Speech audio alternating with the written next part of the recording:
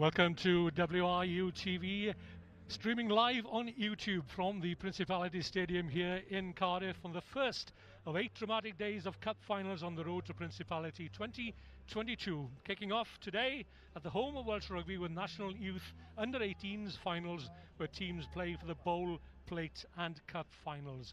Over 2,500 players will have the experience of their lives as they get to compete under the bright lights at the home of Welsh Rugby. And more than 60 colleges, schools, clubs and diverse teams from across Wales will participate in the 10-day-long festival, which celebrates all that rugby has to offer. And WRU TV will bring all the best action over the whole of the next week for your delight and delectation. But first up then today, well, it's the youth finals, and starting with the bowl final, and competing for this Lampeter town RFC from West Wales, and they've had to get up early this morning. And Landaff, well, they could have walked to the Principality Stadium, so close is their headquarters at the Mill on Western Avenue. So let's have a look at the teams. Lampeter bring a very strong side led by Stefan Holmes, who's seen some action for the Scarlets under-16s. A tireless back row in Gwion Evans, Cadvan Jones and Carwyn Davis. Kito Ebsworth and Jack Crompton will look to get those exciting backs going. Griff Morgan and Sean O'Keefe at centre, and Jaden Hines and Drew Bryant on the wings. And Landaff, well, there, let's have a look at the Lampeter replacements first of all. And all these 8 players will undoubtedly see some action before the match is out, and for those 8, well, they will hope that they have a part to play in the success, hopefully, of their team today. So Landaff, known as the Bishops, and they're led at centre by Scott Del Nevo, and he'll bring his experience and influence to bear on this Landaff side, because he's already experienced success here at the Principality Stadium, because he played for the Cardiff and Vale College that won the schools and colleges competition back here at the turn of the year. One late replacement sees Hugh Davis come in at lock forward. There's a strong front row contingent in Abdullah, Griffiths and Lansos.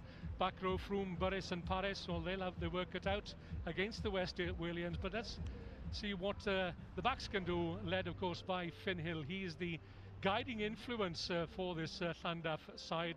Didn't miss a kick in the semi-final.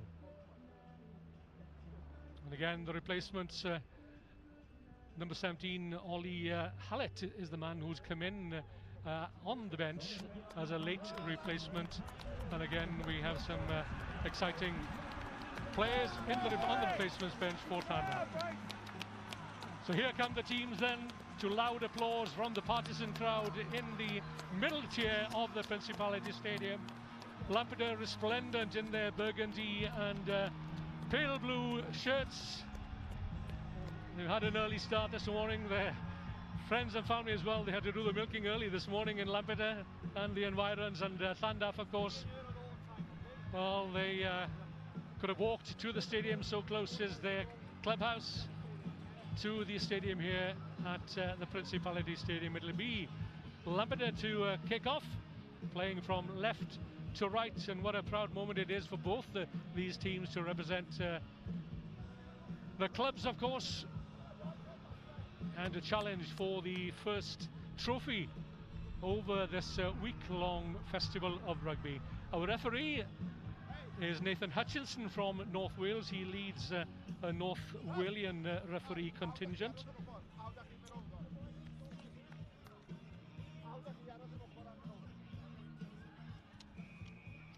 So we're underway then with the first of the finals of the youth under-18 finals. Lampeter kick off. A little bit of nervousness early on, perhaps on Landaff. A little bit of miscommunication, perhaps. Tensions obviously high. And Lampeter, you can see, are well up for this as they remind one another as to what needs to be done here. Just do a fact check on the Lampeter number 19. It may be that the number 4 jersey didn't quite fit him.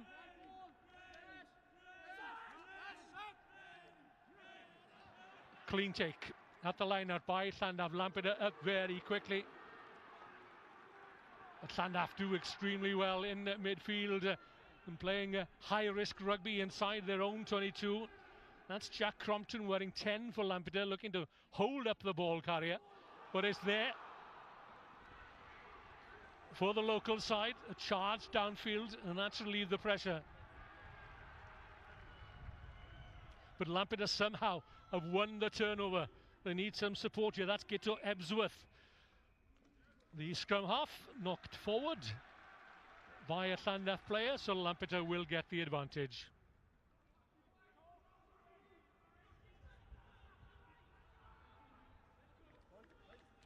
Packing down in that front row on the far side, Nathan Mackie-Jones, Bruce Gaskell and Captain Stefan Holmes on the near side, up against Byron Abdullah, Ewan Griffiths and Alex Lantzos. Scrum some 20 metres in from the near side, just inside the Landaff 10-metre line. It's a good, clean take, a chance here for Lampeter to test the defence of the local side. Up goes Myrion Lloyd, the fullback. Good first-time tackling from Tom Cummins, the Landaff centre.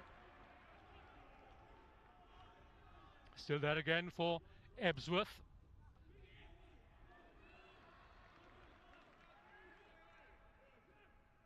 Neat little poke through, that's meant for Jaden Hines to chase.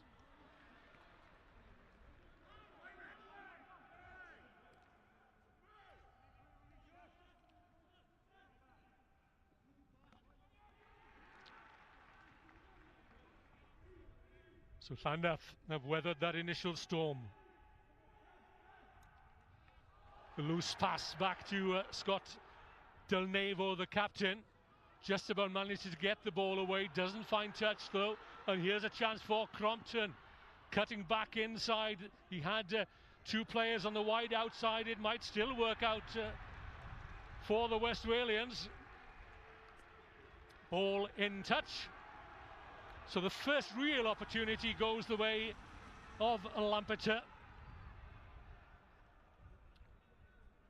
Lampeter boasts some 15 rugby sides, all the way up from juniors, the minis, and two senior sides, along with the women's side who will compete for the final here on the last weekend of competitions at the Principality Stadium. Landaff reduce the numbers at the line out, but Lampeter steal it. Good work, good anticipation, well read. Dug out by Ebsworth. In goes Cadman Jones, loses possession, but it's come back once more with the ball lost forward, so it'll be a Landaff put in.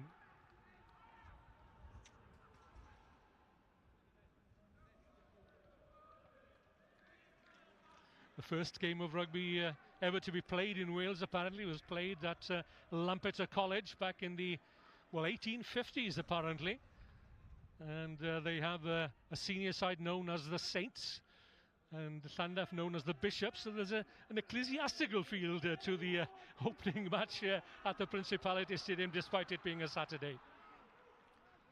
It's a good clean ball. The charge upfield comes from the captain, Del Nevo. Ben Morgan at scrum half, looking for numbers. Finn Hill looking for the safety of the touchline and finds good touch, almost up to his own 10-metre line. So some 4 minutes played, and it's been all Lampeter so far.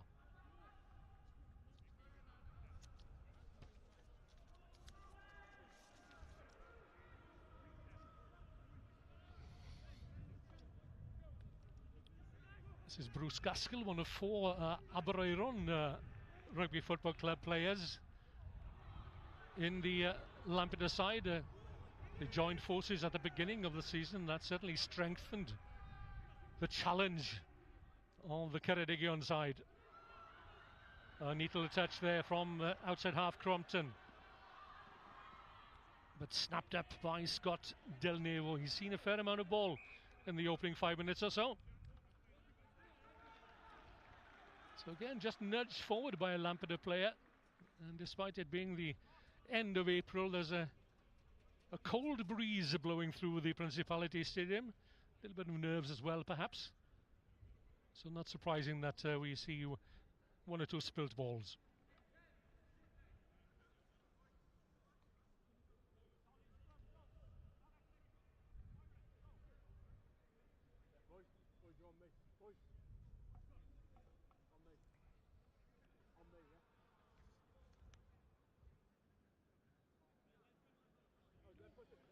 Landaff also have 15 teams turning out on weekends, including 2 senior squads, youth and juniors. And we very often talk about the dearth of youth clubs across the country. Well, all finalists today in the bowl, the plate and the cup sport a strong youth contingent. So Landaff out of their own half for the first time in this match. A relieving kick takes play almost up to the Lampeter 22.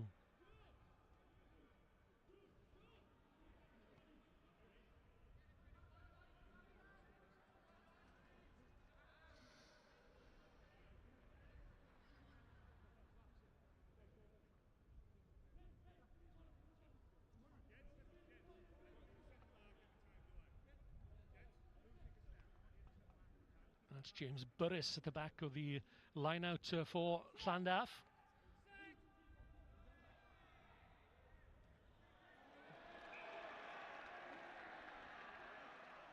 Lifting of the line out against Landaff. Lampeter wasting no time whatsoever. Almost a breakout from Gitto Ebsworth. Lampeter forwards pile in on halfway. The referee keeping a watchful eye. There's a tricky customer, is Ebsworth, and he's still going. Just about manages to get the offload away. A little too enthusiastic perhaps, but they will get the penalty.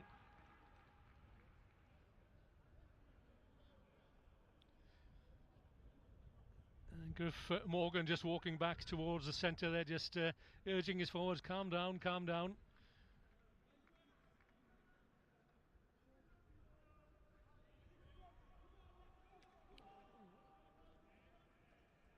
So Lampeter opt for the scrum. And that of course ties in 8 Landaff players. By mistake, it's a Landaff scrum. Thought it was a penalty initially for Lampeter. Now then here's a chance for the Landaff runners. That's Cottrell up and over the 10-metre line, taken down by Harvey Roberts for the opposition. Again, spilt ball, didn't go forwards though. That's Matthew Paris. Tackle coming in from Jack Crompton. Just grabbing the shirt tail. It's advantage Landaff, and they'll come back for the penalty.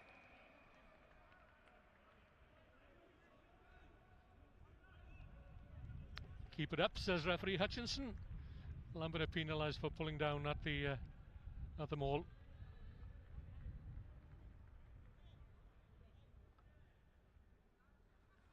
So Dilnovo will look for good touch here and finds excellent touch, taking play within some 10 metres of the Lampeter try line.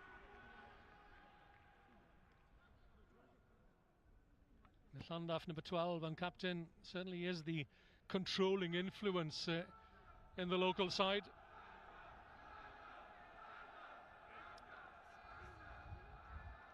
So the forwards slow to the line out. No doubt there's been some communication just to make sure that everybody knows his task here, because there's a real chance here for Landaff. Some 10 metres out from the Lampeter try line. Josh Froome climbs high. Not the best of balls to the outside half. A kick towards the near side, and Lampeter a bit thin there at the moment. Will get there first. It's Jaden Hines, but Lampeter caught napping there for a split second, defending narrowly. So they'll need to keep an eye out for Ralph Cunningham on the Landaff left. There is an injury to Finn Hill, the Landaff outside half, just out of shot. And Landaff can ill afford to lose the services of Hill, who didn't miss a kick in the semi-final against Rumney, which they won by 16 points to 10. Landaff's journey to the final here included wins against Gowerton, 24-7, and Issa Bull, 54 points to 0. And Dowlais, that's a tough away match, which they won by 14 points to 10. And Newtown, they defeated by 23 points to 9 in the quarter-final.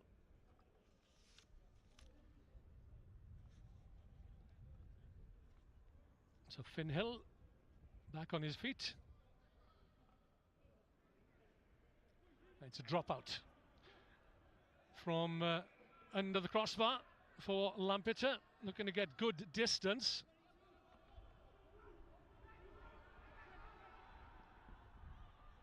Landaff on the counter.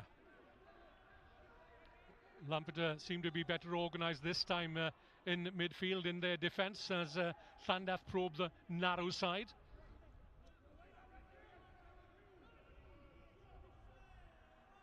Safely in the hands of Ben Morgan.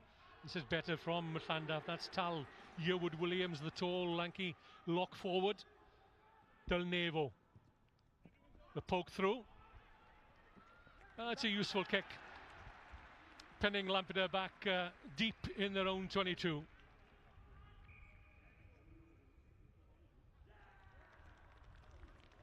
So it's even Stevens in the opening 10 minutes or so. Lampeter had an opportunity down the far end. And let's see what Landaff can do here.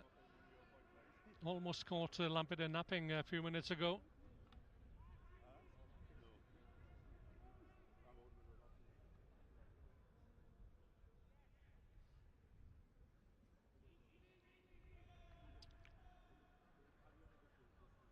Landaff looking for good clean ball at the line out. Ewan Griffiths is the hooker. Trying a little move down the front, taken in by James Burris. Didn't quite go the 5 metres perhaps. And the odd little deception here and there might work out.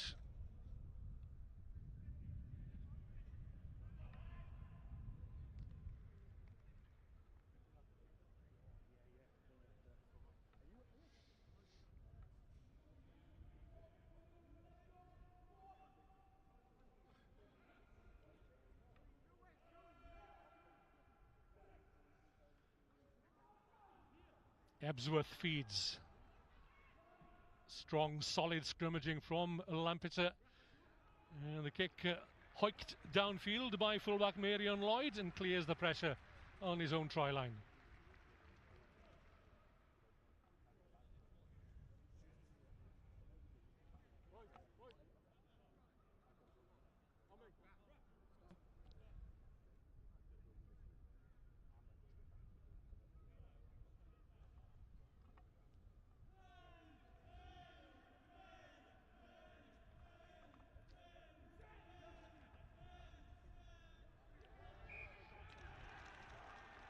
Crooked feed,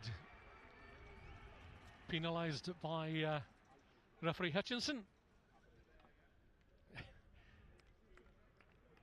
Clear indication from the referee that the ball was too far over on the Landaff side, so Lampeter again off for the scrum, and the last man down will be Carwyn Davis at number 8 with a bandaged right knee. Let's hope that holds up for him.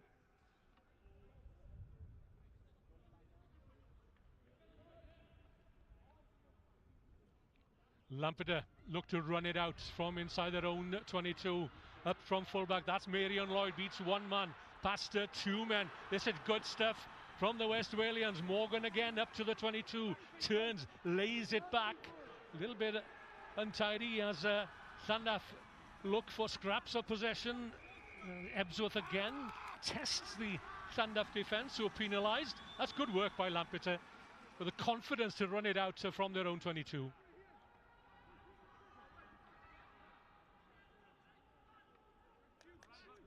So Griff Morgan will be the man to kick for touch here. He looks quite a handful in midfield, does Morgan.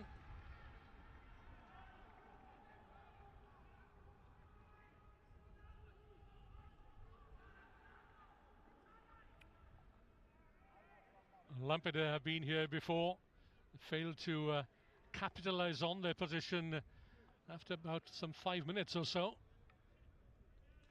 So they'll have got the bus out of the legs by now. Taken by Harvey Roberts. In go the forwards. Now then, a concerted effort here, driving forward. There's the Landaff try line in the background. Will we have our first score? It'll be a penalty, even if they don't get there. Ebsworth straight out into the hands of Crompton. That's the outside centre. Sean O'Keefe cuts back inside. Quick ball, that's what Ebsworth is looking for. Little kick for the corner, knows there's a shot to nothing here as Hines looks to gather and does and scores. So Lampeter open the scoring here in the bowl final at the Principality Stadium. And he is absolutely thrilled with that effort. Never mind how untidy it was, but Crompton had the presence of mind to kick across field, knowing that there was a simple three-pointer on offer, but that man, Jaden Hines, kept his wits about him and opens the scoring.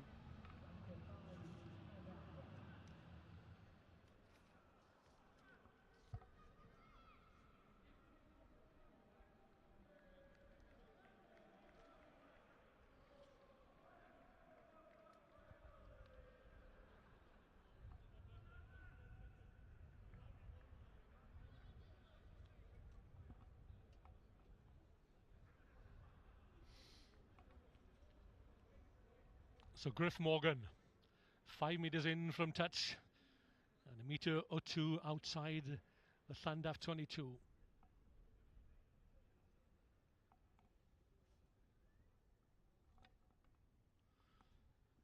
Morgan keeps his eyes on the ball but sees the ball drift wide of the far upright. But Lampeter have the opening score, the crucial, vital opening score. That'll settle the nerves, and they lead Landaff by 5 points to 0 after 17 minutes of play.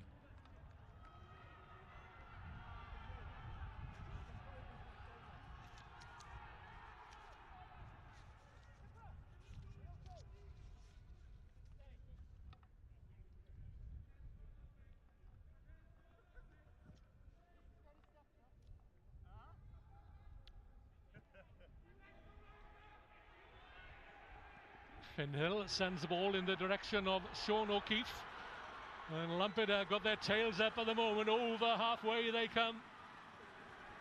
That's O'Keefe, the international javelin thrower, and like a rapier he cut open the Landaff defence. Hines, oh, a great tackle, timed it to perfection.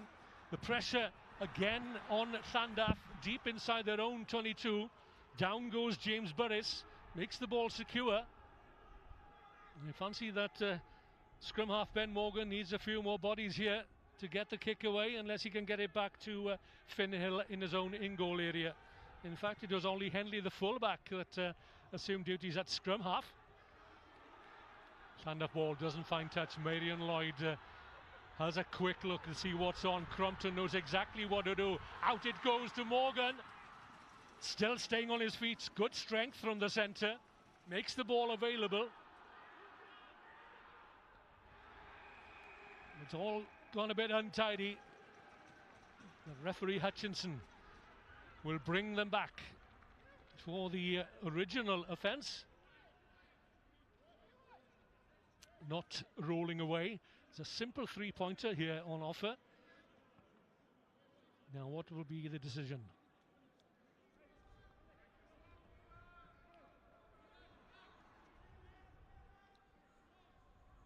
Lampeter have the confidence to go for the corner as early as this in the match with a slender 5-point advantage. But they feel that they have the power in the forwards here to get them their second score.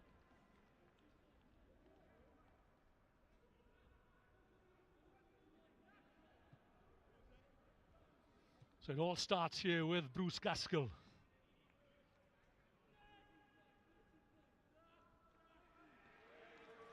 Not opting for the tallest player in that line-out. The drive is good. Ball tucked under the arms of Bruce Gaskell, a metre short of the Landaff try line. Lampeter looking for their second try of the match. Slow ball, so the forwards take it up again through Harvey Roberts. Haul down, inches short. Good defence from Landaff. On the narrow side again, it's Ebsworth. He's shunted back in no uncertain terms. Holmes waits, the tight head prop forward and captain, adds his not inconsiderable weight to the effort. It's another penalty. The pressure must surely tell.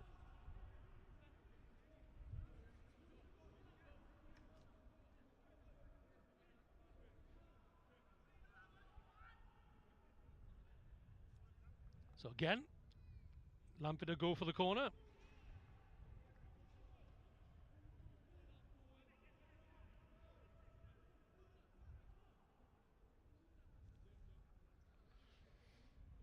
So 5 metres out. And Lampeter looking to pile on the pressure. Oh, it's a misdirected throw, but somehow it's worked out well for the West Walians as Bruce Gaskell looks to press home the advantage. Holmes. In goes Nathan Jones. Out to number 8, Carwyn Davis. Snapped up. No distinct advantage. So we'll come back. Ebsworth thinking about the quick one. Now let's forget about the line out. Let's concentrate on the forwards here. Stephen Holmes. Rush towards the try line. Again, Landaff press ganged into defence. Gaskell goes in, the hooker. Out it goes. Neat little step. This time, do they get to the try line? No television match official. The Lampeter players are congratulating themselves. Held up, says referee Hutchinson. So Landaff will drop out from their own try line.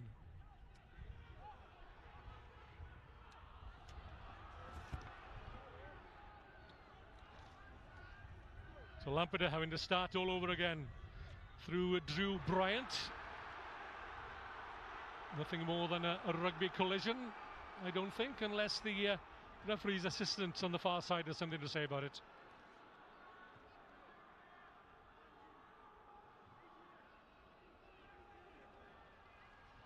So just to confirm then, and wearing number 19 for Lampeter is Harry Holden. My guess was right, the number 4 shirt is a little too small for him. And Mackie Jones fills that shirt, doesn't he, the number 1. Same again.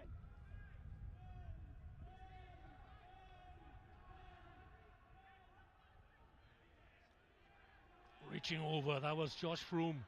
Good work by the back row forward. Utilised at the line out. Now then, Landaff. Breakout from George Cottrell.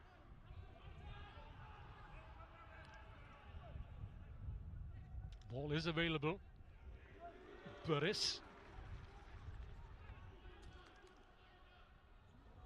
Good spot from Josh Froome, spotting a gap at the side of the ruck there.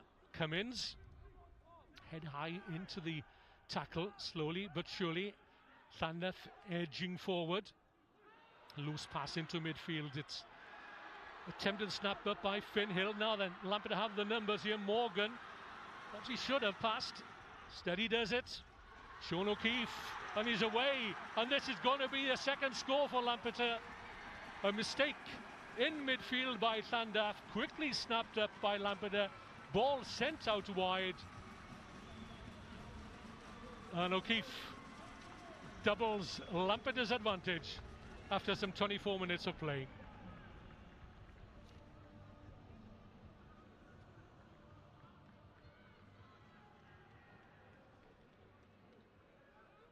Well, Lampeter couldn't work it over from a succession of lineouts close to the Landaff try line, but a rare mistake was quickly pounced upon by Lampeter, and it was this man, Griff Morgan, who sent the kick through, and Sean O'Keefe was a willing chaser.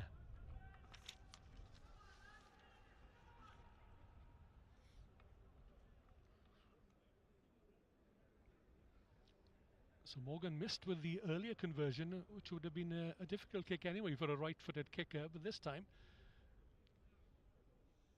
from that side of the field it favours a right-footed kicker. Let's see.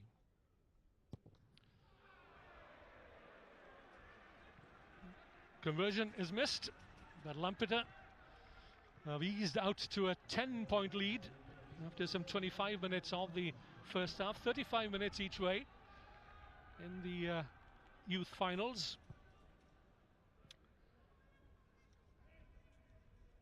So Landaff yet to open their account. They've come close once or twice, but it's a rare mistake and the odd penalty given away here and there, which has cost them dearly so far.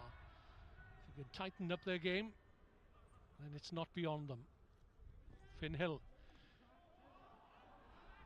sends it over to the near side. It's a good tackle from Raf Cunningham on Holden.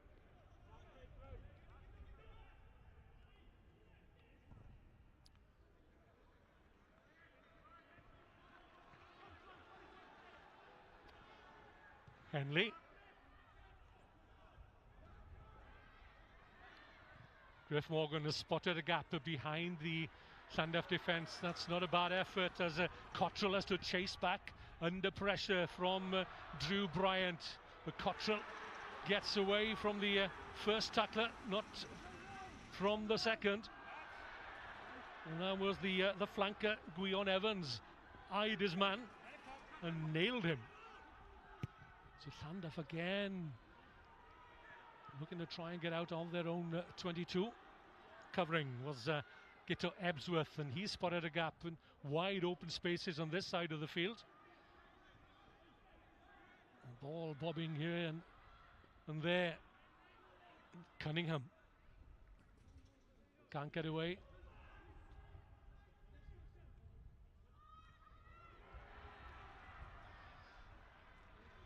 Del Nevo finds willing forwards on hand, and this time it's a Landaff penalty for Lampeter not releasing.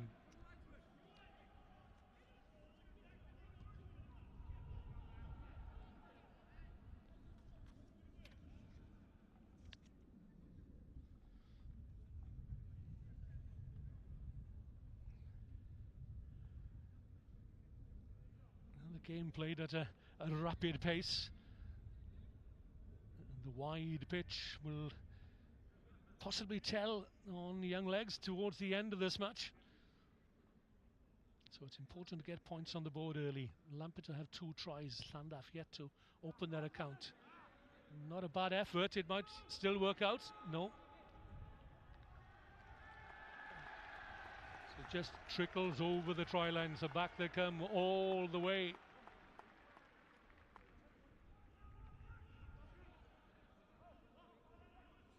So the advantage goes Lampeter's way. Lampeter's route to the final was equally as impressive as Landaff's, with wins against Tenby, 58 points to 5, Gosainen 31 to 14. They had their work cut out against Llantwit Major in the quarters, 17 to 7, and a tough encounter which they won against Bryn Coch by 15 points to 10.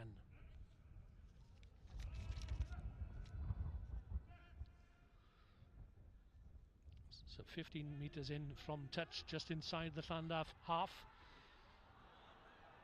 And there was a pre-planned move there, I suspect. But this time it's Lampeter that commit the error in midfield.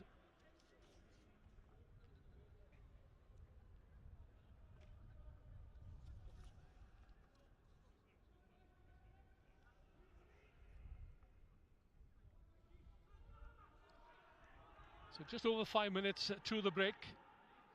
It's been an enthralling encounter in the opening half hour or so, but Lampeter have taken advantage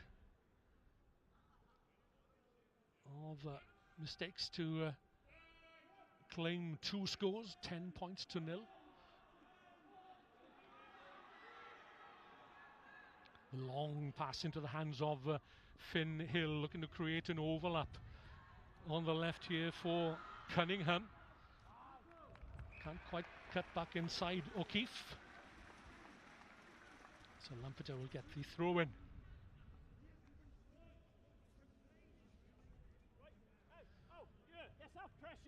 And good luck messages have been coming in from all over for all these teams, and it's great to see the former players, internationals, British Lions, sending their greetings to the clubs. And Lampeter delighted to receive good wishes from Wales legend, former Llanelli Wales and British Lion Delmi Thomas, who actually wore the claret of Lampeter once or twice in the guise of the old boys known as the Old Campaigners, and loved every minute of it, did Delmi Thomas. To see him occasionally down Cwmavon way.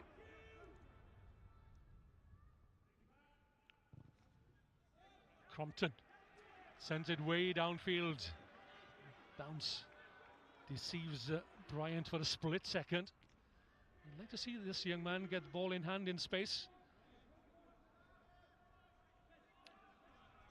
Morgan delivers into the hands of Del Nevo, the captain, but Marion Lloyd has his eyes on that one.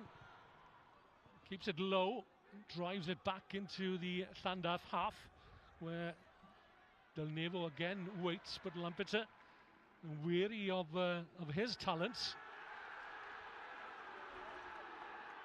A huge scrap for possession at the breakdown. Nice pass from Finn Hill, looking to release Cottrell on the far side, and does so superbly well. Morgan again to receive the ball back. Slowly but surely, Landaff marching upfield. The referee's arm is out. They will get a penalty. Waiting, that's Hugh Davis, the late replacement at lock forward. Del Nevo into the hands of Henley. Landaff still have it, but the referee will call them back for that original offence. No distinct advantage for Landaff, and Lampeter a man short at the moment. Player down on halfway near the far touchline. It's the flank forward, Cwmavon Jones. With a slip of water, and he's back on his feet, fully charged. So time running out at the end of this first half for Landaff to get their opening score, which will give them confidence going into the second period.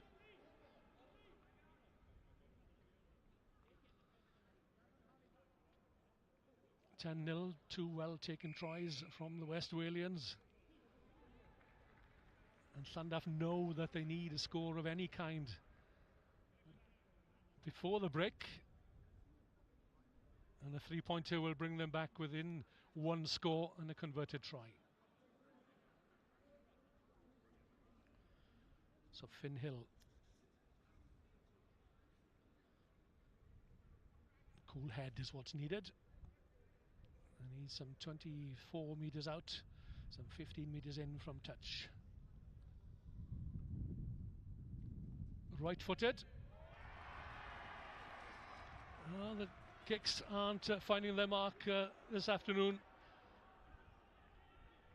Two misses from Lampeter's Griff Morgan, and one for Finn Hill now. The first opportunity at the post for the Landaff outside half.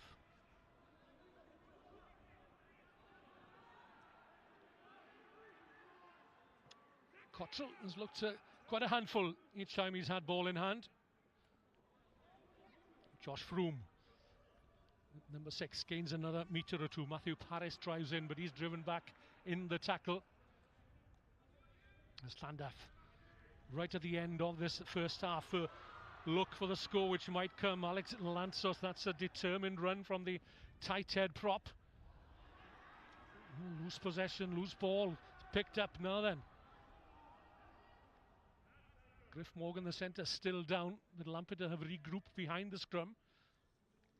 Griffiths, the hooker, finds James Burris, Now Landaff have men over, 3-on-1 advantage. Away goes Finn, the last pass into the hands of George Cottrell, and finally George Cottrell has opened the scoring for Landaff, and the local side have their first score in this match right at the death of the first half.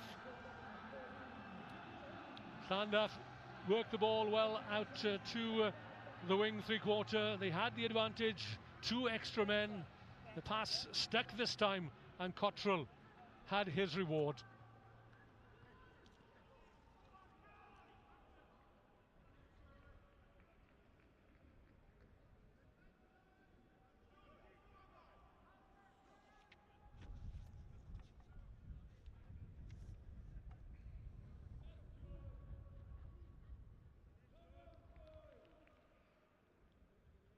And the breeze is swirling around this amphitheatre, which is the Principality Stadium.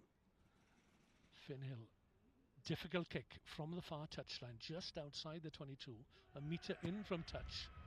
It's not a bad effort, it's a superb effort in fact, and that kick has brought Landaff right back into the mix. A converted try, and Lampeter's lead is reduced to 3 points right at the end of the first half. Lampeter 10, Landaff 7.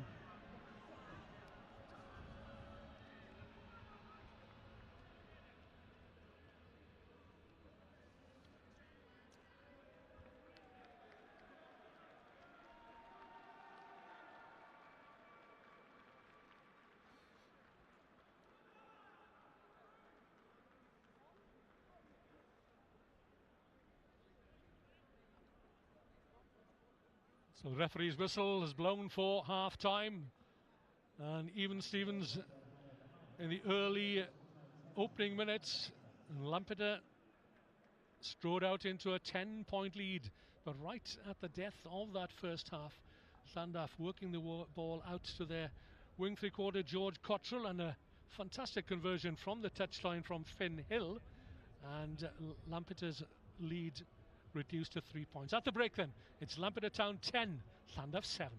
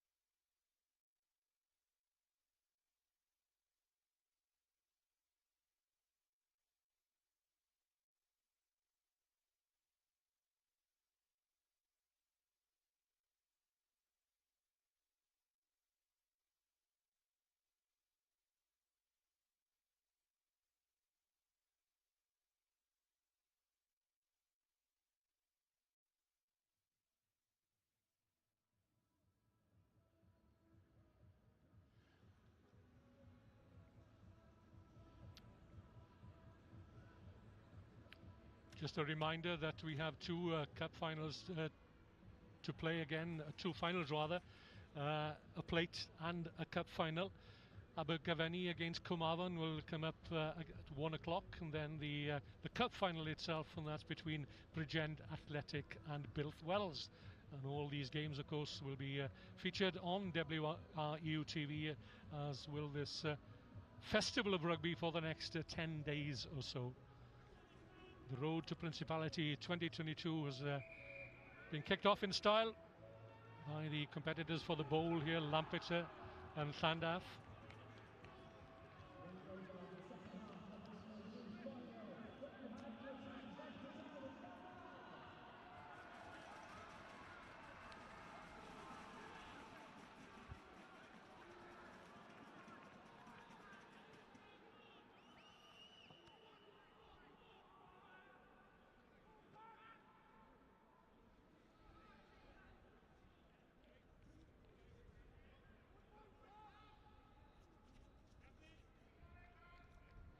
Finn Hill will get the second half underway. He posted that fantastic conversion from the far touchline to bring Landaff back within 3 points at the break. Lampeter 10, Landaff 7. It's still all to play for in this second half for the first of the finals. On the first day of competition here in the Road to Principality 2022, the bowl final.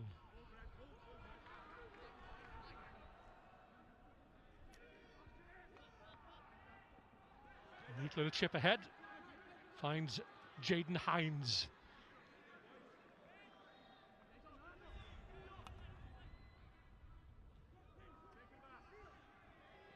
Neat step from Crompton.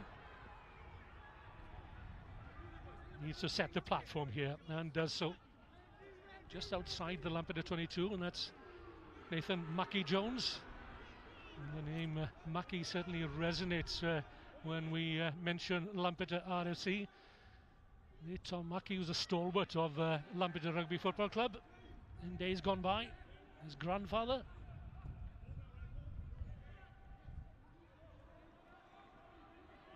Del Nevo tracks back, considers his options, and leaves it in the end for Ollie Henley, the replacement for Landaff, and that's Ben Moon wearing 21. Backpedaling. Griff Morgan inside his own 22, sends it high, won't find touch though. But Landaff, a bit disorganised at the moment. They could take advantage here through Drew Bryant. Pass didn't go to hand, in fact it went forward. So the first scrum of the second half will go Lampeter's way.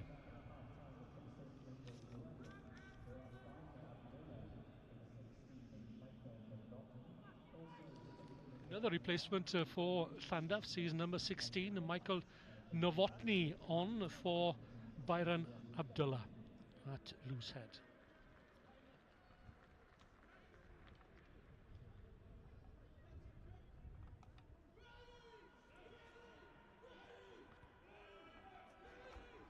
Both scrum halves, Ben Morgan for Landaff and Gitto Ebsworth for Lampeter, had good opening 35 minutes. I think that's the first time referee Hutchinson has to step in at scrum time. All scrums have been completed so far. That's a rarity, that's a novelty these days.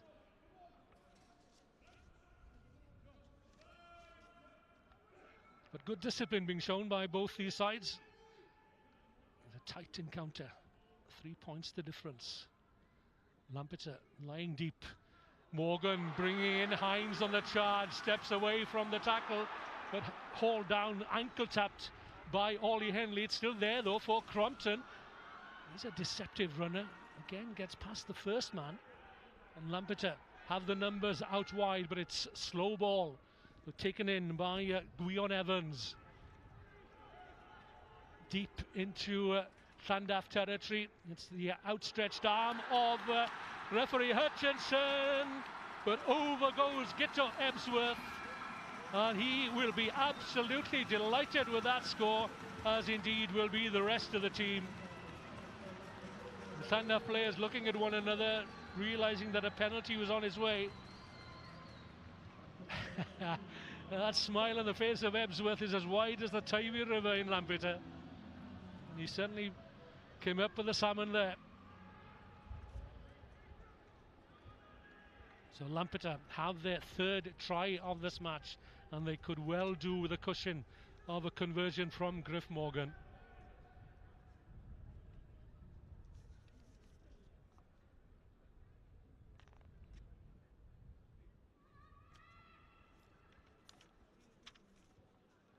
So from immediately in front of the posts, Griff Morgan, right-footed, this time makes no mistake and takes Lampeter's lead out to 10 points. Lampeter 17, Landaff 7.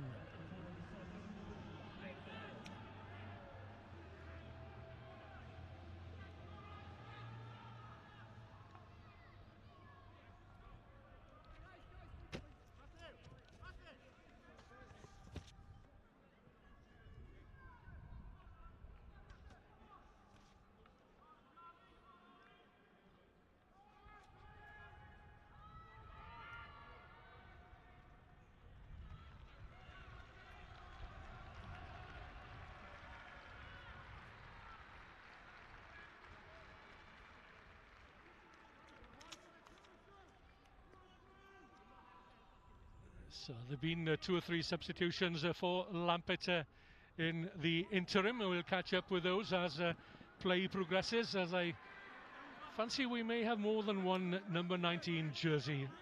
So I suspect that Johan Boyle has come on for Harry Holden.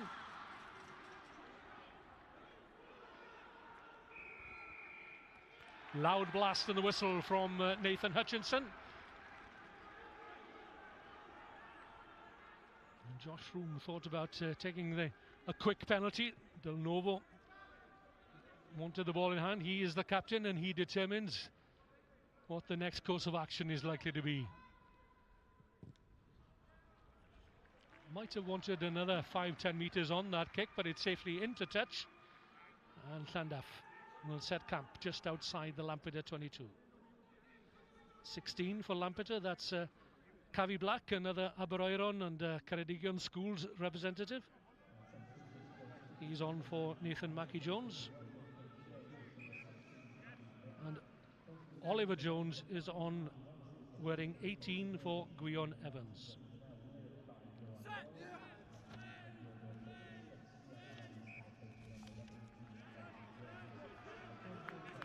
And wearing 17 for Landaff, that should be Thomas Williams.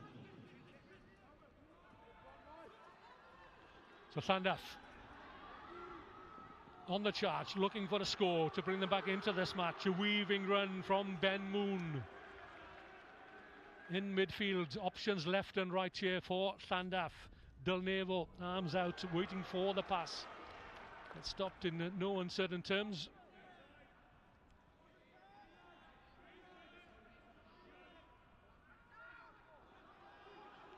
That's Novotny, wearing 16.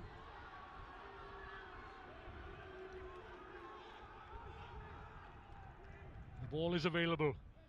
The forwards take it up 1 more metre. They want to give a quick ball if they can to Ben Morgan, who's already seen his opposite number, Gito Ebsworth, steal a march on him. This time perhaps for Landaff to close that gap, which now stands at 10 points, so close. Have they lost the ball forward? Let's see what the decision is.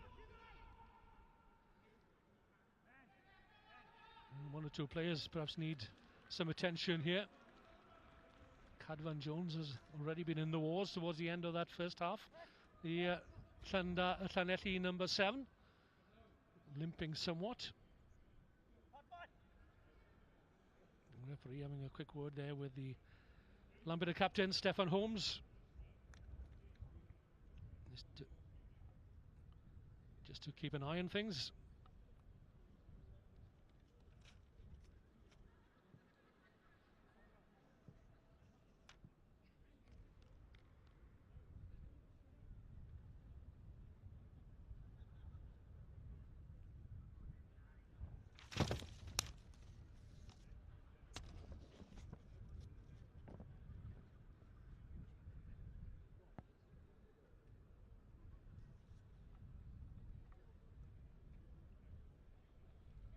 players will be grateful for a respite and a good slug of water.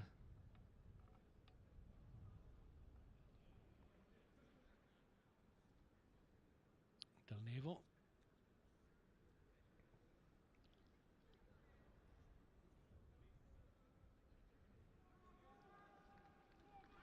So it's an opportunity for these young players to showcase their talents and hopefully catch the eye of, well, in the case of Landaff, the Cardiff setup on the neighbouring pitch, of course.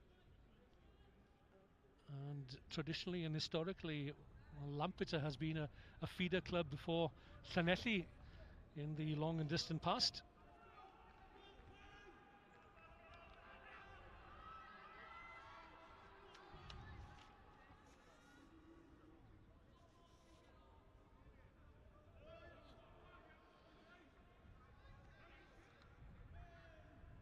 So Ollie Hallett is on at second row for Landaff, wearing number 17. Jacob Jones, he wears 19. Yet another replacement. And timing your replacements can be so critical, not only in the senior game, of course, but at this level as well. Packs down at the side of this side of the scrum. Good drive coming in from the local side, but it's back on the Lampeter side. Not the best of kicks, and Lampeter in some difficulty here. Soaked up the pressure, but they've given away another penalty. Landaff have been good at the breakdown. Quickly taken by Landaff. Well, Lampeter scored when Landaff were napping down the far end. And Landaff likewise have taken full advantage, and Josh Froome is the man who spotted the gap and made the dash, which brings Landaff back within 5 points and a conversion to come.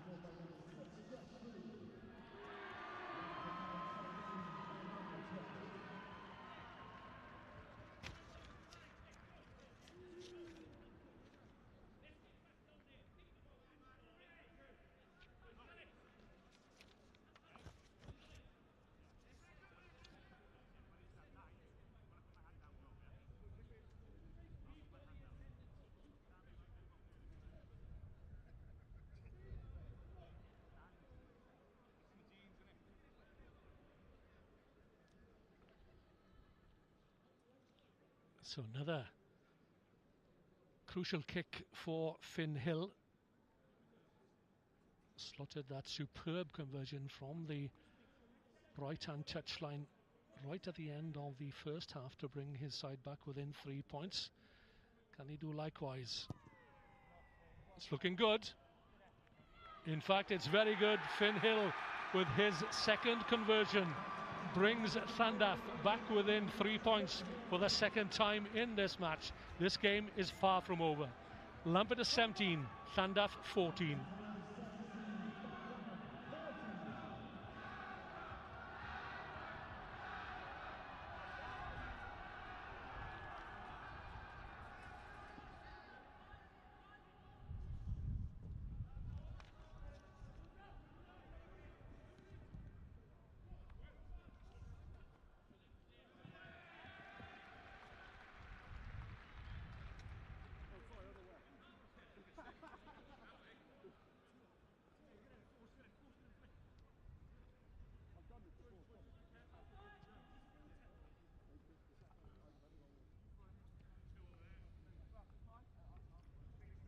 So some 10 minutes gone in this second half. A line out on halfway.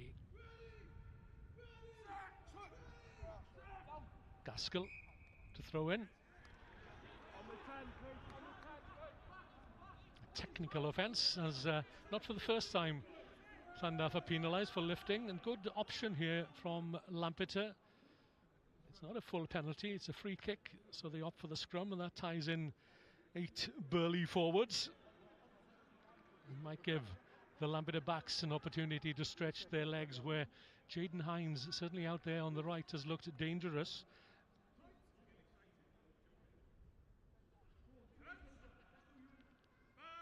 Drew Bryant on the left wing here has moved into shadow Jack Crompton at outside half. Could get the ball back inside, perhaps Griff Morgan. Sends it downfield, but well covered though by Ollie Henley. Something of a miss kick as Johan Boyle, the replacement, takes it up some 10 metres or so. Griff Morgan now at scrum half. Crompton, little kick behind the Landaff defence to keep them guessing. The ball, the bounce is kind for Sean O'Keefe. And Lampeter have possession back within 15 metres of the Landaff try line. Out it goes on the narrow side. Crompton feeds the fullback Marion Lloyd, fumbles, and that may have caught the eye of one or two Landaff defenders, but it's another score for Lampeter, the fourth in this match, and it's claimed by the fullback Marion Lloyd. But it was that neat little kick over the defensive wall that created that opportunity for Lampeter, and they are out to 22 points with the conversion to come.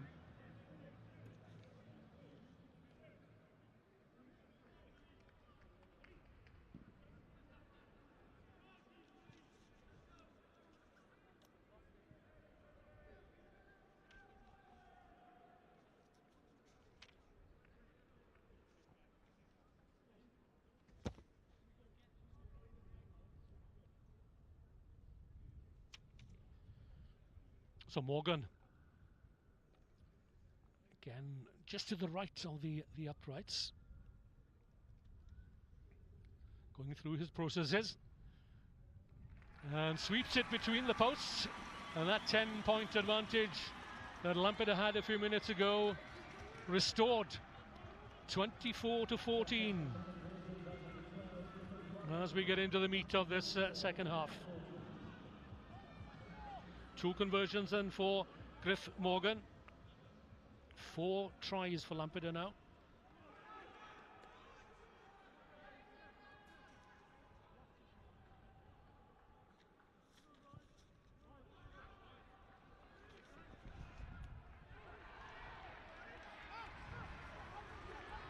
Well taken at the restart. Lampeter look full of running, and none more so than the replacement. Johan Boyle delivers into the hands of Griff Morgan, who makes the ball available. Quick ball.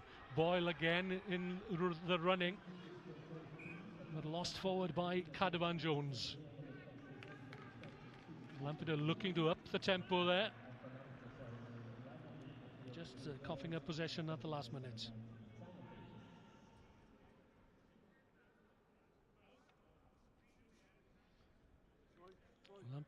Lampeter not played for a fortnight. They defeated St Clair's away by 27 points to 21. Landaff come into this match with a convincing win, 42 points away at Penygrieg last weekend.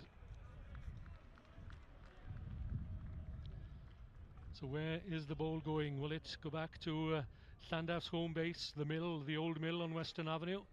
Or will it go back to North Road in Lampeter? For the first time, I wonder. Lampeter, the only club in Wales of 2 teams in the road to Principality. The women's side play against Blackwood in the South Wales Plate next week.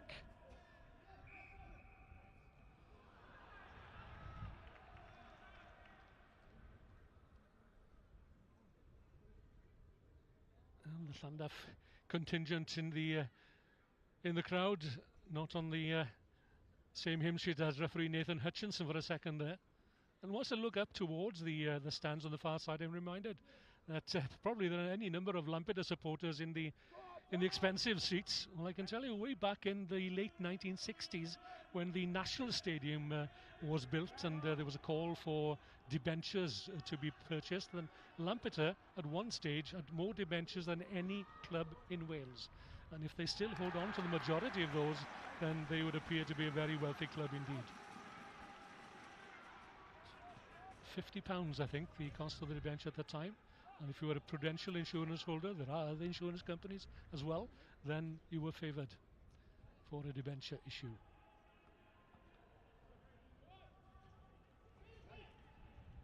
I seem to recall that there were some 200 seats bought, and that would make £10,000 at the time. So back to the here and now. Lampeter 24, Landaff 14. Snapped up. A loose ball by Alex Lantzos. Landaff need to get back up to the Lampeter 22 and to close that gap again and to make it a more than interesting final few minutes. It's not done yet. Still all to play for.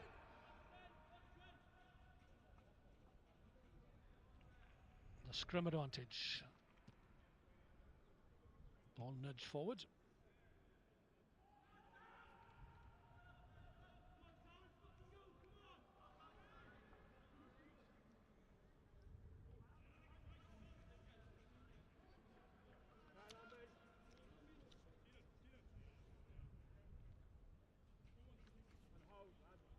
This National Youth Cup final has showcased some great future talent in the past, with Cardiff, Wales and British and Irish Lions wing Josh Adams, one of the try scorers for Cwmavon Athletic in their 43-12 win over Gorseinon back in 2013. Landaff, now then, here they come through the replacement. That's Keitho Wiley. How wily will he be, I wonder? But the Keitho suggests that his antecedents may be from the Lampeter area.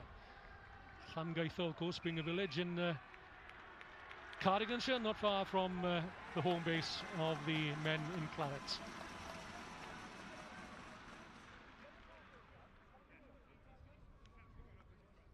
So it'll be a Lampeter put in.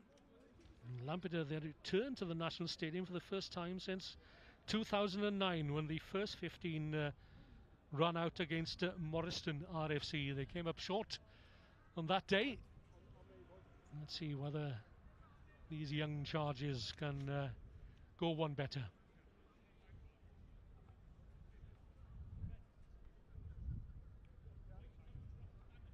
Some running repairs needed. I think it's the number 8 possibly of Lampeter, Carwyn Davis, needing attention.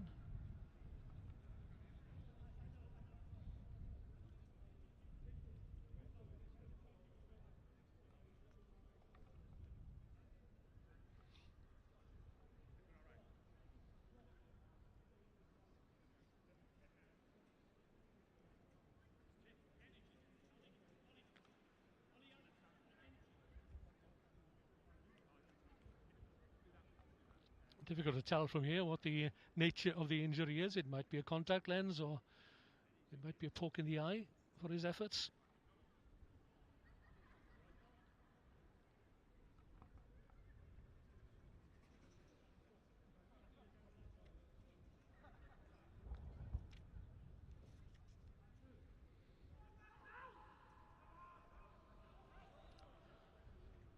Just to remind you, wherever you're viewing this match from the Principality Stadium, there are two more finals to come on the opening day of competition here.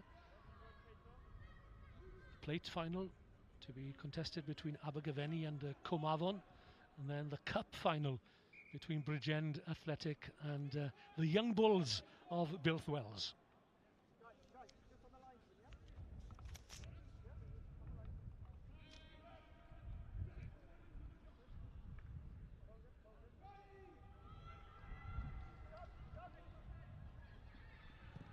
Lampeter scrum inching forward. Gave Griff Morgan an opportunity to clear his lines and take play up almost to his own 10-metre line, directly beneath me here in the stand.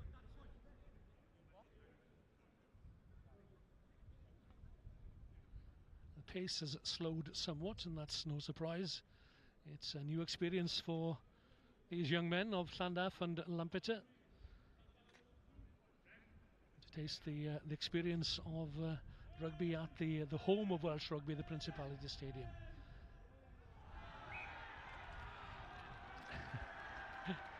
It's the third time, I think, if my statistics are correct, that Landaff have been penalised for a crooked throw-in at the line-out.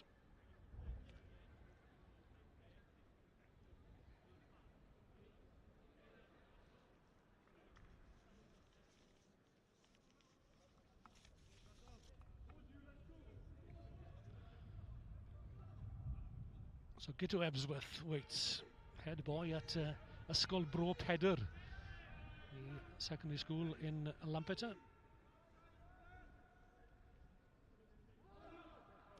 Throws the pass out to Crompton. Again, well worked move, bringing in Marion Lloyd from fullback, and he's made the ball available, has he? Yes, there it is. Griff Morgan comes in. That's the captain, Stefan Holmes, who's led by example this afternoon. Crompton sends it high, won't go far. In fact, straight into the hands of the Landaff replacement, Keitho Wiley. Cottrell scored that try at the end of the first half for Landaff. As they come again, Ben Morgan arrives. Landaff crowded over in that 15-metre area. Forwards standing a few metres clear, waiting to take up the cudgels once again. Through Ewan Griffiths, the Landaff representative at hooker. Morgan looking for a gap which wasn't there.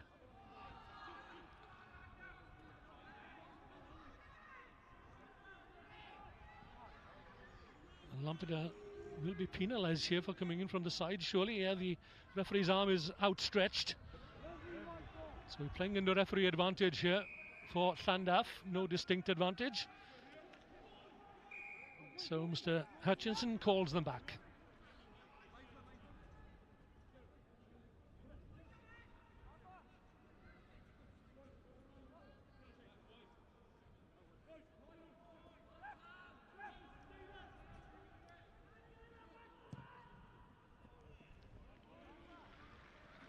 That's a useful kick.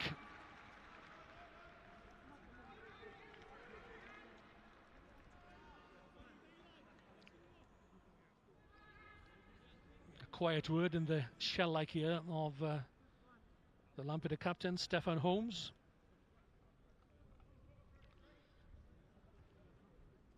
West Walians need to be on their guard here and on their best behaviour. The Landaff backs are stretched out, where Ollie Henley is back on halfway, some 15 metres in from touch. So we could see Ralph Cunningham perhaps coming in from the left flank. He's poised to come in outside the outside half, Finn Hill, but it's the forwards who take it up. Good organisation needed here.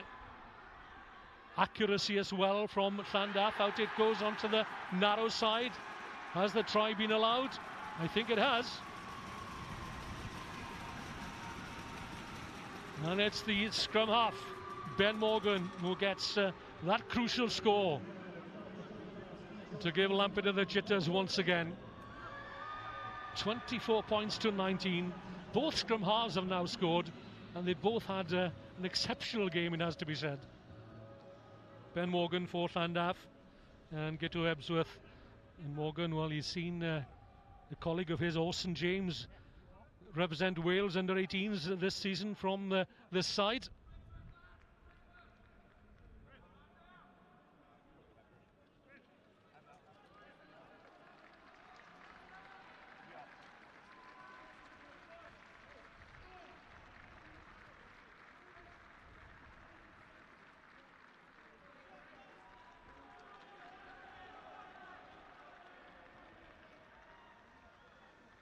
Not the easiest of kicks.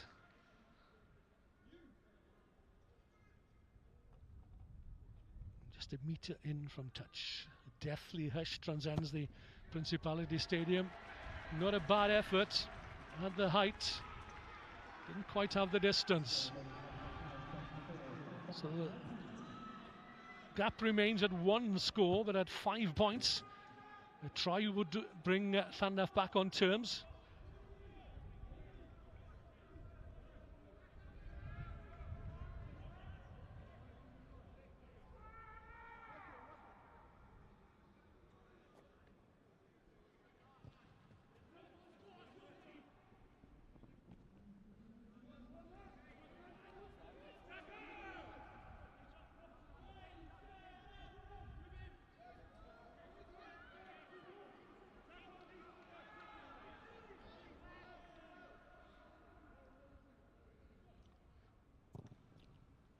So the try for Ben Morgan was his last act in the final. He's been replaced by Griff Williams.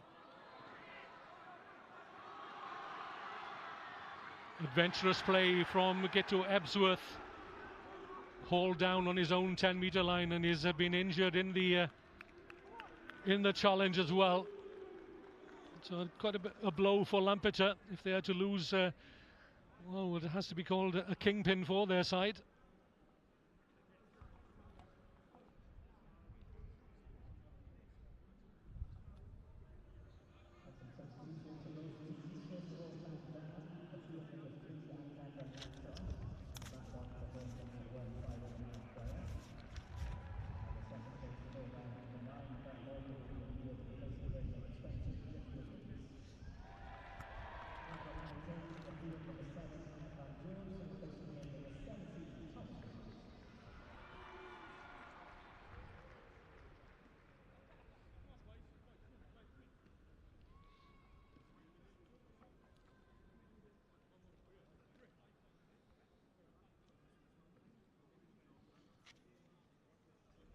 So bang on the knee for Gito Ebsworth.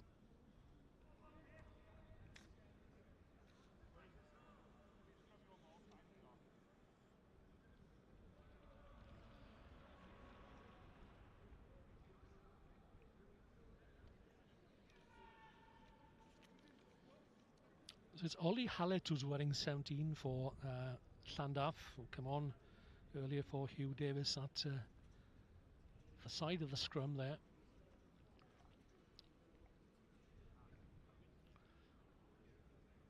So there we are. Billy No Mates. Well, not quite.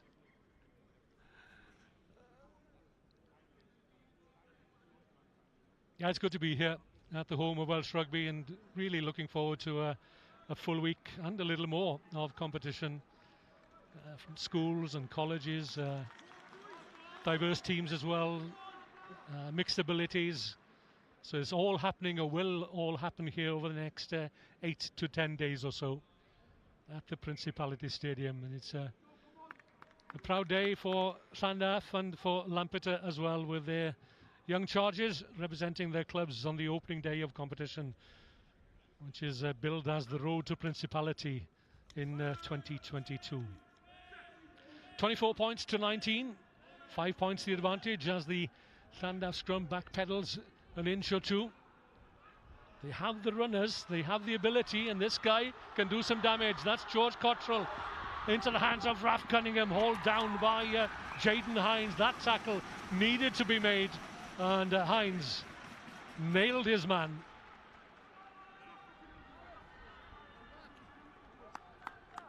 Some nails being bitten down to the quick in the stand on the far side at the moment.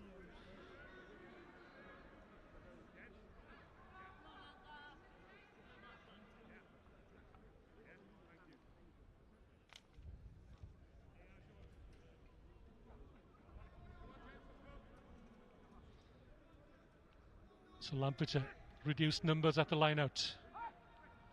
Boyle can't take it, but the Landaff players awake to the opportunity. Froome, he's already got one try to his name. The Landaff number 6 driving hard and low at the Lampeter defence. A crucial moment in the game, perhaps. A try would bring Landaff back on terms, and they've kicked well.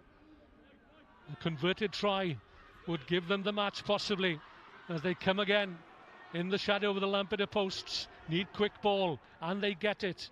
Griff Williams, out it goes. The gap opens up for Cottrell. Can he get the ball away? Nudge forward, was it? I think it may have been by Ben Moon. That's the indication from referee Hutchinson. And a glaring opportunity, a chance goes begging for the local side.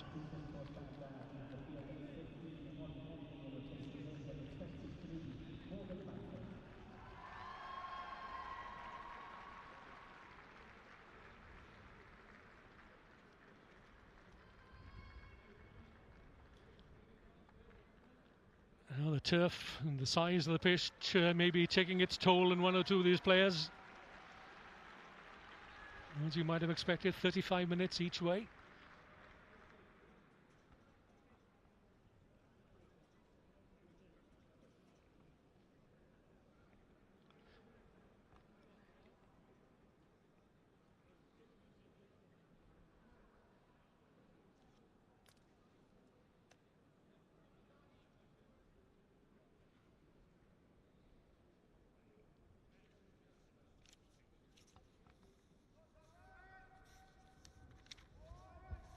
10 points is the biggest margin between the two teams, fairly evenly matched.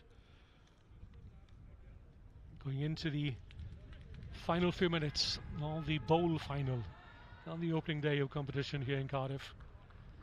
The defensive scrum for Lampeter. And Ebsworth will be looking for clean ball to deliver into the hands of Griff Morgan. Perhaps he's got a good boot on him. There he is, blonde haired, right footed. Oh, scuffs it. And here's an opportunity now then for Landaff. Ben Moon has a quick look. Looks up, but is hauled down by Crompton, the Lampeter's outside half, who's been lively all afternoon. Hines gives chase, but he's left the back door open. Can Landaff take advantage here? Moon waits right on the outside of the back line. He's back inside his own 10-metre line at the moment. As the clock runs down.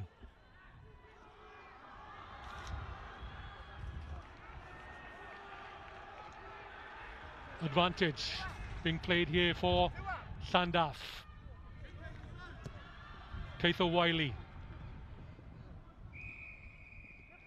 gives chase, but as there was no advantage, referee Hutchison calls them back for the high tackle which he penalised against Lampeter.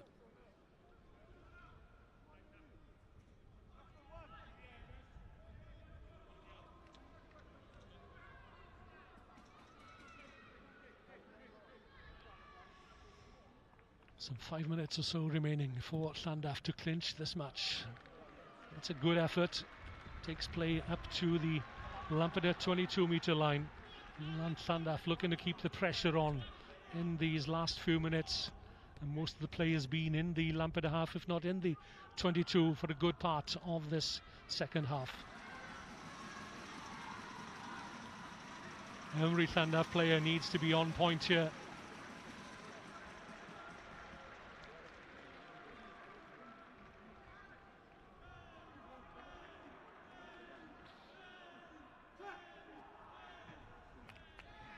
No problem with that line out. Sent away by Griff Williams, the replacement scrum half. Ben Moon with the headgear. Couldn't quite get his pass away cleanly, but did Landaff still have it? No, it's been turned over. And Griff Morgan this time sends it towards the far touchline where the captain, Del Nevo, waits. Gets past the first line of defence. Lampeter look well organised in their defensive line as the next wave of attack comes their way. The ball just lost forward. So Lampeter clinging on.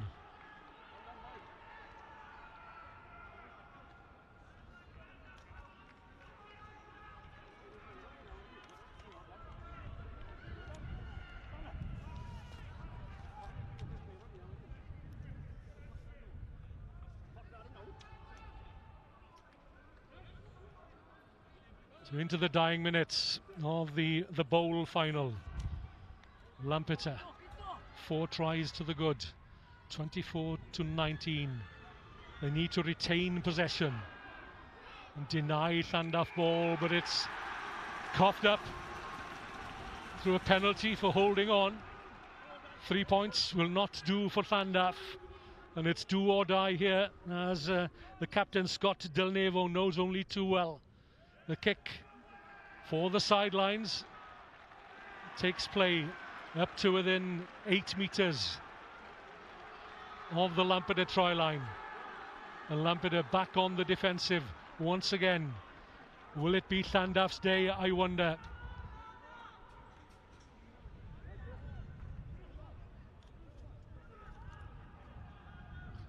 So 1 or 2 changes again then for Lampeter.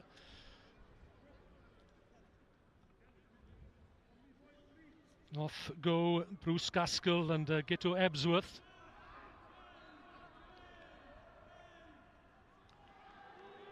Landaff looking to get the drive on. Lampeter holding back, waiting for the penalty perhaps. But it looks as if it's going to unravel for the West Walians.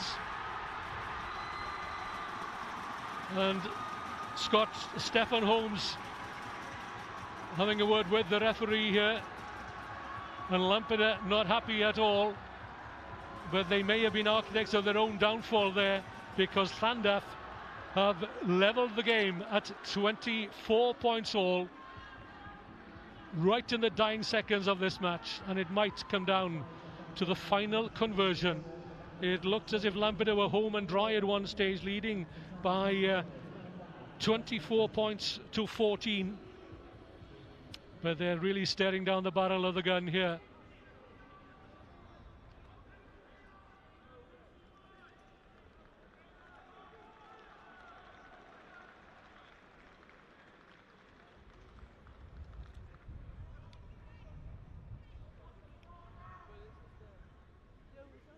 So in the event of a draw, as I understand it, it comes down to tries scored.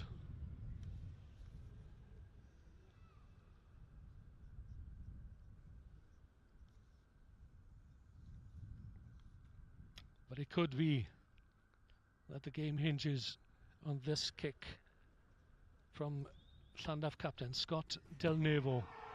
Oh, it's a great effort. And Del Nevo, the Landaff captain, right at the death, may well have stolen it for Landaff, or is the time for the restart? Referee Hutchinson has a quick look at his watch.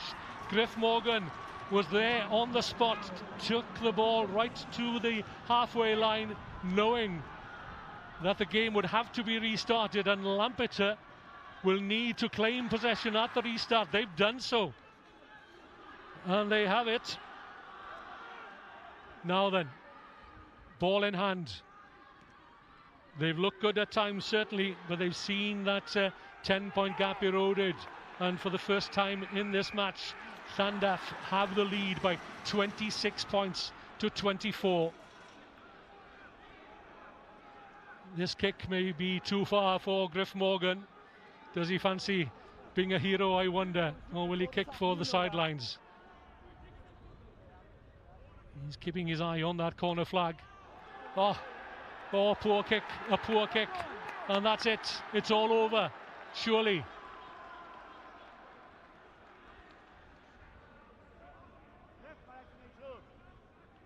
No, I can't hear what the referee is saying, but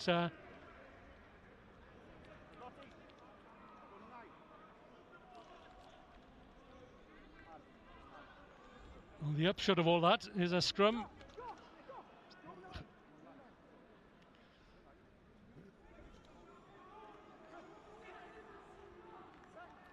And the timekeeper's watch and my watch are clearly not in sync.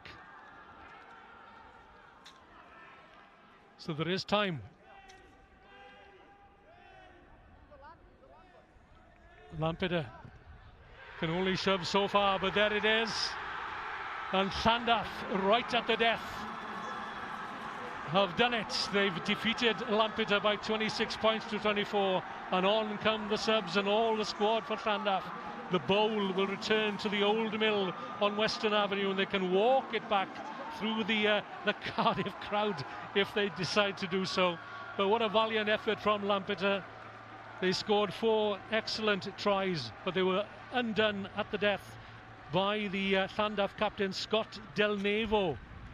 He kept his head, he kept his cool to slot that conversion, and it's finished here at the Principality Stadium with a final scoreline of Lampeter Town 24, Landaff 26.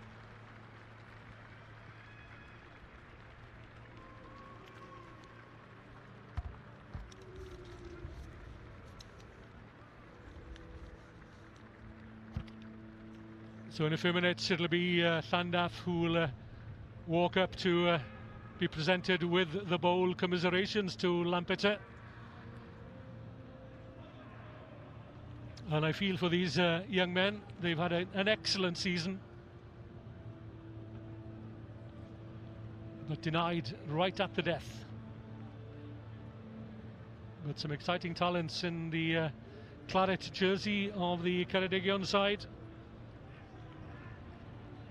And the senior side in the future certainly will be well served by any number of these players on duty today.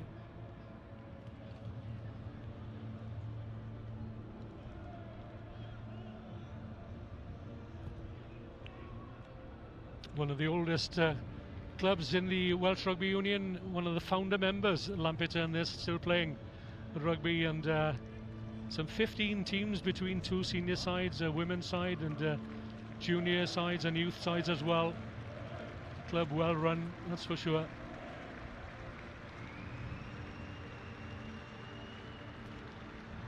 And the game played in the best of spirits. That augurs well for the duration of the road to the Principality 2022 competition. Games being played throughout next week and next weekend, and of course it's the finals tomorrow of the champions.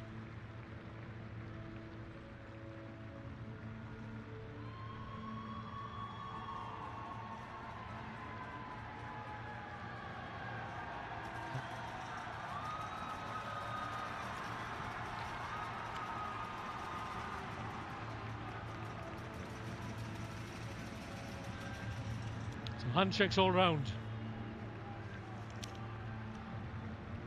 Tomorrow is a National Club Finals Day, which will see teams compete for the Admiral Championship plate, and that's between Trebanos and Bedwas. The WU Cup Finals between Bargoed and Neath, the resurgent Neath, and the coveted Indigo Premiership Cup Final will be contested by Abergavenny and Newport.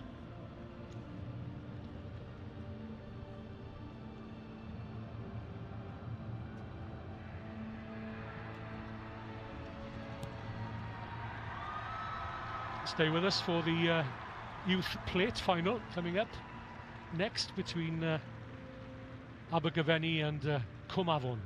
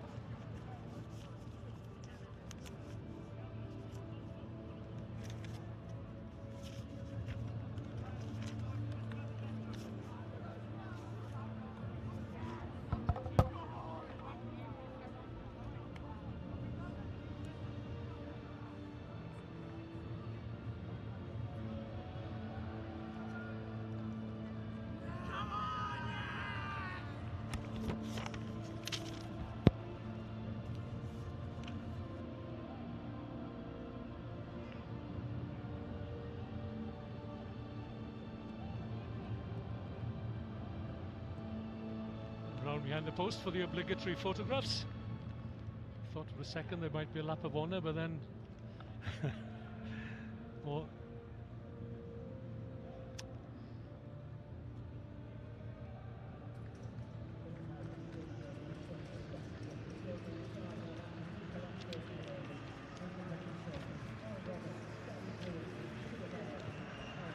So as the Landaff players, now their photographs taken, one for the album, the referee panel line up to receive their medals.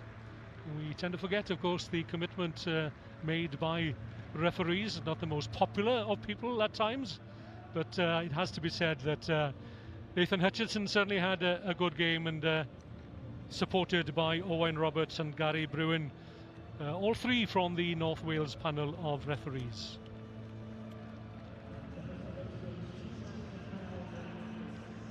So the Lampeter players receiving their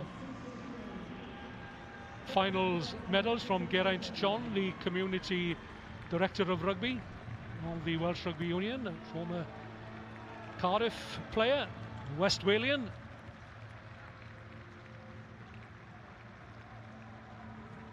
Disappointment writ large on the faces of the young Lampeter players. They came so close, didn't they? Right down to the final minute. They acquitted themselves well.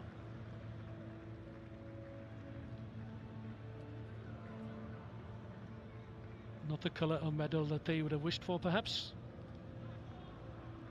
Cliff Morgan.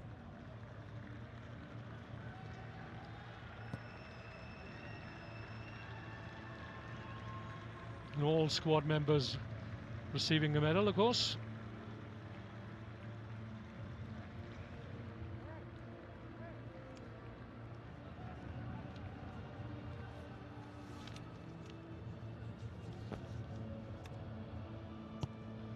So a proud moment awaits the young men of Landaff RFC, just up the road here from the Principality Stadium, and the good travelling support awaits to greet them as they come up to get their medals and of course the bowl.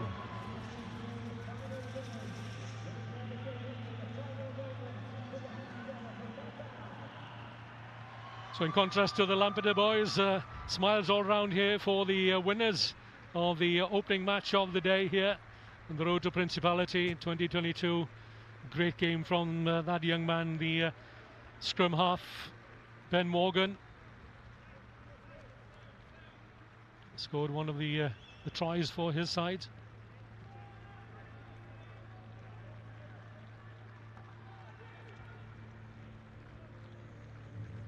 '21 is Ben Moon. He made a difference when he came on. He posed some challenges to the Lampeter defence. Cottrell scored a try at the end of the first half. A promising player.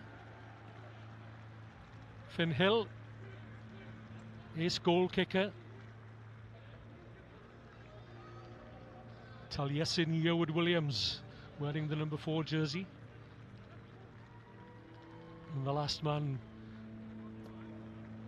to receive the medal will be the captain,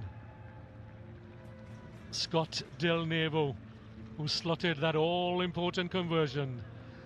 And he's just about to get the trophy, the bowl trophy in his hands from Geraint John. Now for the glory shot.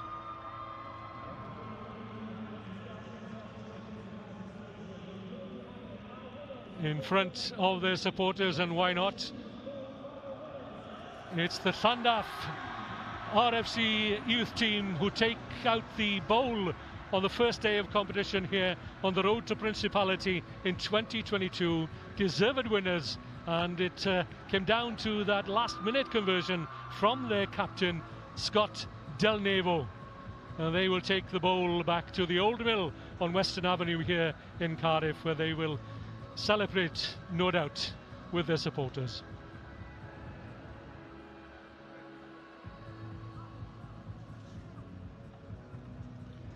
Congratulations then to Landaff RFC. They are the National Youth Bowl final winners here at the Principality Stadium, and many congratulations to them, and commiserations to the Lampeter side, who gave them a hard-fought contest and were in the lead for so much of that match.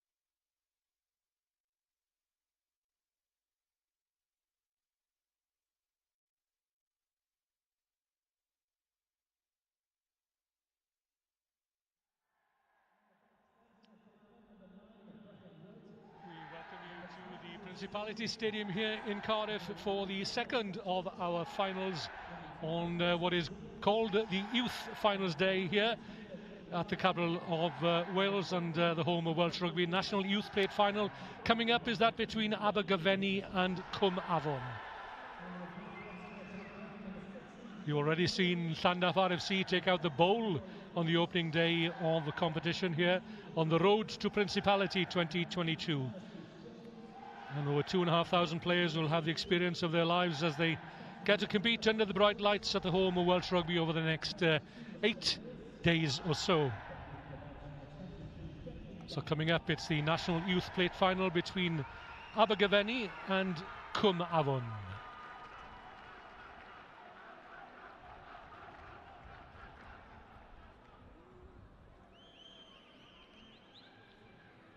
So the Abergavenny side captained by James Trumper at number 8. It's going to be a tough old grind for the front five of Hancock, Greenland and Phillips, aided and abetted by Seren Strong Wright and Ben Main, who had a great semi-final in the tournament at lock forward. Owen Phillips and Ivan Wyatt will look to get the ball quickly into the hands of Thomas Bossoff, and Tynan up on the wings, and Adam Binmore, well, he loves to counter. So we should be able to see some excitement when he gets ball in hand.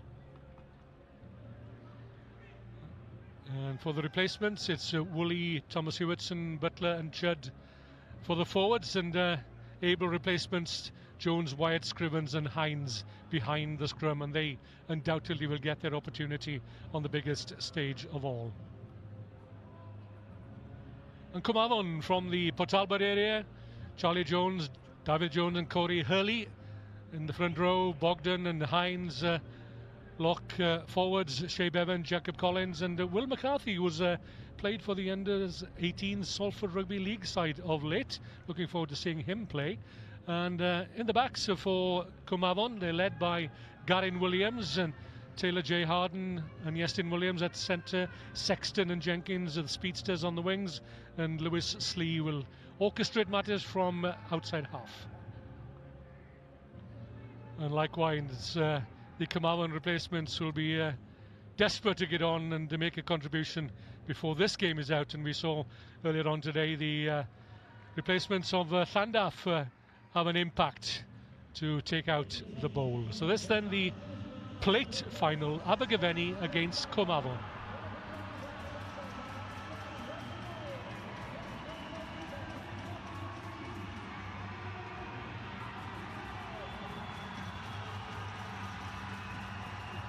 So Cwmavon debuting their black strip for the first time, and what better place, what better stage to display their new kit, the new strip, than on the hallowed turf of the National Stadium. Abergavenny in claret and gold.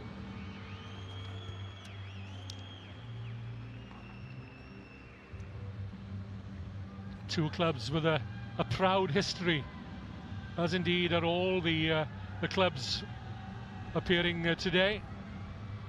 And all these clubs also have strength and depth in their junior sides. Both have two senior sides, and it augurs well for the future of both clubs, Cwmavon and Abergavenny.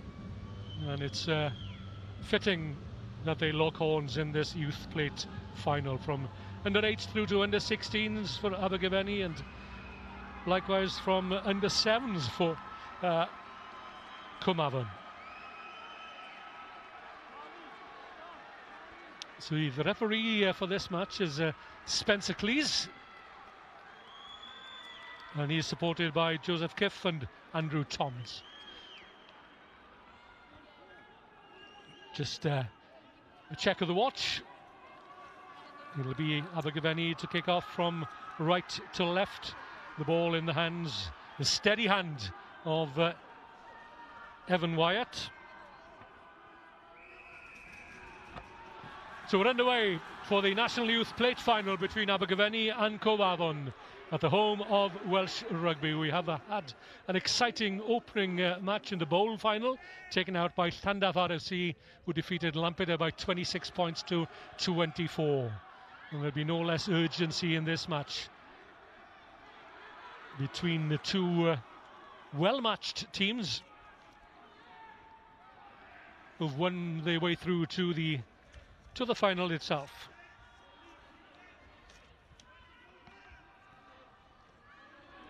It's the first possession for Abergavenny.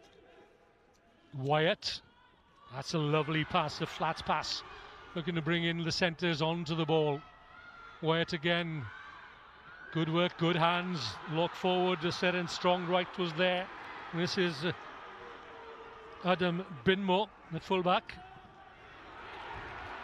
Good ball retention from Abergavenny in the opening minute or so, but equally good solid defence from Cwmavon.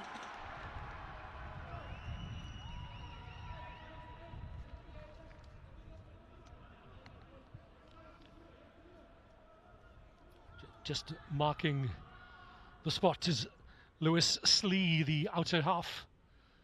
And takes play into the Abergavenny half for the first time. Abergavenny, a feeder club for the Newport Gwent Dragons regional side. Cwmavon, of course, is deep in Osprey territory, down in Swansea and Neath area. First line-out then for Cwmavon.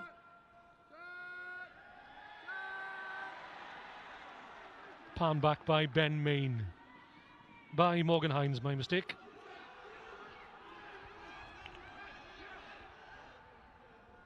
Options left and right for Cwmavon here. Good tackle. Solid tackle coming in from the tight head prop forward. That's Will Phillips. A tireless player for Abergavenny in the quarter-final and semi-final. So just to catch up, Abergavenny, they defeated Cwmgors in the opening round. A tough game against West Walians Crymych, 10 points to 5, a home win there. Much closer against Mountain Ash in the quarter-finals, 24-22. And Abergavenny led 24-3 at half-time. And they defeated Whiteheads of Newport by 32 points to 3 in the semi-final.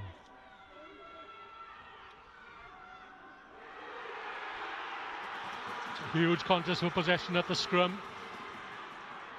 Picked up by James Trumper, the captain.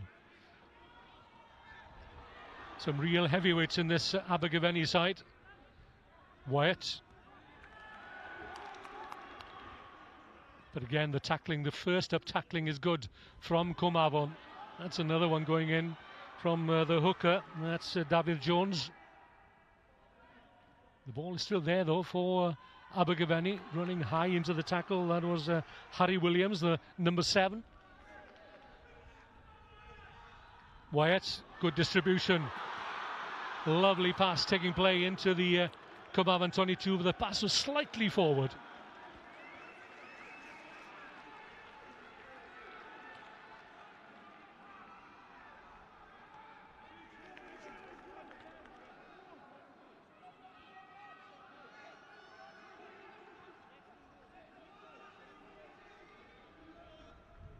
A cautionary word there from the referee Spencer Cleese to both front rows, who obviously want to test themselves.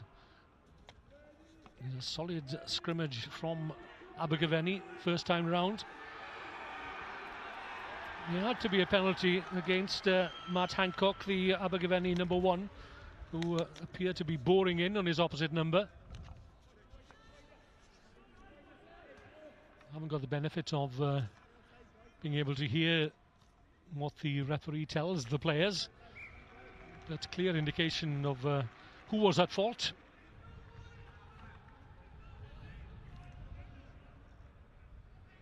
Cwmavon, they came to the final by way of wins against Portcawl 13-8, Maesteg Celtic 27-17, Newcastle Emlyn in the quarter-final 30 points to 14. That was a good win and a close call against Llantrisant in the semi-final. They won that one by 25-22 away from home. First opportunity then for Cwmavon into the Abergavenny half. It is a powerful pass aimed towards Lewis Slee. The ball didn't go forward, Brychan Wood is the scrum half. Neath Port Talbot College student. Spotted a chance perhaps on the narrow side. That's a tidy kick from Alfie Jenkins, a testing kick for Binmo to cope with, and he does so more than adequately. It may have been Finlay Robertson actually. No, it was Binmo. Both fair head. Neat step.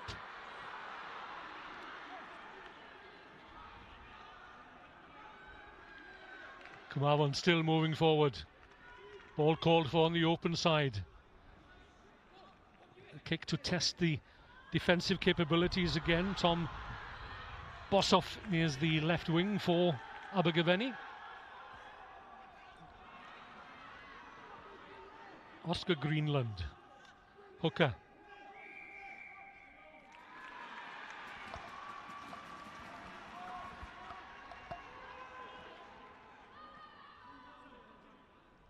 So offside against Cwmavon. Ball safely into touch. So even Stevens in the opening few minutes.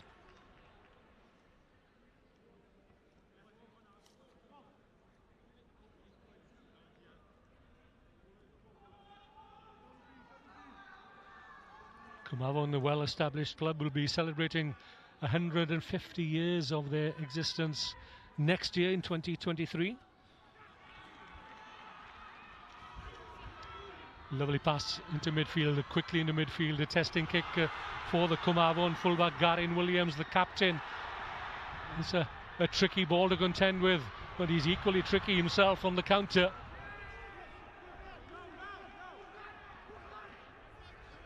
Difficult for a captain wearing the number 15 shirt. He's more often than not far away from the action. But such is his influence on the side, Garin Williams.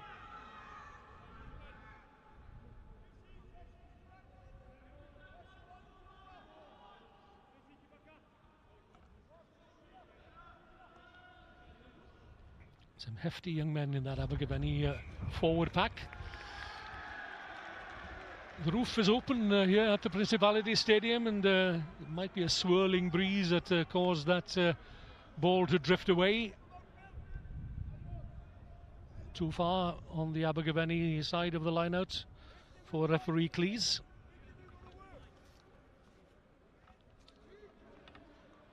Some problems on this side of the scrum last time out. Let's see what referee Cleese makes of this one. It's Matt Hancock against Corey Hurley. Again, Hurley seems to be getting the better of his man.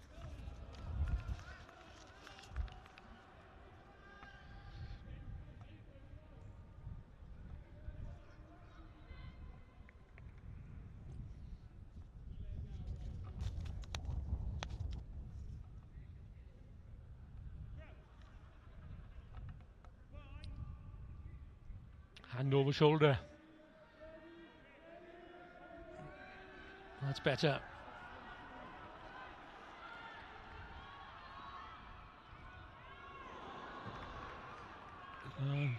Loose ball, anybody's ball really, but it was lost forward initially by Cwmavon. Cwmavon, A-V-O-N-A-F-A-N. Cwmavon in Welsh, Cwmavon in English. Take your pick.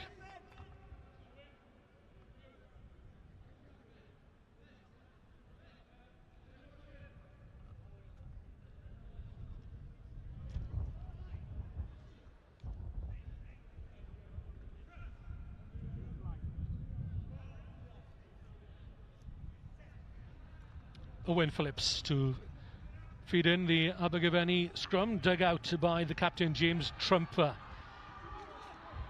A little bit of magic perhaps behind the scrum. Tynan up, out on the right flank. I've been told I can call him Geng, so Geng it will be. Geng Tynan up on the right wing for Abergavenny. Forwards drive into the Cwmavon 22. Again, a little over-exuberance from the Cwmavon side. They're caught offside. And Evan Wyatt wastes no time in going for touch.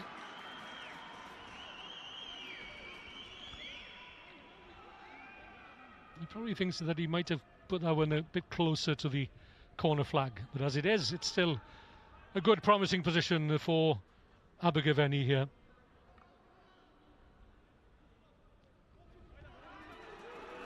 Seren, strong right, brings it down. That's Angus Brown driving forward for the Cwmavon try line.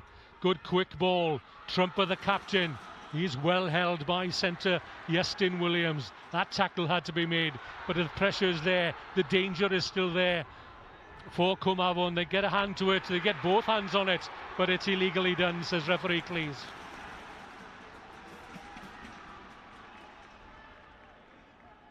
So the opportunity is there for Abergavenny to get the first points of this match.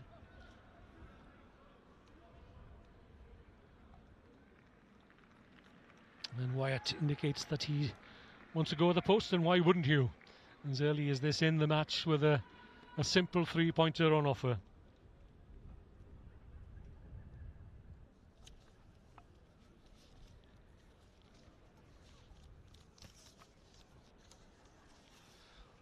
Wyatt a controlling influence in the pool matches, in the quarter and the semi-finals.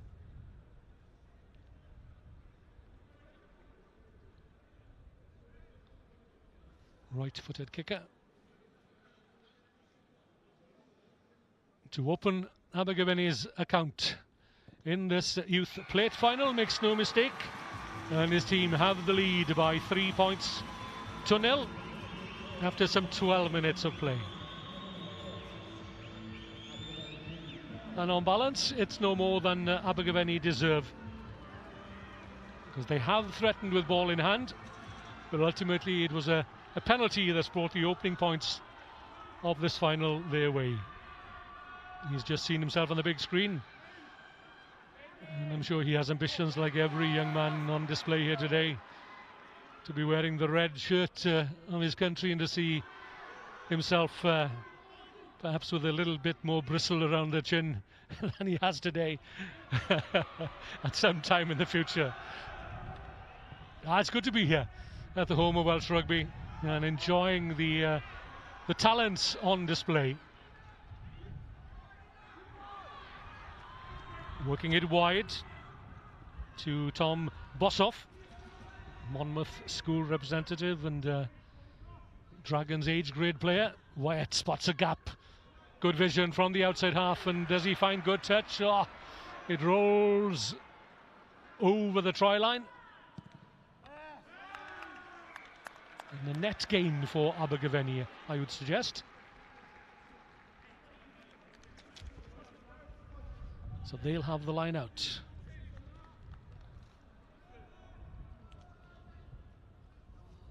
James Trumper, the number 8 and captain, gathers his forwards around him, makes sure that everybody is on the same page. The Cwmavon player got a hand to it, but it falls down to Owen Phillips, the scrum half. Good angles being run by Abergavenny. A miss pass in midfield, and through the gap goes the centre, Finlay Robertson. And on hand is Joe Brooke, his co-centre. Well-timed intervention though from the captain, Garyn Williams, the Cwmavon fullback. Boys Clubs of Wales representative, Garyn Williams.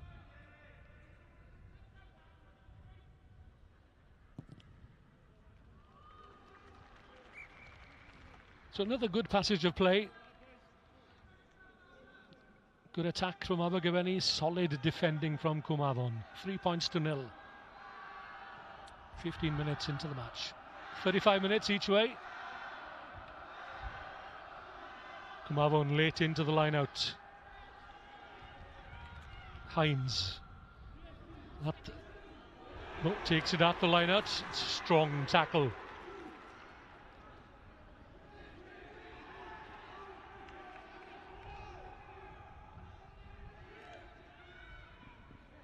Oh, good work, taking the outside shoulder.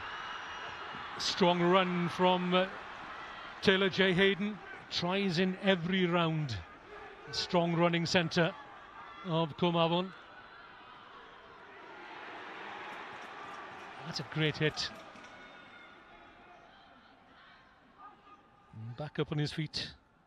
Immediately, that's Ben Main in the light blue helmet.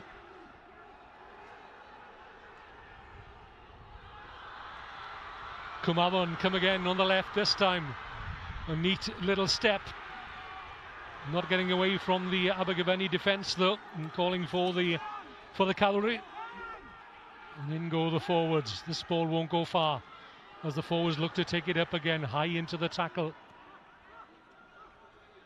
Dug out by Bridgend Wood. Should be time for Binmo to deal with the kick. Keeps the ball in play. And that's meat and drink to Cwmavon, who are eyeing the wide open spaces on the near side and having to track back. That's Evan Wyatt, the outside half, inside his own 22, and delivers for his side and takes play up to the halfway line, or 10-metre line.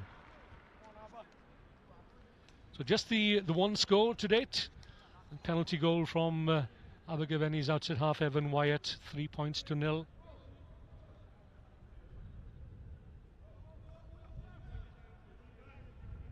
So David Jones will feed into a shortened line-out. Alfie Jenkins, the right wing, has crept infield to cover the outside backs. Don't think that's where the ball was meant to go, but it's there for Cwmavon. They might have to rethink their tactics for a second or so. Shea Bevan took it in, and they were playing under referee's advantage anyway. Quickly taken by Bridgend Wood. Out it goes to the centre, Iestyn Williams. There's danger here for Abergavenny within sight of their own try line. Wood spins on his heels and brushes away the Abergavenny fullback, Binmo. The advantage is still there for Cwmavon, taken up by Will McCarthy, I think it was, the number 8. So the advantage was over, and the new advantage went Abergavenny's way. Cwmavon holding on to the ball in the contact area, in the tackle. So Evan Wyatt has an opportunity to clear the lines. Hooked it somewhat, but it's safely into touch. The crowd has been slowly gathering since this morning, since the opening match, the bowl final. And no doubt a knowledgeable crowd as well, albeit partisan.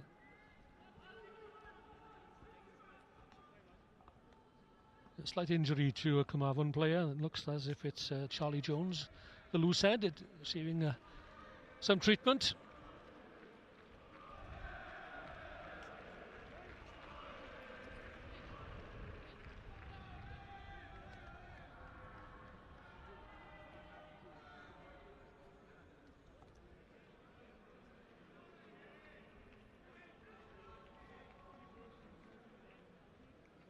It's a little cool at the Principality Stadium. Clouds in the sky and a stiff breeze swirling through the stadium. The hands will be cold, but the handling has been pretty good so far.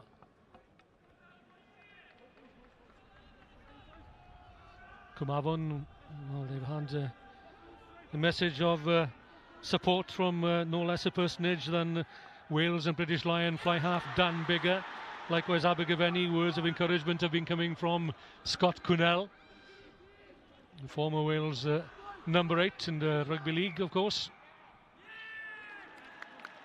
And it's good to see the senior players, internationals and former internationals, showing more than a passing interest in the fortunes of the young talent on display here on the opening day of competition on the road to the Principality in 2022. Of course, when you mention Cwmavon, you've got to mention Lynn Jones, former Ospreys coach. Much travelled Lynn Jones, who's on the road to recover himself following an illness, and that's good to hear. And he will tell you that he's from Cwmavon himself, and a proud son of Cwmavon in the valleys above Port Talbot.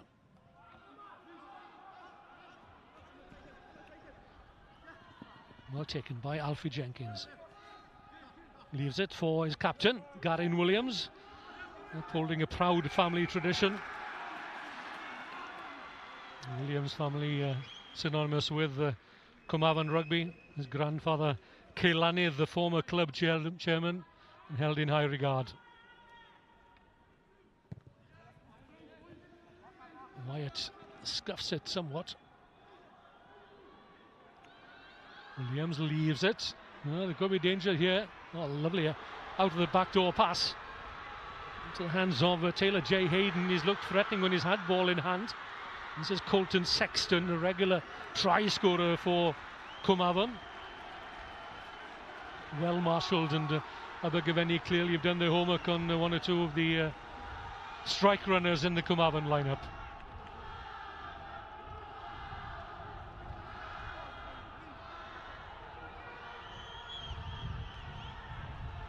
Good support for both the teams, and reading on the websites last night, and the encouragement given to the supporters to come in droves to the Principality Stadium. Any number of buses and many more come by car as well.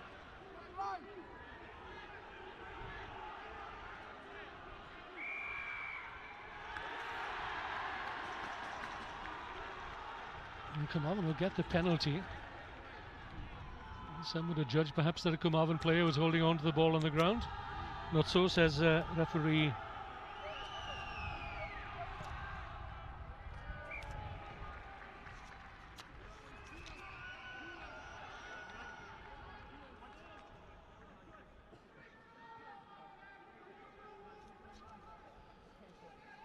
so Cwmavon again late into the line-out, just keeping the opposition guessing.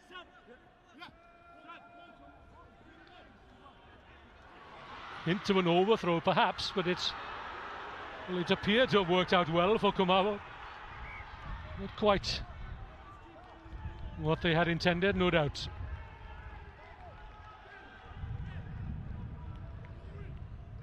But Cwmavon wouldn't mind going down to the scrum, because they have an edge, they have an advantage.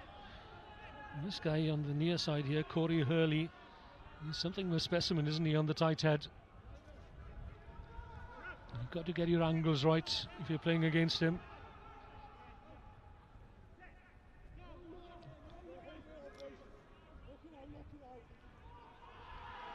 A drive coming on.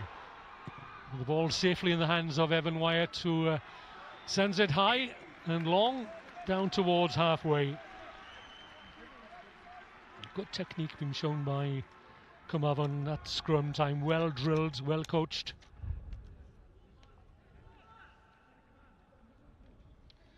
You can see there's a stiff breeze blowing if you have a look at the flag in the hands of the assistant referee on the far side.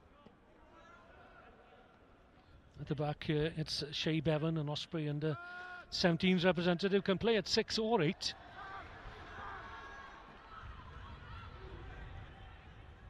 A determined and spirited run from the inside centre, Iestyn Williams.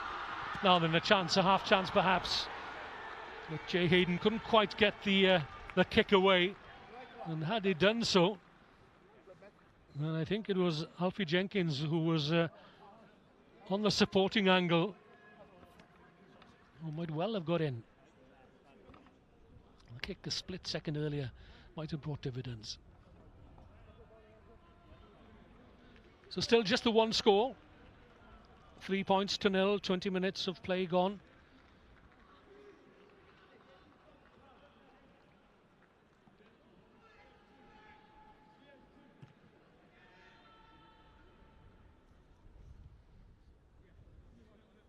I mentioned earlier that Cwmavon was celebrating 150 years next year. Well, Abergavenny founded in 1875. So two clubs with a proud tradition facing off here at the Cathedral of Welsh Rugby.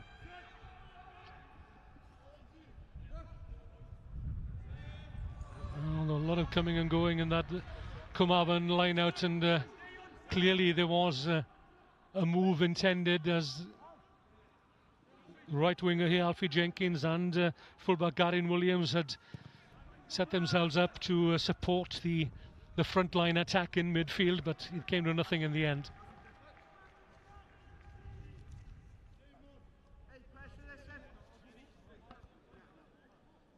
So after that energetic start, it's the game has gone into a bit of a lull somehow. So Cwmavon then to try again, and again there's a set move by the looks of it. A pod of forwards standing off. That's better. Palm down, but the scrum half Bridgend Wood can't gather. And it is left to Alfie Jenkins to clear up. Let's see now then, Bossoff, a rare opportunity for the left winger. Takes the ball into midfield. Ben Main, he's one of the main ball carriers for Abergavenny. A wild stab at the ball gives possession back to Cwmavon. Down goes Morgan Hines. Will McCarthy with the flashy boots. A new pair for the day, perhaps. Oh, that's good.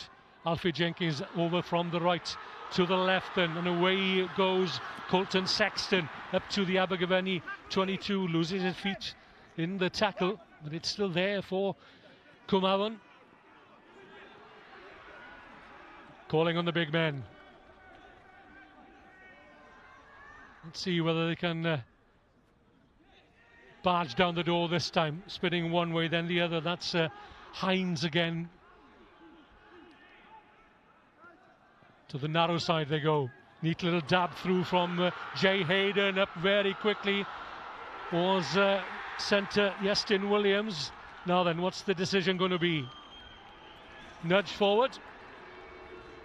No television match official, none needed. Good effort again from Cwmavon. Well, Abergavenny have had opportunities down the far end, and here's a concerted period of pressure from Cwmavon, and they will look to their scrum here to gain a foothold, if not a score.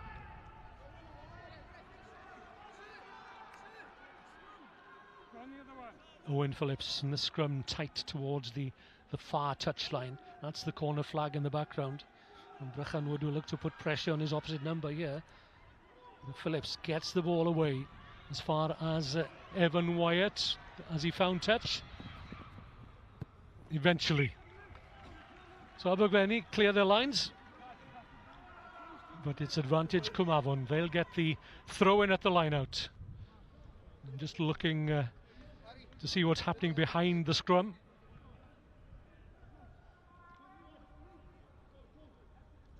And the fullback Garyn Williams has come right across, might try and get in the back line here, but it's Abergavenny again competing at the line out. There's no mistaking that boot, is there? And it belongs to Cwmavon player. But a back shot as well, and that's another 10 metres.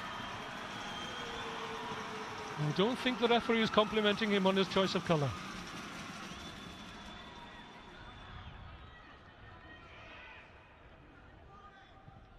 Wyatt sends it deep into Cwmavon territory, doesn't find touch though. That's a mistake from the Abergavenny outside half.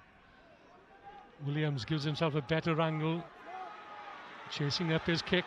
Long loping strides of the Abergavenny captain, takes the play into the Cwmavon half, and he's penalised for holding on to possession.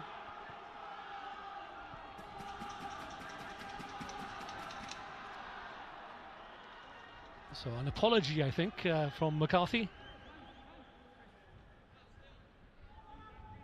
Got a try against Llantrisant in the semi-final, and a valuable score it was. Bossoff called for early, carried back into the 22. Wyatt downfield, midfield. The pass from Charlie Jones finds Bridgend Wood, the scrum half. Good work by Joe Brook, number 12 for Abergavenny, disrupted the flow of the ball. So can Abergavenny do better than the opponents? And failed to cross the whitewash in their part of the field. Wyatt couldn't find Jacob Collins, who'd overrun somewhat. So mistakes on both sides. Still, just 3 points the difference as we approach half-time. Some 3 minutes or so to the break.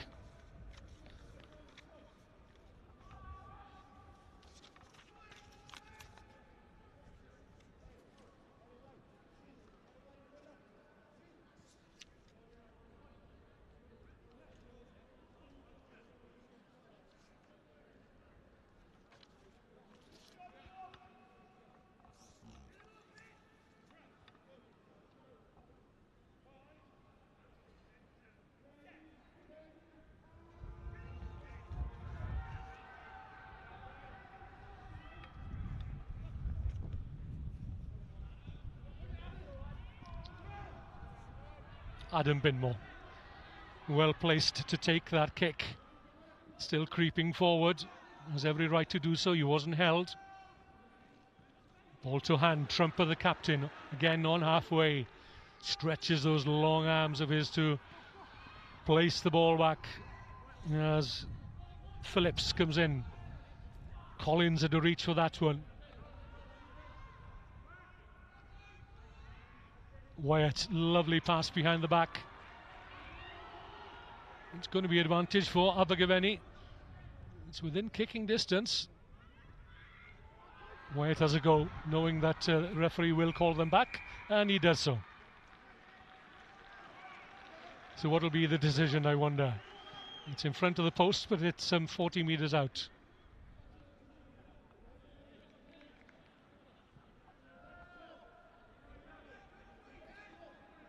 Will Wyatt go for the posts, or will he go for the sidelines?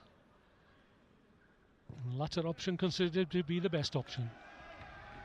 But that takes play deep into the Cwmavon 22, and an opportunity perhaps before the break to get a second score onto the scoreboard. 3 points to nil, just that Evan Wyatt penalty after some 12 minutes of play. It all starts with Oscar Greenland. Scored a try from a rolling maul against Whiteheads in the semi-final.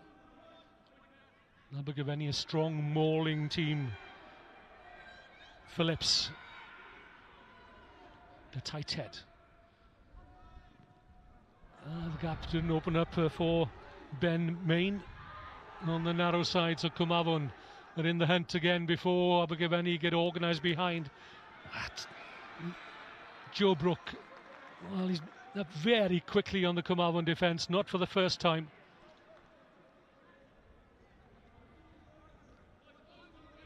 It's a ball tipped forward at the line-out by an Abergavenny hand, says the referee's assistant on the near side.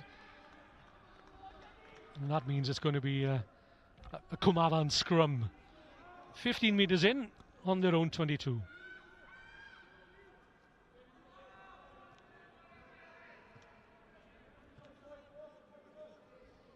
Abergavenny arrive at the Principality Stadium undefeated this year. It's a proud record that they have. They hold a slender lead as we approach the break. Scrum has wheeled through the 90 degrees, so it's a penalty against Abergavenny. Got the upper hand.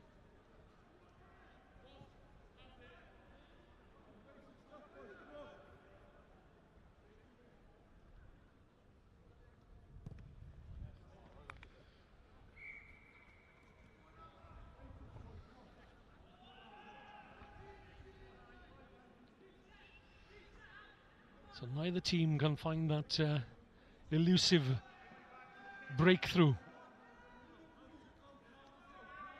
There have been a few chances for both sides in the opening 35 minutes or so.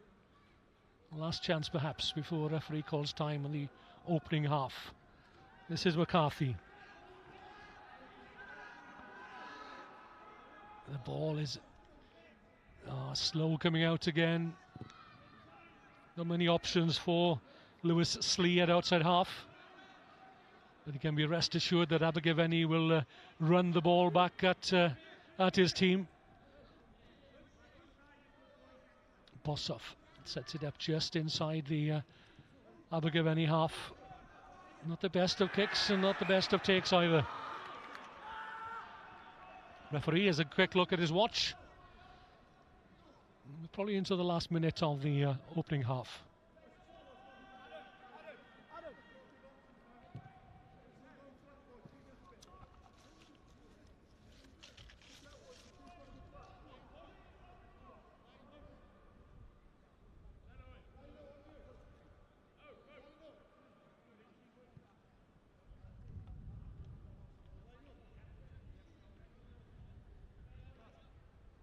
So last opportunity perhaps in this opening period for Abergavenny.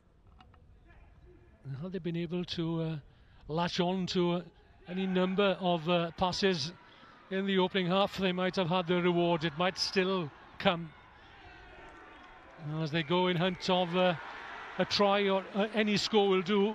But first of all, they have to be a little bit more disciplined perhaps. Now then, the kick and chase. Tinanop should have this one covered.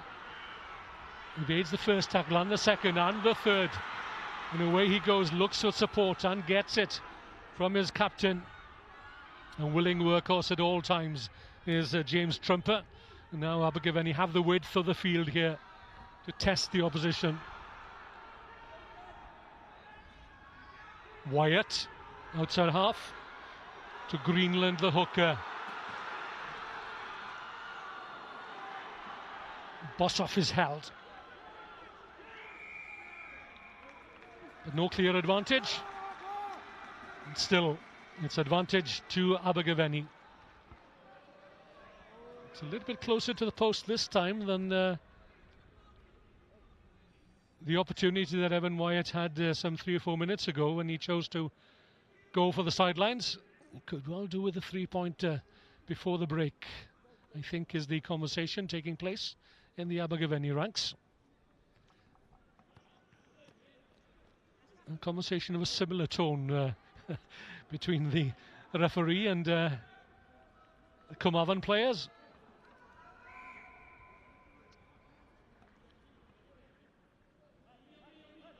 Another look at the watch. Yeah, we're almost there.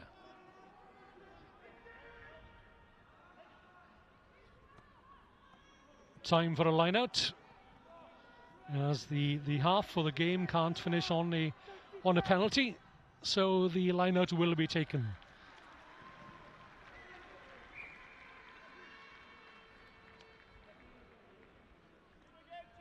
Not for the first time, the Abergavenny forwards are in a huddle around their captain, James Trumper. Not barking the orders, but clearly an influential player. Discipline needed. Abergavenny reduce the numbers at the line out. As Cwmavon want to disrupt and hoist a player. That's not clean ball. In fact, it's been stolen by Cwmavon.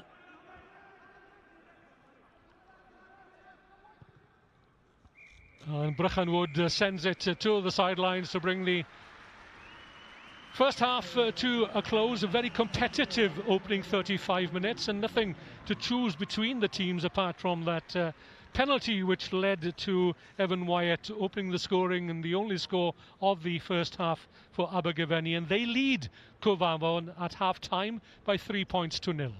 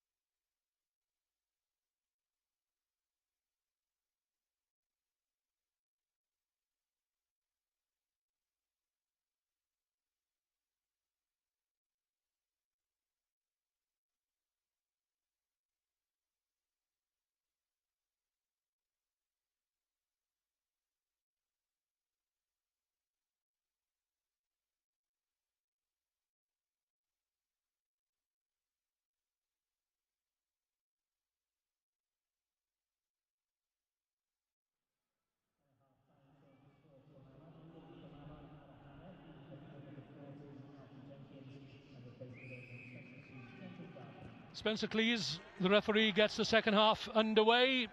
It's 3 points to nil, the advantage to Abergavenny.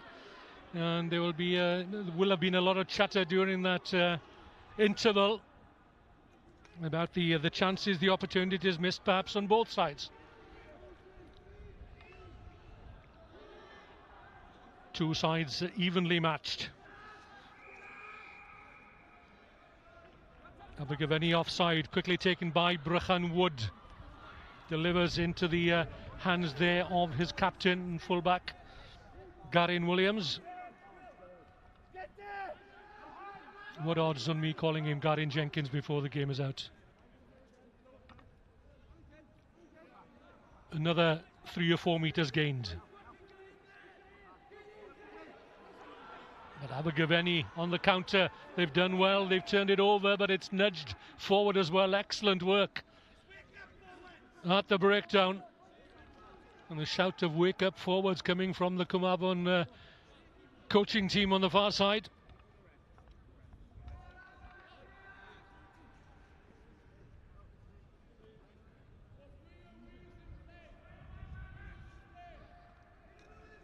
It's Charlie Jones on the loose head here for Cwmavon against Will Phillips.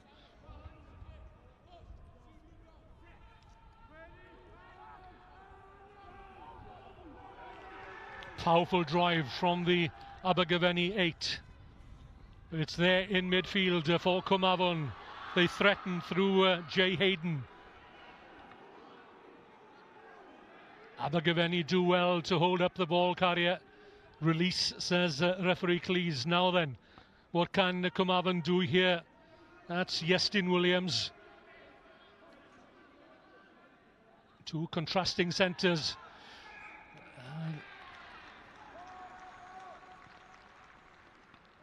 Another mistake at the top of the second half.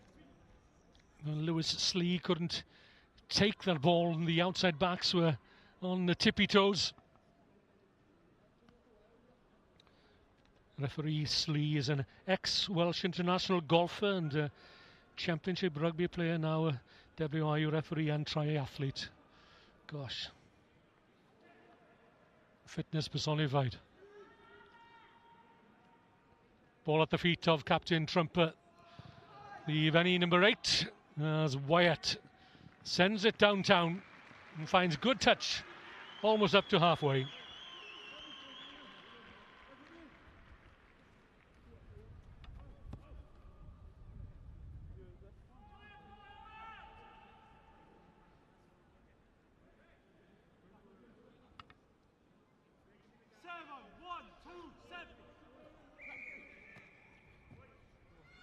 Lineouts have been something of a lottery for both teams.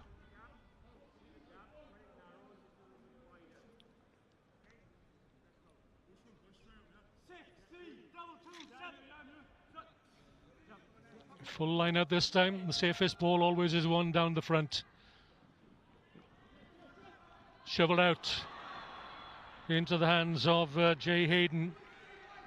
Scored a hat-trick in the quarterfinals against Newcastle Emlyn in that 30 points to 14 win. Try in every round. And he's tried his level best so far in the opening half. Might yet come. Out the back door from Williams, but he's left the door open for Abergavenny.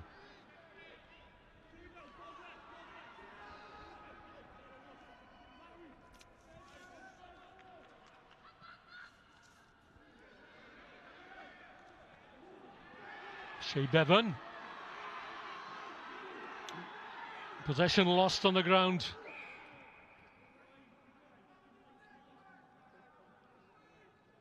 The ball just touched forward by a Cwmavon player, so it'll be a scrum for Abergavenny, and they'll look to work off this phase of play. Look for Trumper, the number 8 and captain, to pick it up at the base.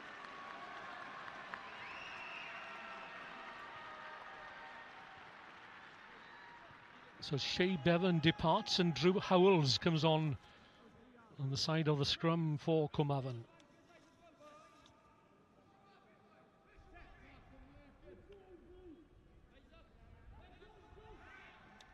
Wyatt, little dab through, and reclaims possession for a split second. His colleagues are a little slow in arriving. Ball delivered back into the 22, carried back into the 22. Bossoff on the return pass.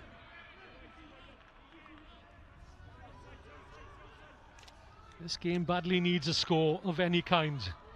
A try would do, says Greenland. Good angle from Trumper.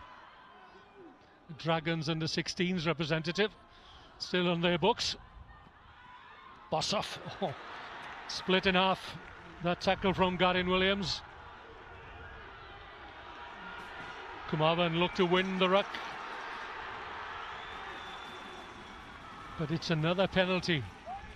The penalties are mounting against the Valley side.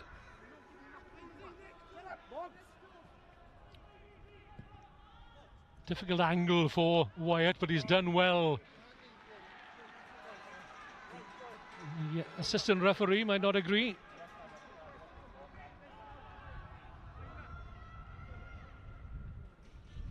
He's looking to place that kick as close to that corner flag as he could from a very tight angle.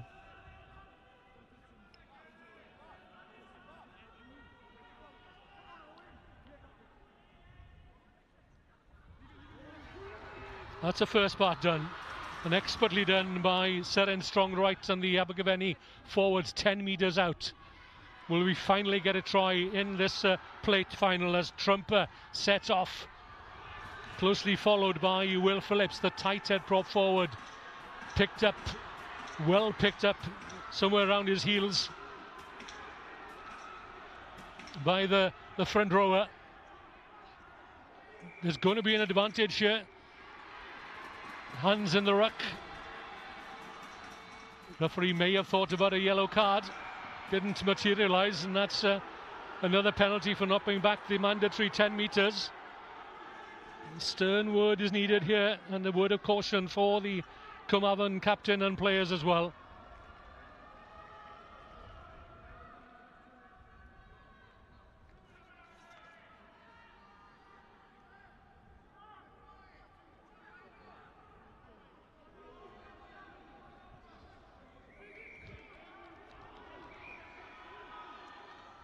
So Abergavenny decide that running the ball so close as this to the try line might be the best prospect of getting a score, and it's the main ball carrier, aptly named Ben Main, who takes it up first of all. Now then, can they get the ball down? Held up over the try line and turned by Cwmavon. It's going to be another advantage as Abergavenny pile in. Greenland, the hooker, is there, turns his back.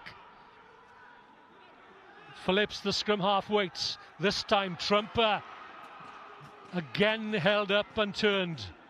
There's the try line in the background. Surely a try must come. That's Matt Hancock. Scored a try off the bench against Whiteheads of Newport in the semi-final. The fists are pumping and the try has been awarded. The long-awaited try.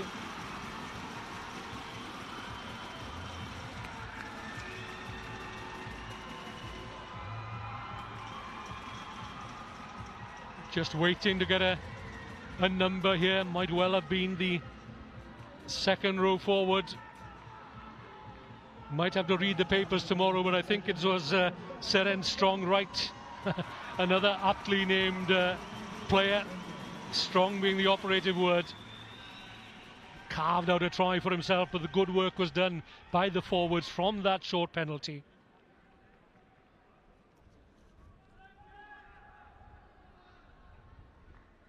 So series of penalties culminating in a score for the Gwent side. And just a reminder that they are undefeated this season.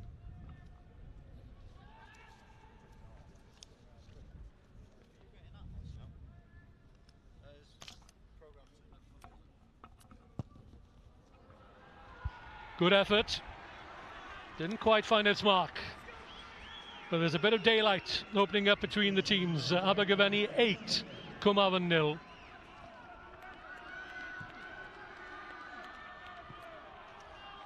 So Cwmavon 2 scores adrift. Too many penalties now. And their number could be reduced.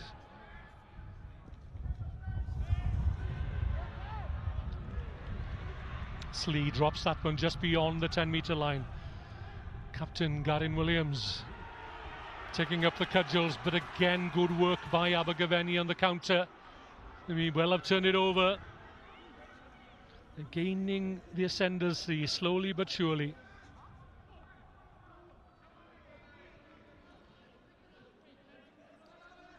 The hand may just have nudged it forward, but they've done the hard work.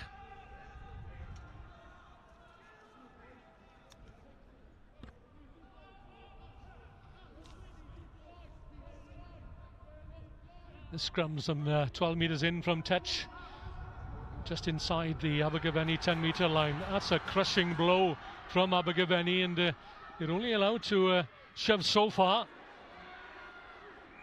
A metre and a half or so perhaps, but Abergavenny went beyond that.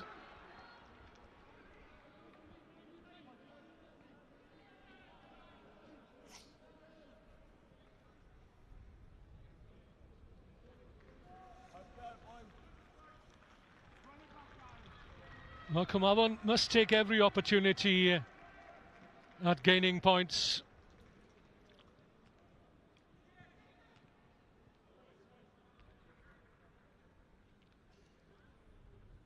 And the option this time is to go for goal and to bring his team within 1 score. That's Lewis Slee. In midfield, 4 or 5 metres inside the Abergavenny 10-metre line. He struck it well, and it's straight and true, and Cwmavon get their first points of the match, and they've waited so long for their 3-pointer, but they're back in the mix. Abergavenny 8, Cwmavon 3.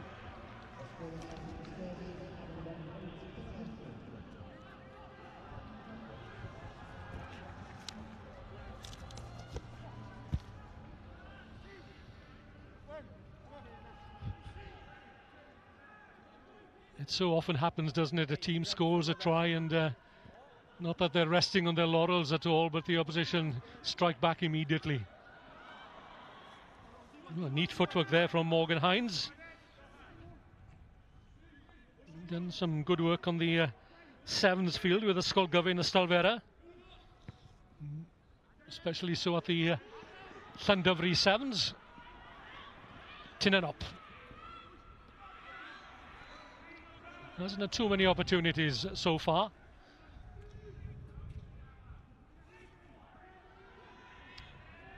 Harry Williams. Another high tackle being penalised, and Cwmavon marched back another 10 metres.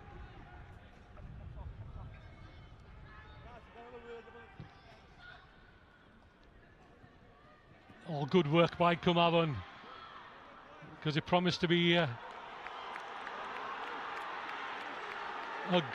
good platform from the line out, and the referee's assistant on the spot.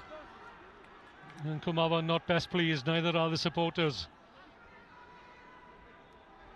because replacement Jenkin Gardner would have appeared to have kept that ball in play.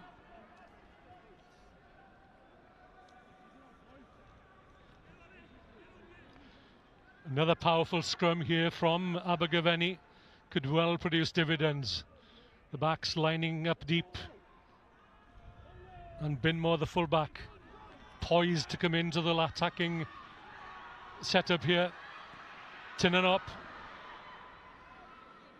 takes it at a second attempt. Called for early by Harry Williams. Good confidence from the flank forward, and a great individual solo effort from Harry Williams, and that restores Abergavenny's advantage.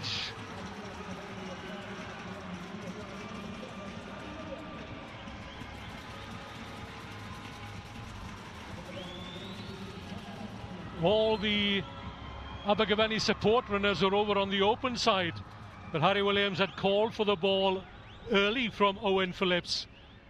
Had a lot of work to do, but he managed to get to the try line for a brilliant individual score. A second try then for Abergavenny.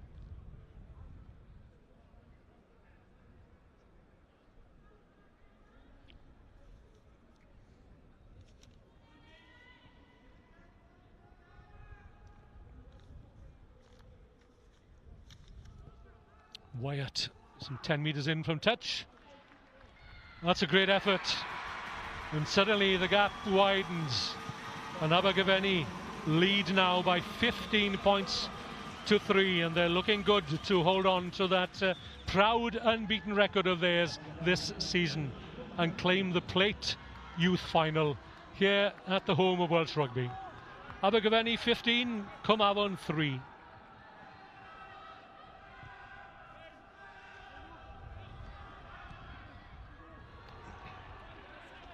Still time for Cwmavon if they can tidy up their act. They've got some exciting runners, and particularly so Jay Hayden at outside centre, Iestyn Williams at inside centre, as well as Colton Sexton, who's hardly had the ball in hand. Bouncing, bobbling ball. Gardner, I think it was, upended unceremoniously as Abergavenny look to press home their advantage here. Angus Brown takes it in. Oh, Ben Main, sorry.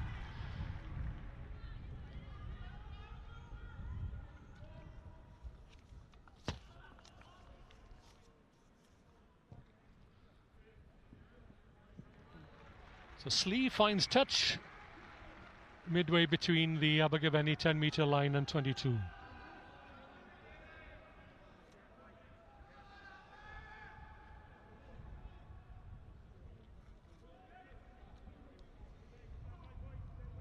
So approaching midway through the second half, 35 minutes each way.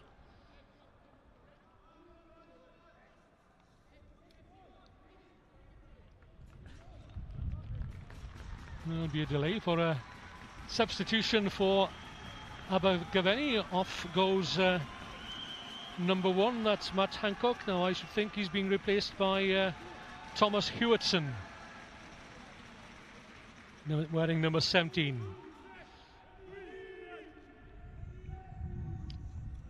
So another ball carrier on for Abergavenny. I'm somewhat surprised that Thomas Hewitson didn't start this match, but clearly he was designated as an impact player off the bench. Oh, that's a neat ankle tap from Ben Main, because Colton Sexton looked to be in the clear there.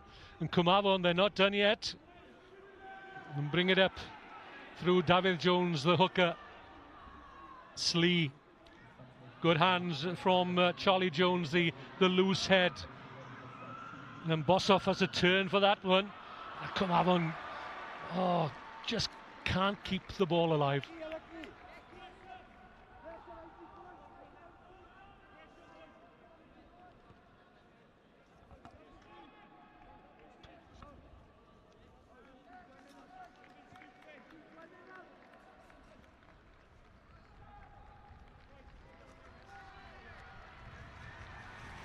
So another replacement for Abergavenny.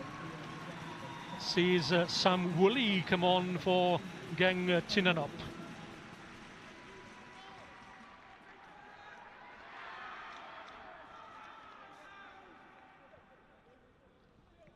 Abergavenny secure the line out. And they look to exit from here through the dependable Evan Wyatt. Not so dependable this time. Can't quite find touch under pressure. Gardner in the replacement. Colton Sexton for the second time in as many minutes. Or Bossoff rather. Sexton, my mistake. Getting a bit confused here.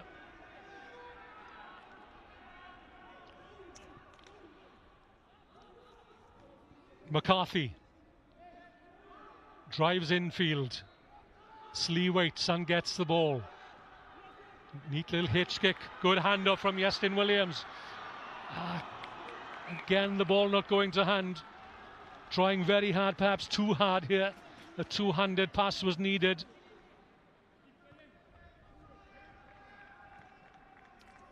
So we're back to where we were a minute ago.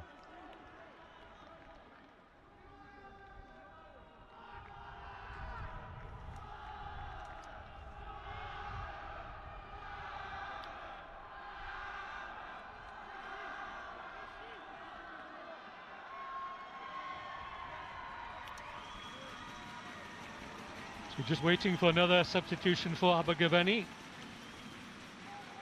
On comes Harry Judd, wearing 19.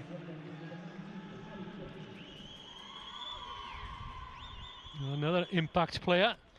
Made an impact for Abergavenny off the bench against Whiteheads of Newport in the semi-final.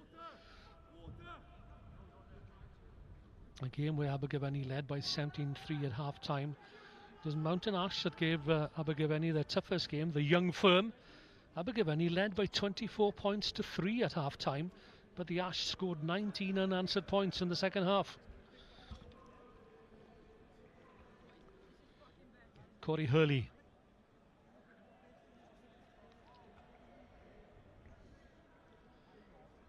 I don't think he can continue because you need that left shoulder being a tight head prop. He's one for the future, I would reckon, by the looks of him. Solid citizen of Cwmavon.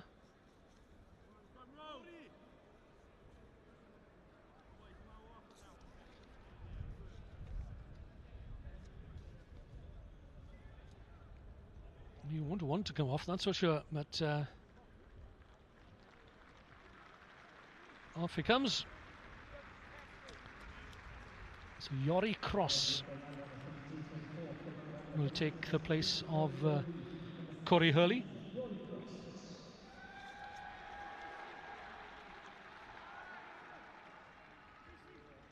So two new props on the far side. Jack Thomas Hewitson for Abergavenny and Yori Cross for Cwmavon. So just a reminder there from referee Spencer Cleese as to what is required of the replacements.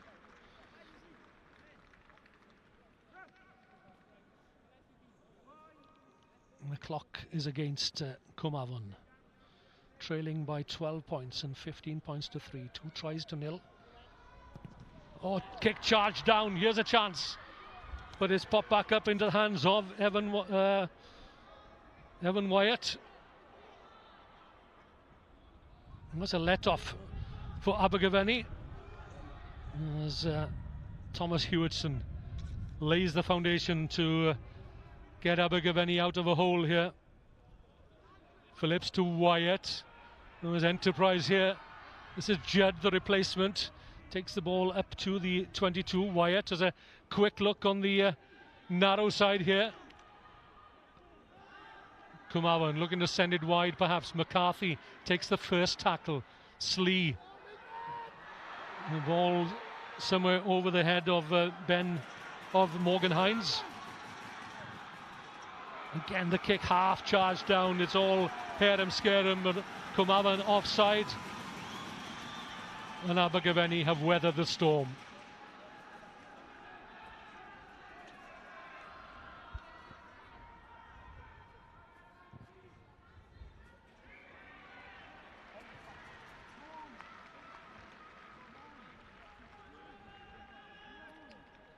So this line out midway between the Cwmavon 22 and 10 metre line.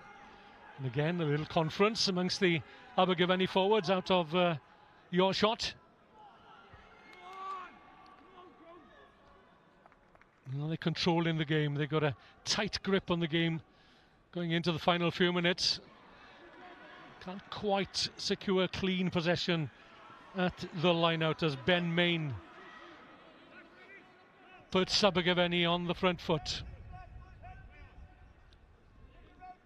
Wyatt delivers into the hands of Will Phillips, almost up to the Cwmavon 22. A change of direction from Wyatt, almost an interception from Ben Main. And this time The referee does go into his pocket. Well, there was a clear attempt at an interception there, and I would go along with Ben Main, I have to say, but he's probably paying the price for too many infringements from the Cwmavon side. He's played well, has Ben Main.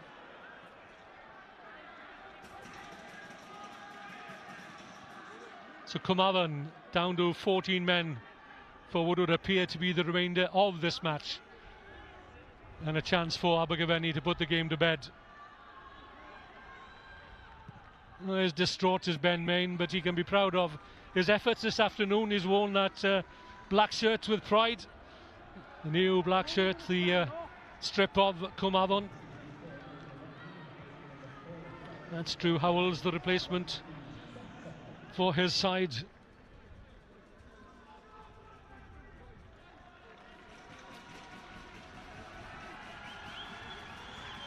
So Seren strong right is off. First, the try scorer, and immediately in his place and immediately press-ganged into the action. That's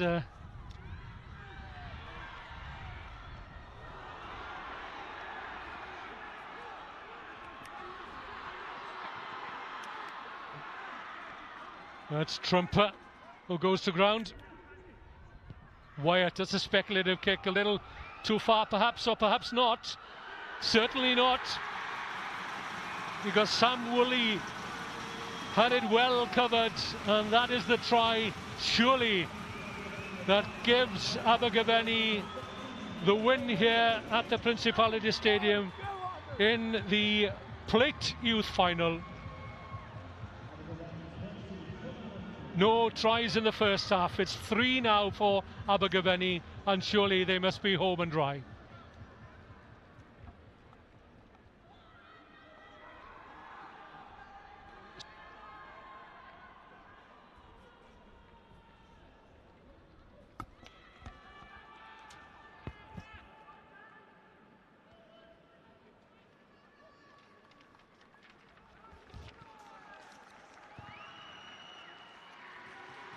That's a good kick, a good strike again from Evan Wyatt, and takes Abergavenny further into the lead. It's Abergavenny 22 now, Cwmavon 3.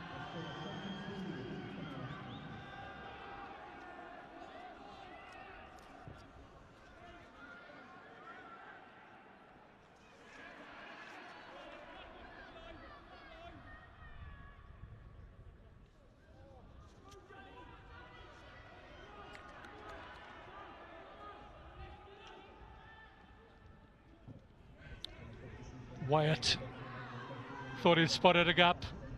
It was well covered by Harry Lewis.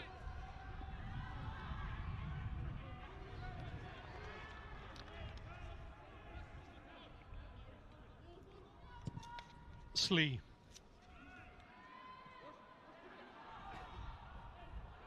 Abergavenny still full of running, and none more so than Evan Wyatt, chasing his own kick. Jenkins Gardner came on at half-time for Alfie Jenkins. Cwmavon, and they've left it late. But good, solid tackling again means that Cwmavon is still on 3.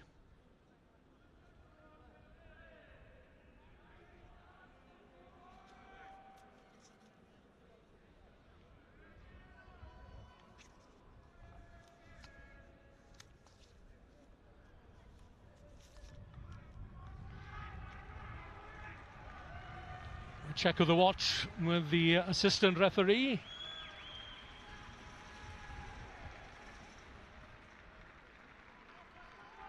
So there'll be a few seconds added on. Number 18, that's Seth Butler, who's come on.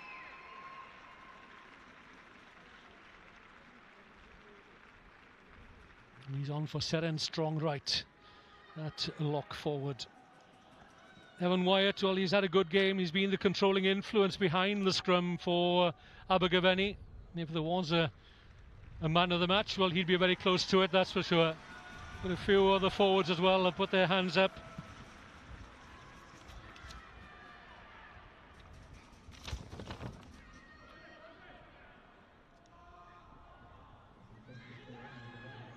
So Cwmavon down to 14 men. Morgan Hines, the man dispatched to the sin bin.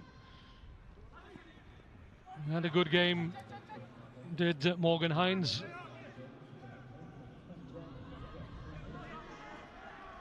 Long striding Yori cross. First touch of the ball then for Butler, sets it up just inside his own 10-metre line.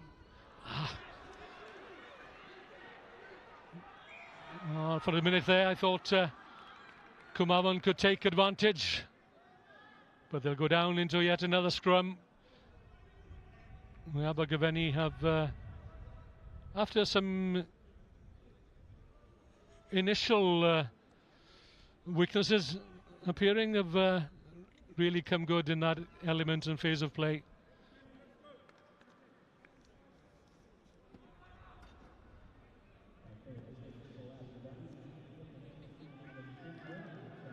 Number 20 on for Cwmavon, that's Lewis Dare. And more reinforcements.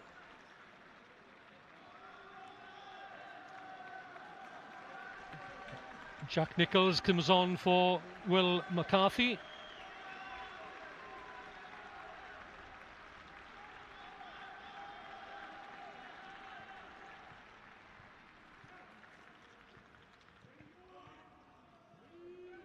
So Dare for Bridgend at scrum half.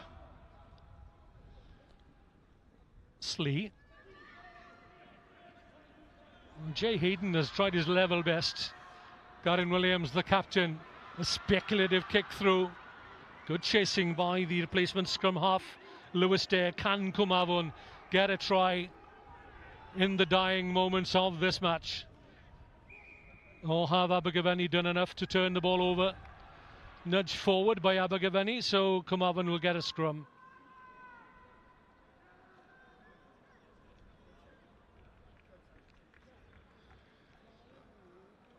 So the bench is being emptied.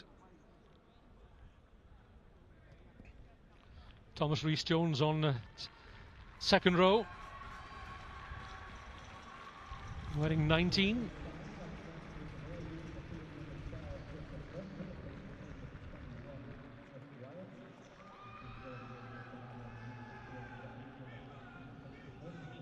So all the players on the benches, respective benches, having their moment in the sun, as the sun has decided to make an appearance here in the final moments of this youth plate final. Dare has a quick look, but the tackling is solid again on Iestyn Williams in midfield. No quarter given by Abergavenny. 3 tries to the good. 22 points to 3. Cwmavon down to 14 men. And yet another injury. It's been an energy-sapping match, that's for sure.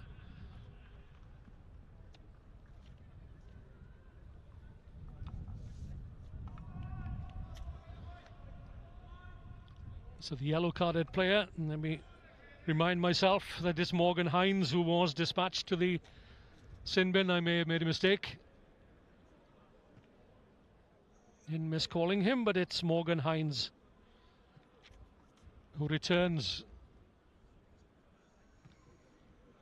And he's unlucky to get a yellow card. To my mind, he had both hands out to try and charge down the kick to make an interception.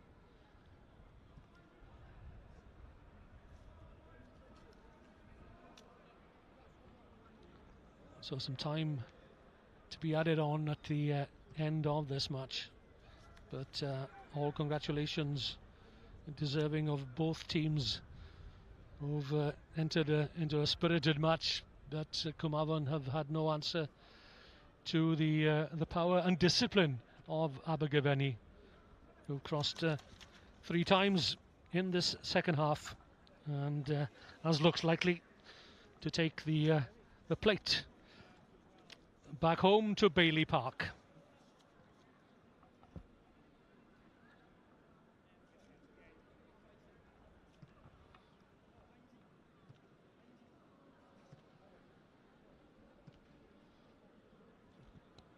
Iestyn Williams is the man injured. He's tried his level best to break through the Abergavenny midfield, as has his colleague Jay Hayden. But they've been denied and thwarted at every attempt.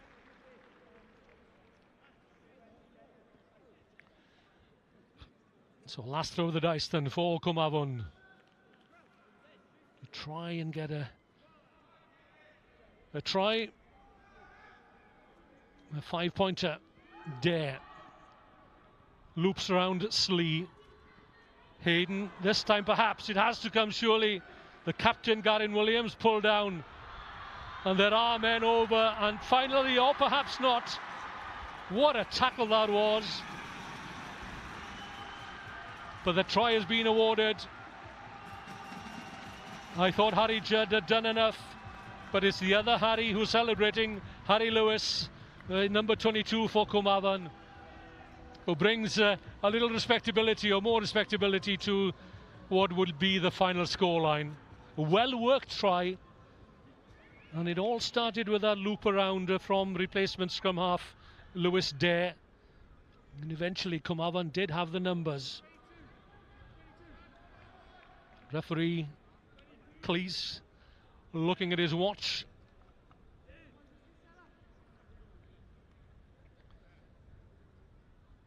He's taking an inordinate length of time, is Lewis Slee, from the near touchline. Can he say that he's converted a try from the touchline at the Principality Stadium? Yes, he can. What a great strike from the outside half for Lewis Slee. Takes Cwmavon into double figures. And it's the referee and the timekeeper alone who know how much time there is remaining of this plate final. Abergavenny 22, Cwmavon 10.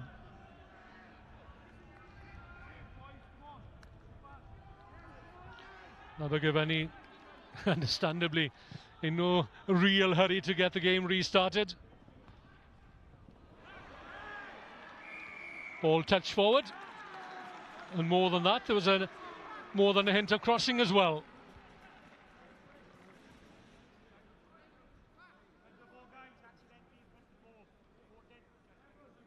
And the decision will be,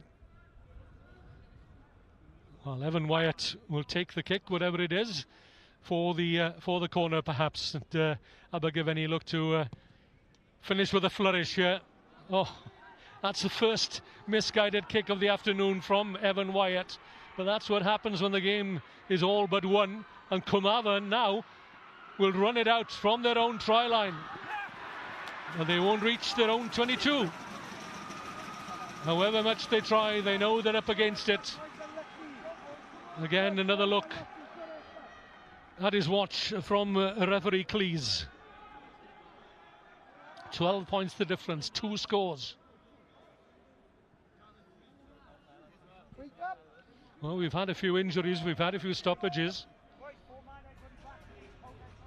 Abergavenny call for a 4-man line out.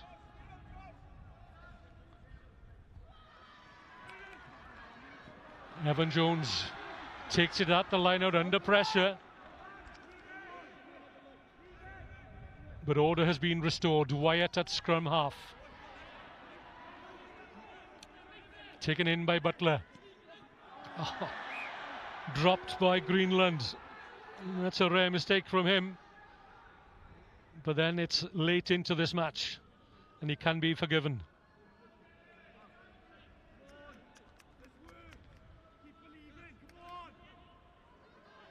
Words of encouragement from the touchline, keep believing.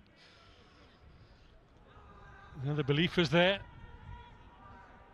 The spirit is there, perhaps, but the body might be unwilling. Dare's looked sharp since he's come on, the scrum half. Williams up from full-back, the captain. Dare again.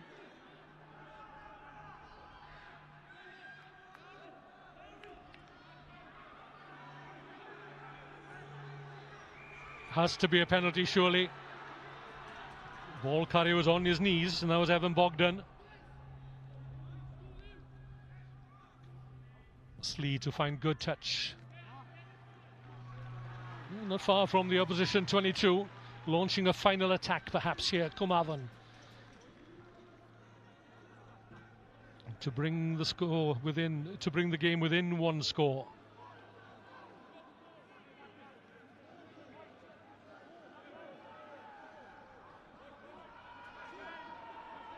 Again, Cwmavon reduce the numbers at the line-out, and he's taken at the back. Dare again, looking for the runners, and here they come. Jay Hayden steps back inside, the first tackler.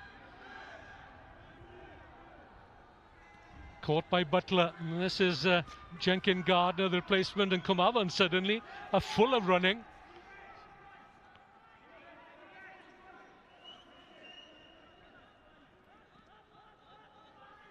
Slee to Howells.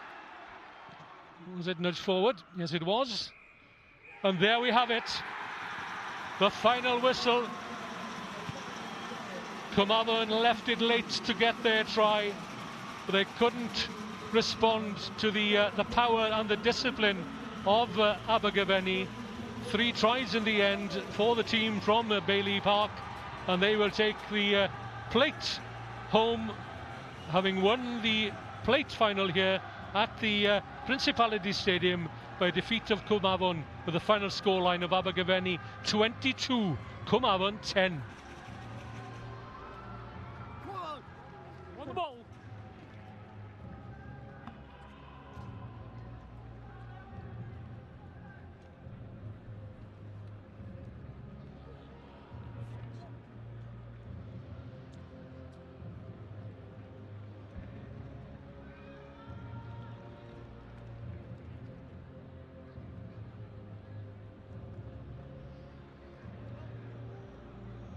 So deserving congratulations all round for the Abergavenny squad, well drilled and well coached,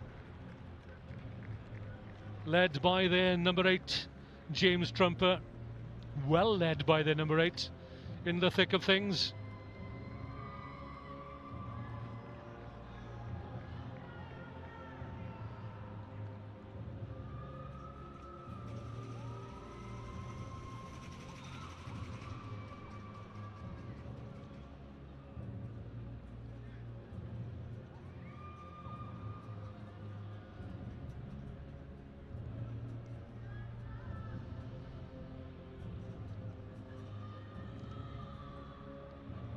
So, word of commiseration for the Cwmavon club.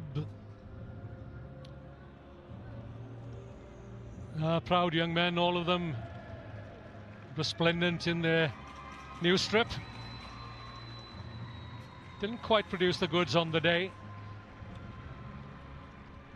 And 1 or 2 individual performances well worthy of note, and Jay Hayden at centre in particular.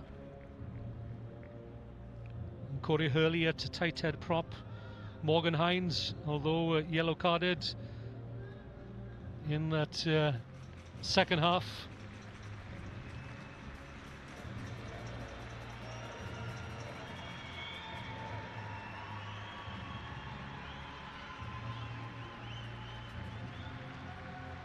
So just a reminder that coming up will be the Youth Cup final, played between Bridgend Athletic and the Young Bulls of Builth Wells.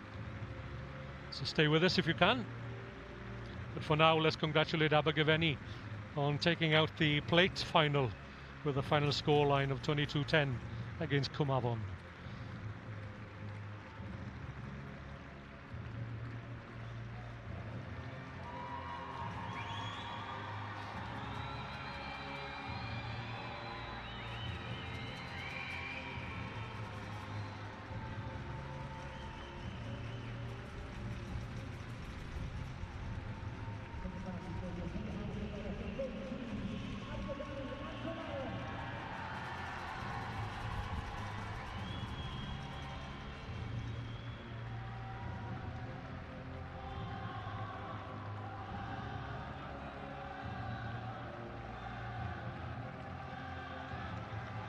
Yeah, an appreciative Cwmavon youth team.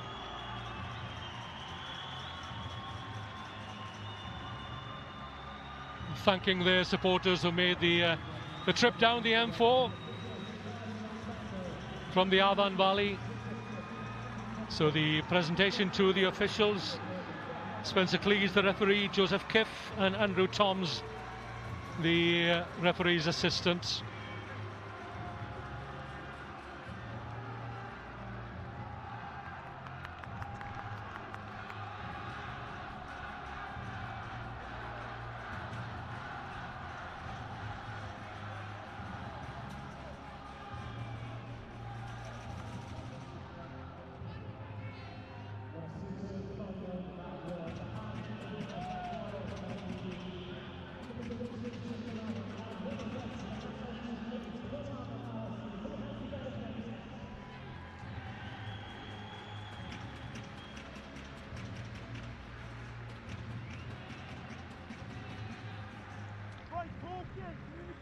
Morgan Hines receiving his medal there, the number 5, industrious David Jones at hooker.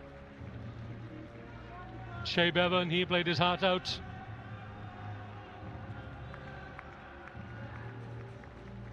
Jack Nichols, Evan Bogdan,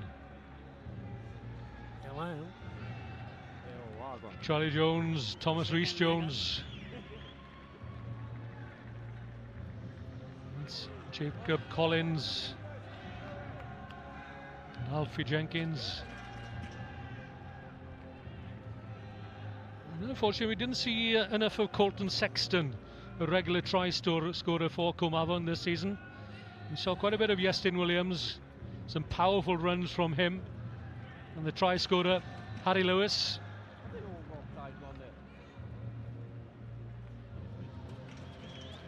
Yorick Ross.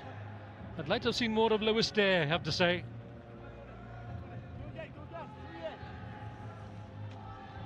Brychan Wood, starting scrum half.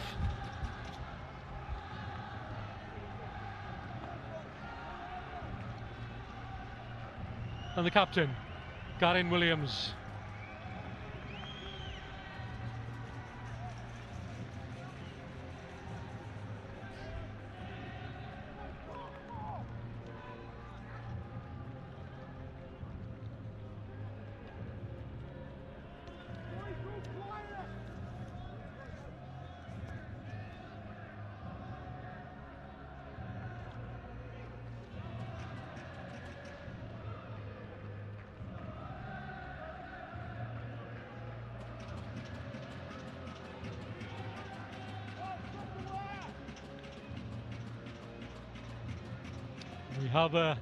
We have the medals, but the trophy would appear to be heavily guarded at the moment.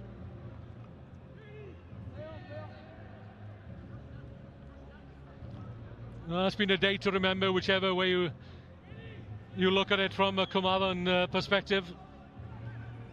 They're still smiling in Cwmavon. That's a good sign. Any number of these players will progress to the Ospreys regional setup. And we'll see a few of them again, no doubt. And the names we will remember from the day they played in the final at the Principality Stadium. Evan Wyatt, cool hand on the tiller for Abergavenny. Joe Brook, some big hits came in from him. Harry Williams at 7. Seren strong right, one of the try scorers at 4. Ben Main, solid ball carrier.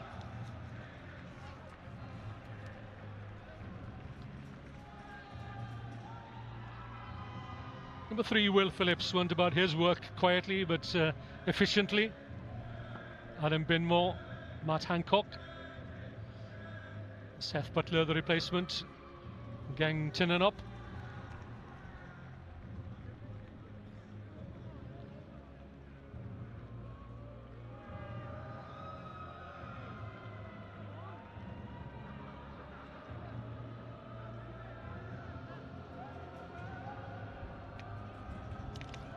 Oscar Greenland, the hooker. Jack Thomas Howardson, 17-13. That's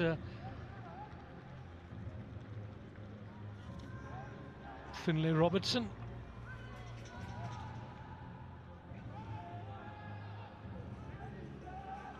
Angus Brown, and finally Owen Phillips.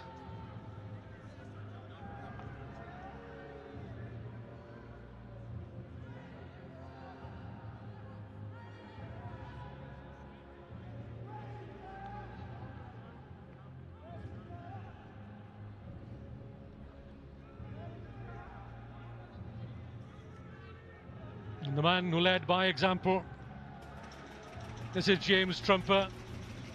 And there'll be loud applause from the stands for him, no doubt. Allowing one of the last squad members to take his medal. James Trumper, member of the Dragons under-16s squad, and firmly in their sights as a future prospect, no doubt.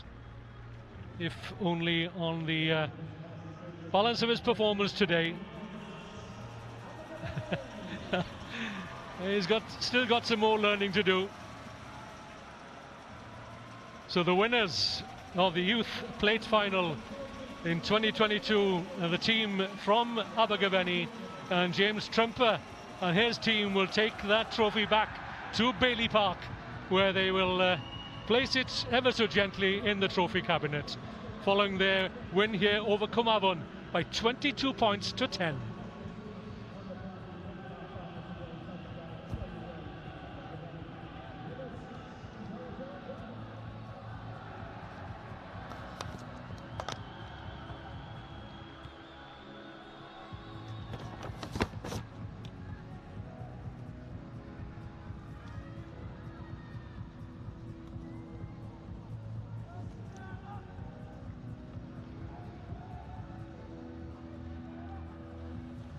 Congratulations, llongyfarchiadau go to Abergavenny Rugby Club with a proud tradition dating back to 1875. They have won the National Youth Plate Final here at the Principality Stadium in 2022.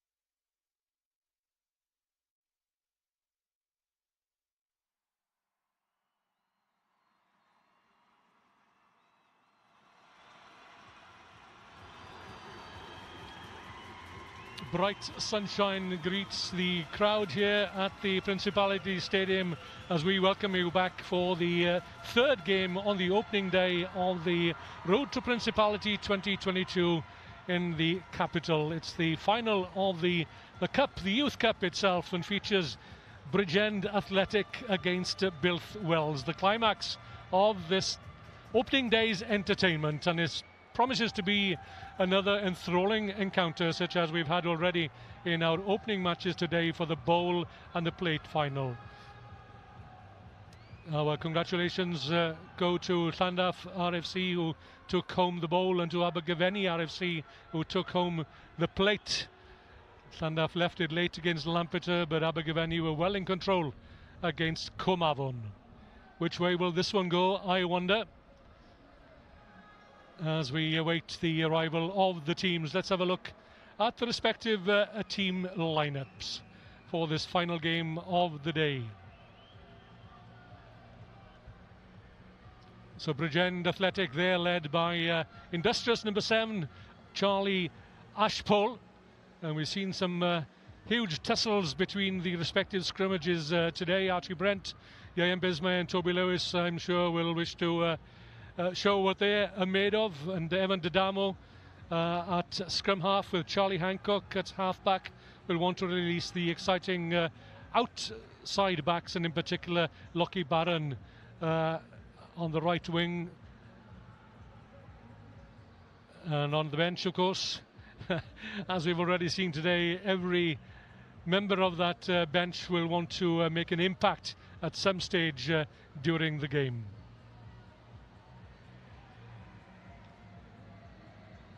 Well, it's a proud moment for Ryan Hughes, the captain of Builth Wells. The first time they've been at the Principality at the National Stadium here for a cup final. Bran Davis and Byron Jones on either side of him. Tom Offen, Kieran Hitley at lock forward, and Hugo Tenner-Cumberland, Gareth Davis and Ewan Coyle will have their work cut out against a quality Bridgend Athletic back row. Keep an eye out for Alex Williams at centre. He clinched the winning score in the semi-final right at the death against Llantrisant to earn Builth Wells a place here in the final itself. And the replacements: Powell, Middleton, Hulsby and McLaughlin, the forward replacements, and Brad Price, Adam Powell, Morgan Price and Rowan Coyle will surely enter the fray before the 70 minutes is out. It's 35 minutes each way in the youth final, the cup final itself, the highlight of the first day's competition for what promises to be 10 days of entertaining rugby between players from schools, colleges, clubs and diverse teams from across Wales participating in this 10-day long festival which celebrates all that rugby has to offer, and at the citadel of Welsh rugby here at the Principality Stadium in Cardiff.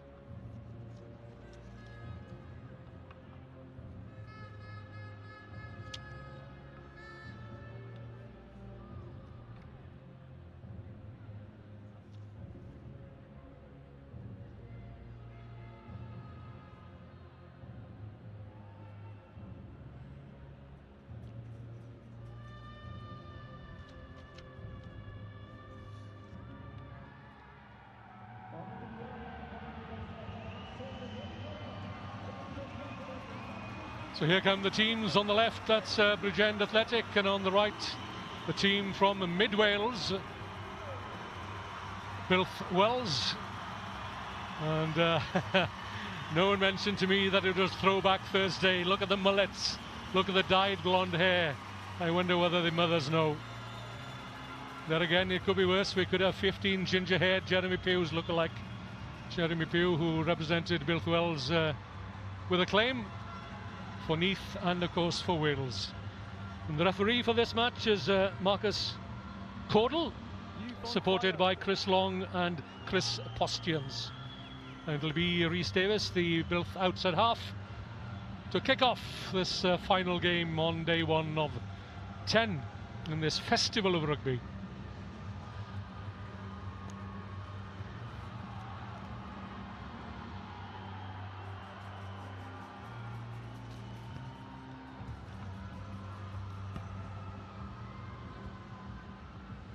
So good crowd here for the Cup final, the Youth Cup final. Supporters of Bridgend Athletic and Builth Wells urging on their young charges as first possession goes the way of the Mid Wales side. Tom Offer is the number 4, returning from injury into the lineup this afternoon.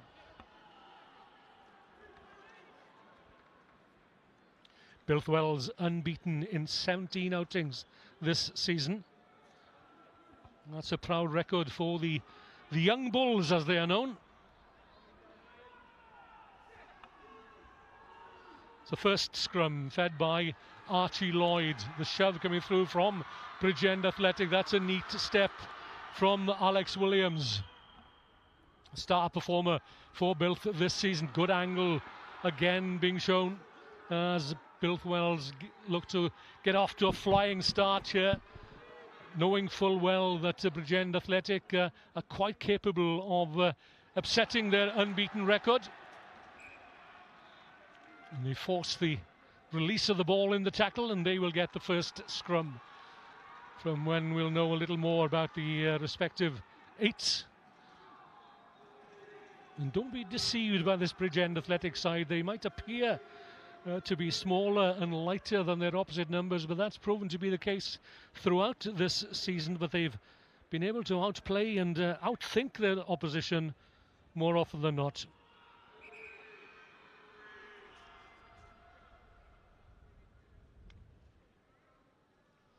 Two towering lock forwards for Builth Wells, and Tom Offer at 4 and Kieran Heatley wearing 5. 6, that's Hugo Tenner Cumberland.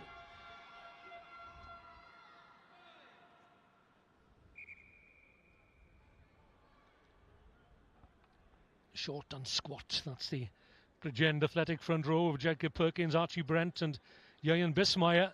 On this side, that's a hefty unit to try and displace. Good technique being shown by the Athletic as Charlie Hancock shovels it out wide. This is the preferred tactic of Bridgend Athletic, is to move the ball away from the opposition forwards. A huge groan coming down from the stand on the far side, where there are rumoured to be over 1,000 Builth Wells supporters. That's great support for the youngsters of the local club.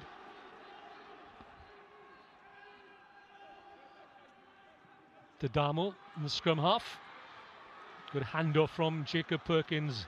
Gets the Athletic on the front foot and quickly delivered out to the backs, but Builth Wells up for the battle, that's for sure, and up for the cup. Winning the turnover, winning the penalty.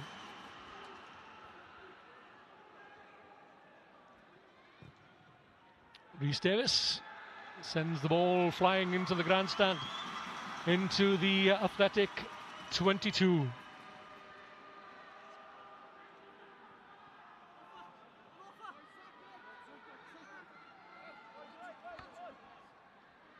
So Archie Brent to throw in.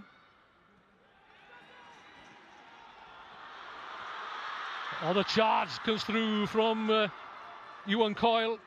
Ryan Hughes, the captain, it was rather. Threw into the line-out. Rhys Davis shovels it out wide. Could this be the first score? Up from fullback, that's Dylan Jones. Caught metres short of the Athletic try line. But now Builth have the width of the field here, quickly reorganising, again bringing in the forwards on the angle. Have they been able to keep the ball in play? The flag is in the air.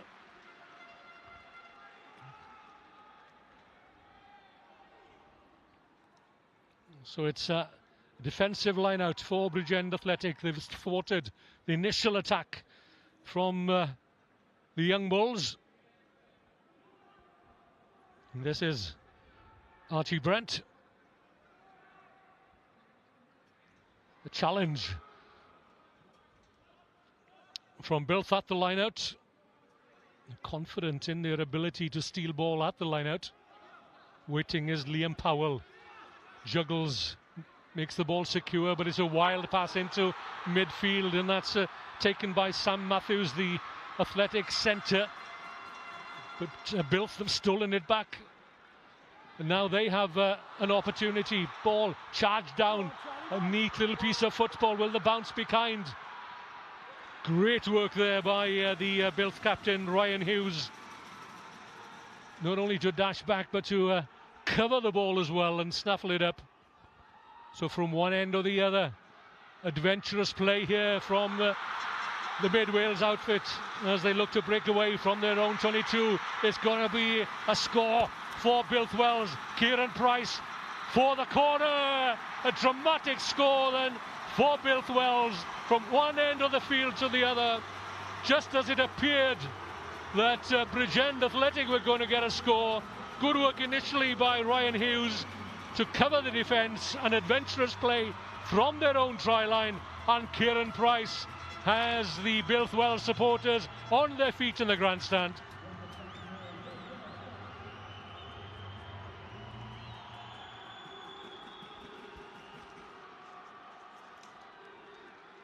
Exceptional work and vision from the Builth Wells outside backs.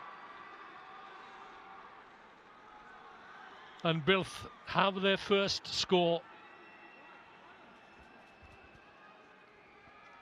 Rhys Davis from the far touchline.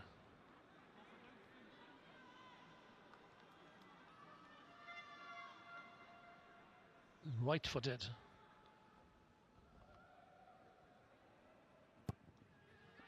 Oh, he's given it an almighty thump. And it's there. The touch judges' flags are in the air.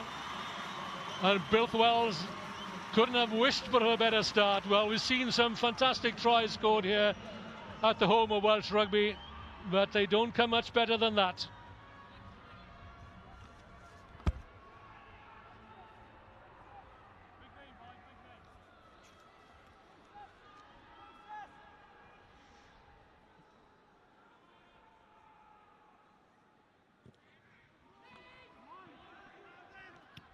So the restart.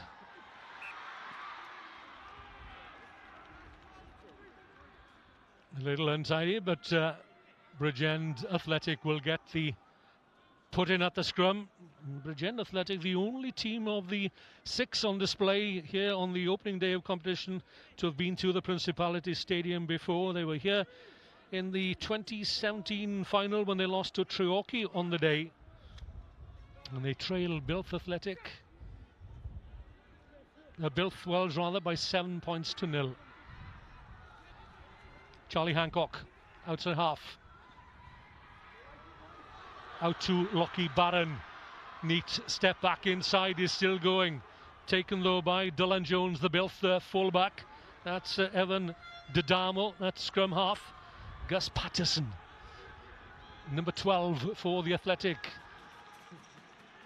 The referee's arm is outstretched. And the Athletic will get the advantage. Always a good option in that scenario, but well covered by the try scorer, Kieran Price. So they'll come back to midfield for not releasing by a Builth player.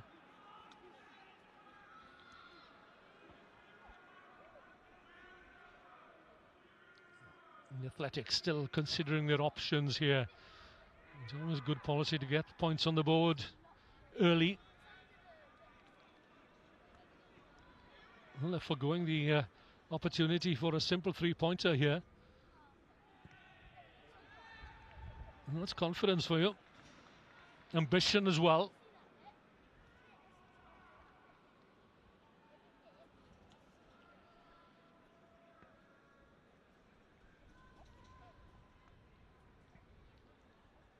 So Builth ready to defend this line out. Brent.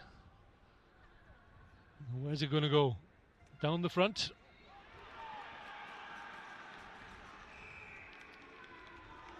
Another penalty. Just when Builth Wells thought they'd stolen the ball. It's going to be another line out attempt by the looks of it. So a stern warning from referee Cordell.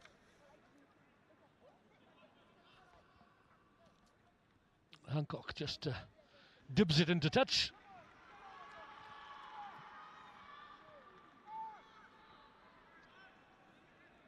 So Brent aimed for Lloyd Anthony down the front of the last time. Where will he go this time?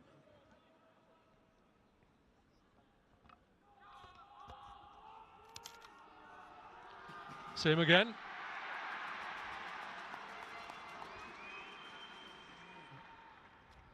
And this time Builth Welsh do secure possession. Over the shoulder it goes from Archie Lloyd. But it's still advantage to Bridgend Athletic. Might they change the tactic this time? And aim for someone near the back, perhaps. We've got some tall players in that line out. Luke Griffiths wearing number 5. But his task is to hoist his colleague Lloyd Anthony. To the back it goes.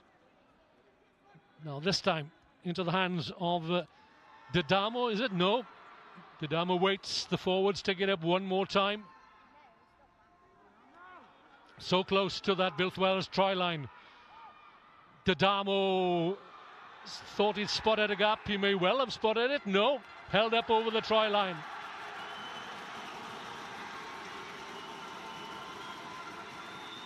Good attempt from the diminutive Bridgend Athletic scrum half. So it'll be a dropout for Builth Welsh from their own try line. Such are the laws these days.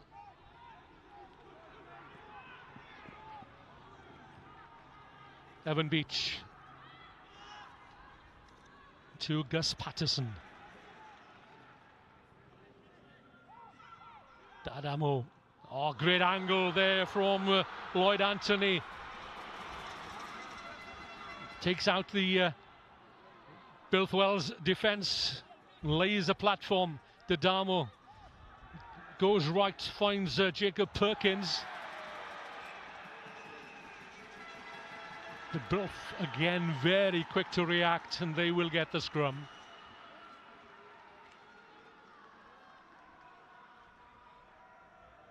Well, it's an entertaining and an energetic opening few minutes.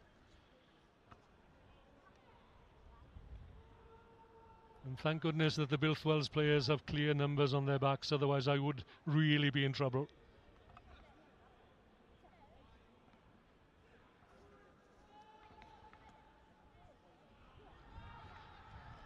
Somehow scrambled clear by Ewan Coyle, the Builth Welsh number 8. There it is, says Archie Lloyd. You're bigger than me, you go for it. Over the shoulder it goes, again not getting much distance, but Liam Powell gives chase. Under pressure though, that's Lockie Barron. Now then, in the wide open spaces, this is where he does his good work. Lovely step from Sam Matthews. Gets the pass away to James Puaka. And he's in at the corner, or did he hit the corner flag on the way? The flag stays down, the referee's arm is in the air, and Bridgend Athletic have their first score.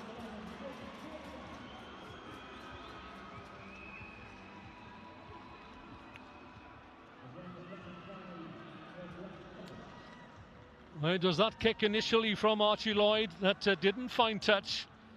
And despite the good chasing of Liam Powell, it was Lockie Barron that picked up the loose ball and ventured into the wide open spaces, where eventually James Puaka went over in the corner to bring Bridgend Athletic back within 2, and the most difficult of conversion attempts to come.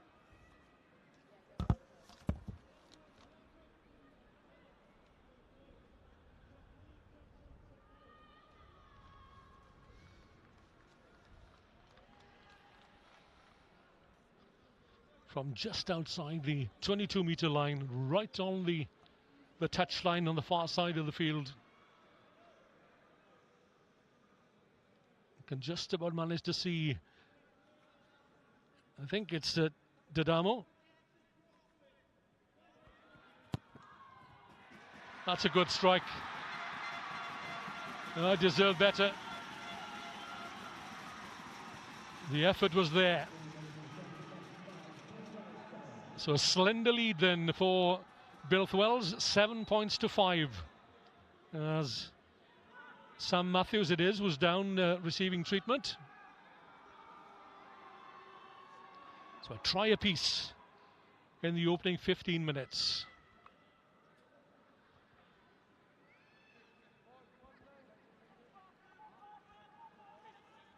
Rhys Davies will restart now that Sam Matthews has been restored.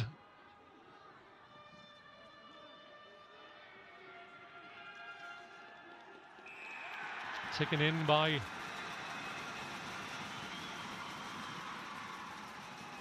the Bridgend forwards. Bismay, I think it was, the tight head.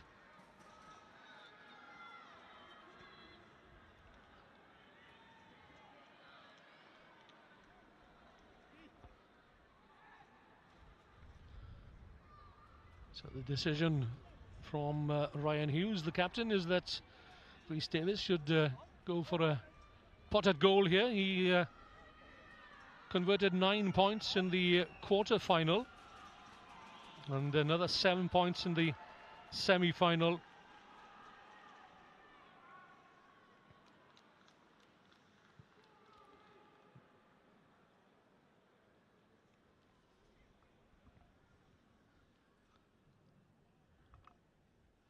That's a distance for Rhys Davies. A few feet perhaps to the left of centre field. Right-footed. Sends it high. And you can tell from the reaction of the Builth Wells supporters that it's on the mark. So Davies adds a penalty goal to the conversion of Kieran Price's try earlier on, and the Builth Wells lead by 10 points to 5.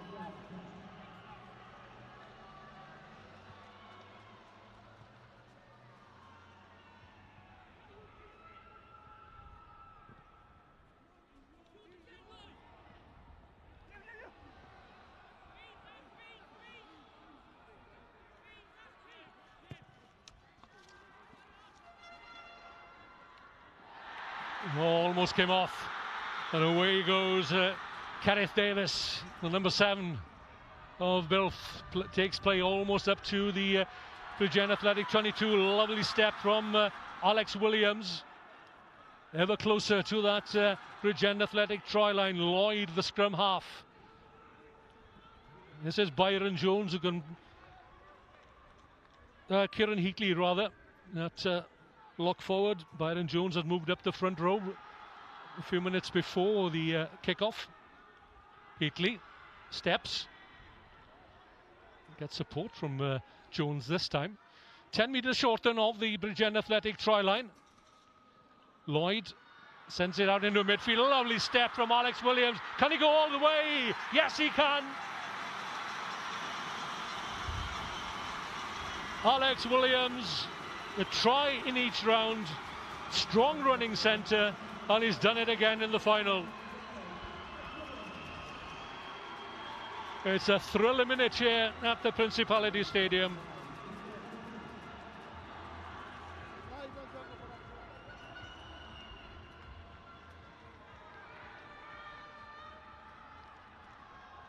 Williams scored a try past the 80 minutes in the semi-final against Penarth. 17-11 the final scoreline.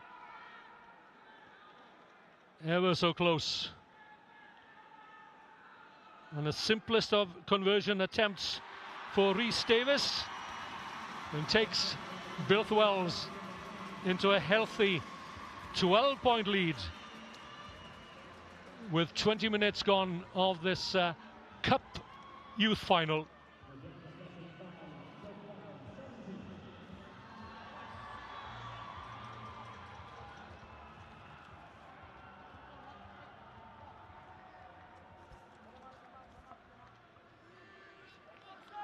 So how will Bridgend Athletic respond?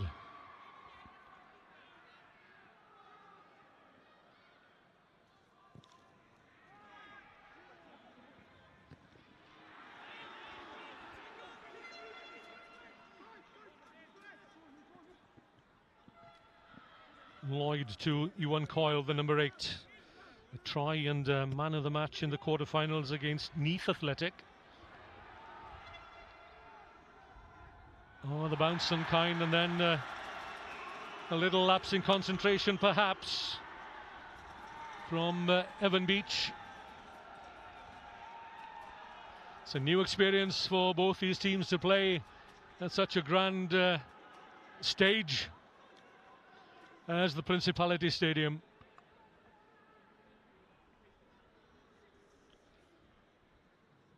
Lloyd Anthony is the player down receiving treatment for Bridgend Athletic in the Builth Wells half. And Marcus Caudle coming over to have a quick word with referee's assistant.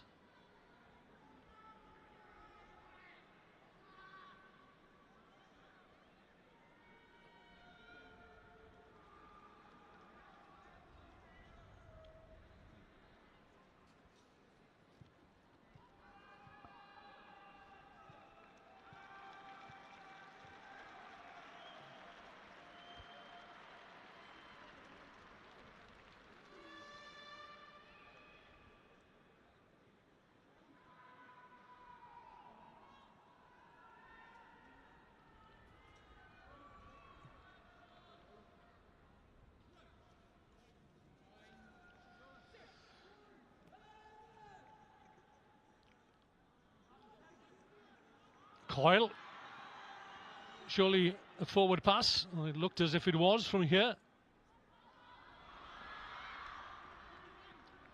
Tom Hughes, the outside centre, looking for the outside shoulder. A hefty carry once again, but not releasing. Away goes Didamo. And the cavalry finally arrives just inside the Bridgend Athletic half.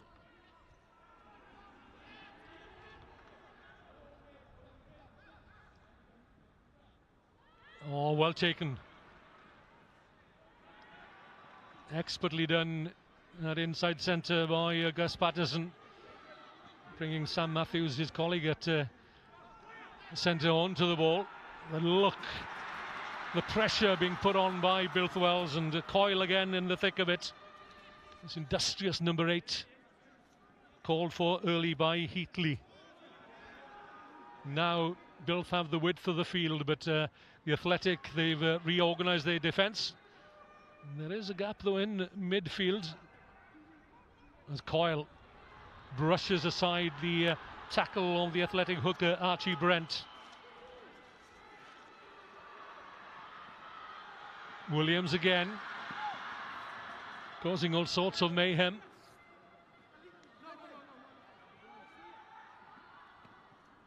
Cumberland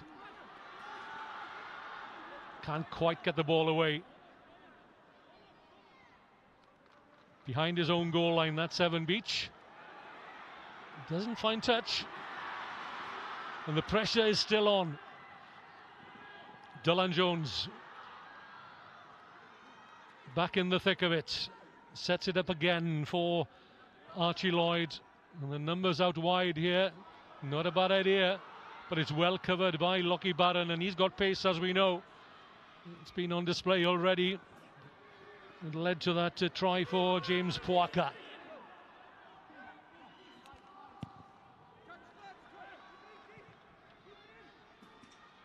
The bounce is kind for Kieran Price, and he does get away from the tackler, beats the first man. Another resolve from these Builth Wells players. They're comfortable with ball in hand, equally comfortable at the set piece as well. The offload finds Kerith Davis in close support. It's already represented the Crauchetes invitational side.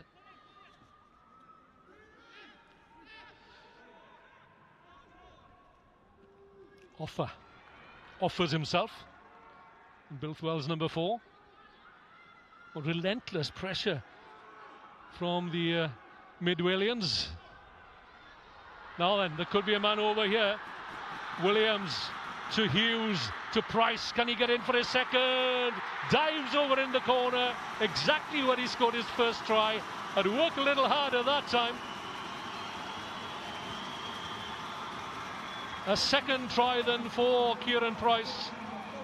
A try against Penarth in the semi-final, and a brace of tries now in the final itself, and that takes Builth Wells out over the 20-point mark. It's one-way traffic here at the Principality Stadium. Bridgend Athletic 5, Builth Wells 22 with a conversion to come.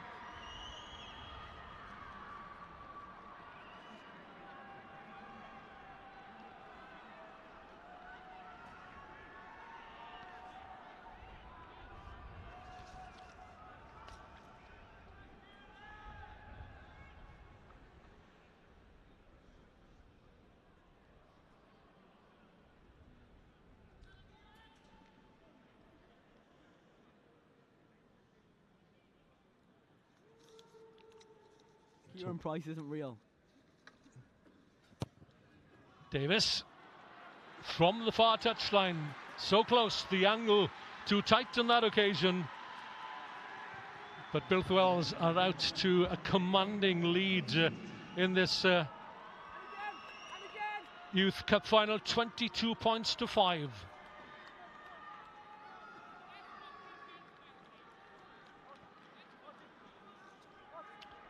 Bridgend arrived at this final via a semi-final against Carleon, which they won by 26-19. A quarter-final against Abergavenny, 23-15. And the pressure telling. Advantage back with Builth Wells, the kick out on the full. And as for Builth Wells, well, they recently returned from a tournament in Portugal with mixed results, but acquitted themselves well against older opposition, but it's done them no harm whatsoever. It was a Belgian international side in that tournament, and an experienced Portuguese side as well. So really well prepared. The young Bulls. Coyle goes the long way round, delivers, but Dylan Jones can't quite latch on to the pass. Full of ideas, this Builth Wells side, coached by Chris Offer. And again, good luck messages have been coming in from the likes of former Wales international Stuart Davis, Scott Quinnell, both Jonathan Davises, Adam Beard, and interestingly also from Maro Itoje, the England and British Lion lock forward, all sending their goodwill messages to this Builth Wells side.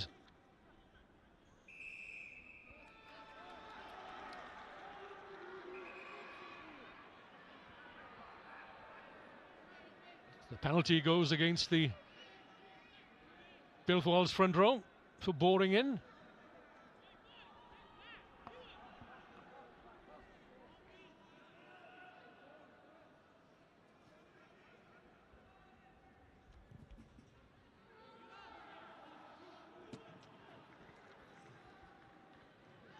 A decent touch finder for the Athletic. The need to conjure up a score from somewhere before the break. It all starts with young Archie Brent.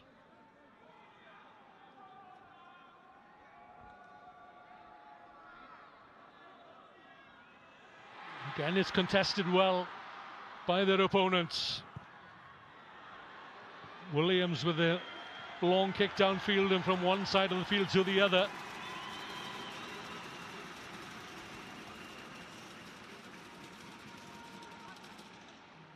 Thought that Builth Wells might have tried to run that one.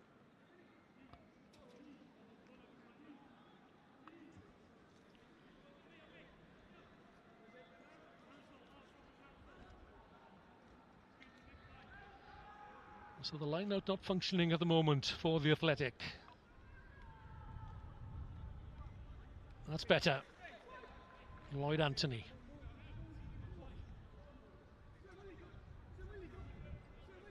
That's Charlie Ashball. He's got one hand on the ball, if not two. the captain and wing forward, number 7. That's Perkins, the loose head. Neat little kick over the defensive line. That's good work by the Athletic. In goes Barron to try and get his hands on the ball. Things not working out for the Bridgend Athletic at the moment. And away come Builth Wells through Coyle. He's been very busy in this opening half, and he's set up a platform once again. Gareth Davis in close support. Good understanding between number 7 and number 8. But just as it was for the Athletic, it's a penalty against Builth for holding on.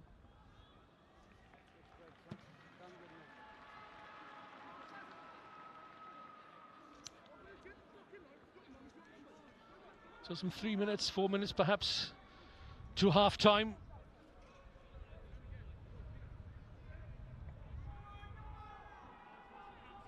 Three tries to the good. That's Builth Wells. Bridgend Athletic chasing the game. 17 points adrift.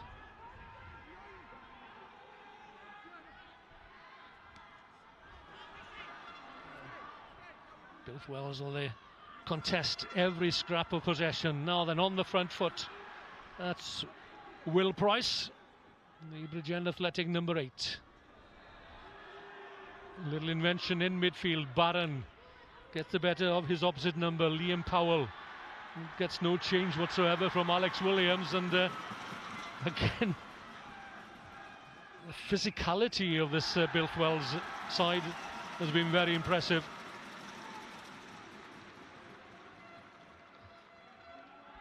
Might be the hair dye. Legally blonde, I'm not quite so sure.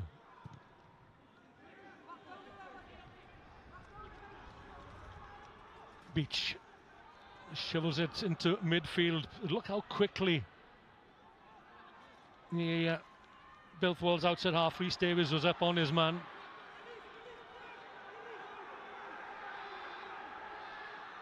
And that's there somewhere. Chance perhaps on the narrow side, a half chance, and Bridgend have got to take those half chances.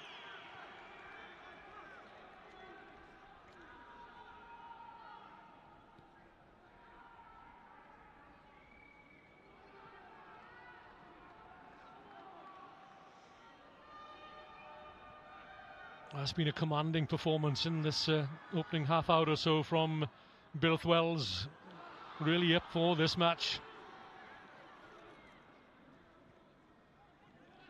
Been good at the scrums. They've contested the lineouts and had their fair reward. Snapped up the loose balls.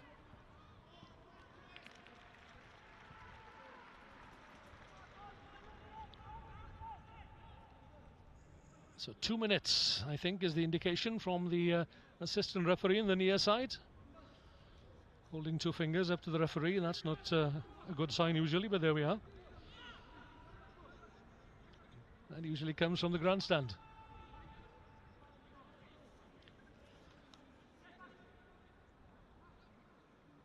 Hughes, the captain, finding Coyle. Telepathy between the hooker and the number 8. Ryan Hughes, the captain, returning from injury. Heatley.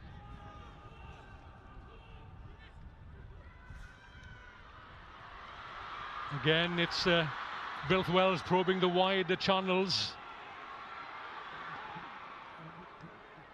Might still work out, but Evan Beach does well to get the ball away. One fine touch, perhaps.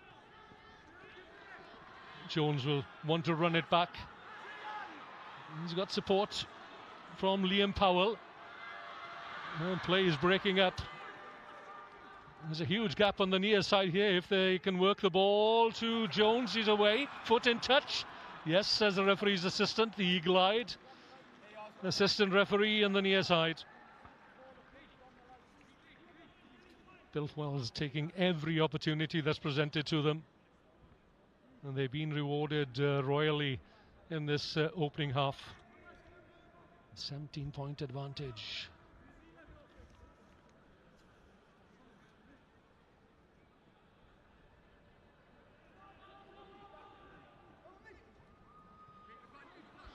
Untidy.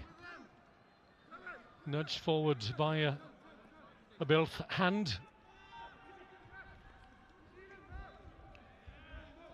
Well, last chance it was for Bridgend Athletic perhaps in this opening period, and away goes Coyle. Coyle almost up to the Bridgend Athletic 22, gets the pass away, expertly done. Rhys Davies, could be a hat-trick for Price here if he can get in at the corner.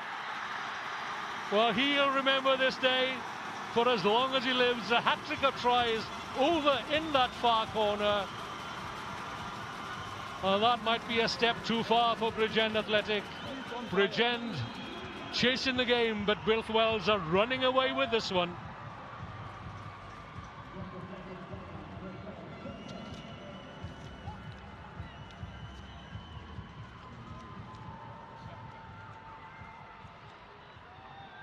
What a finisher, a deadly finisher, Kieran Price.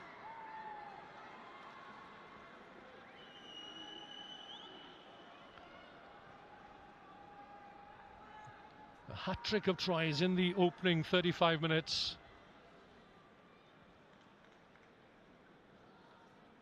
Rhys Davies has been here before, virtually on the same spot. So did he lay a marker down with that second conversion attempt?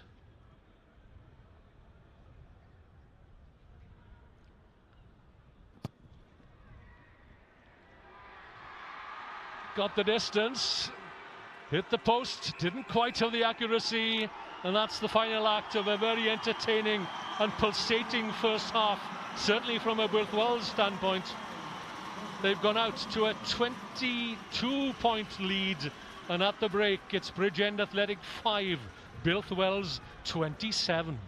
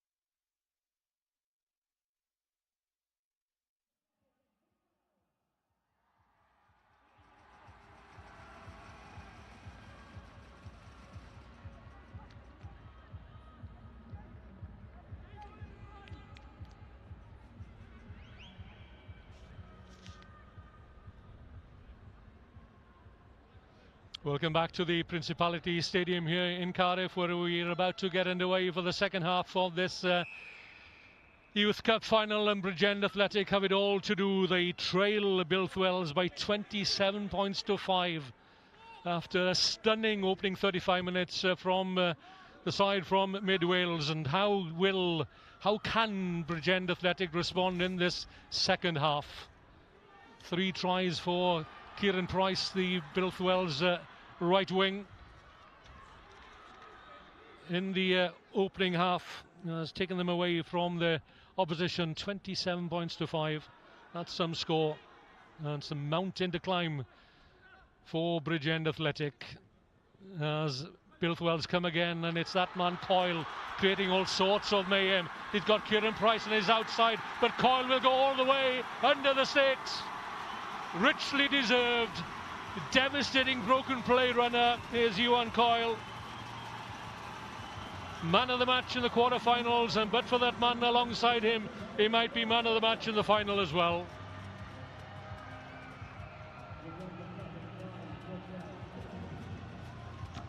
And surely there's no way back for Bridgend Athletic now. They needed to score first in the second half, but there's no stopping this Builth Wells side. And this man in particular, Iwan Coyle, remember that name. 4 tries then, and the conversion is good from the outside half. Rhys Davis adds another nail in the coffin of Bridgend Athletic. On 5, Builth Wells on 34 points.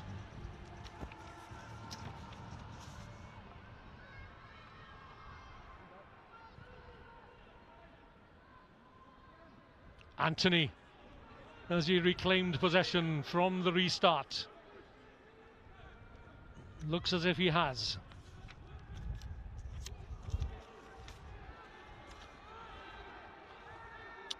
Bismaya, the tight head prop, looking for the opening. That's Gus Patterson. Off his knees goes Ryan Hughes, the Builth Wells captain and hooker. There's no way through on the far side.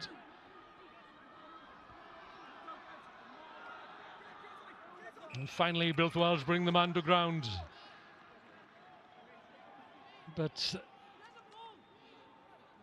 plummeting in.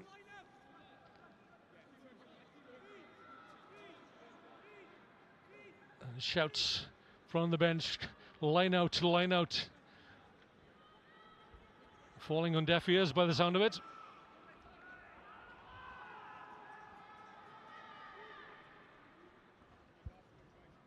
You know, the line-out hasn't been functioning for Bridgend Athletic in the opening 35, so why would you want to tempt fate again?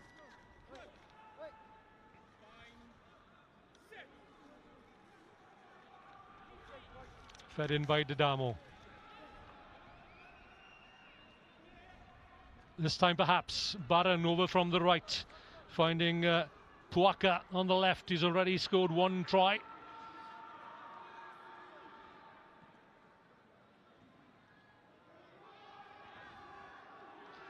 Good solid defending from Builth Wells, but again they transgress, and Didamo wastes no time whatsoever. Can he get there? I think he will. Lost the ball right at the death. Didn't go forward though. Might get a second bite of the cherry. He leaves it for a bigger, burlier forwards, and this time Bridgend Athletic managed to get to the try line. And the last man up could well be Bismaya.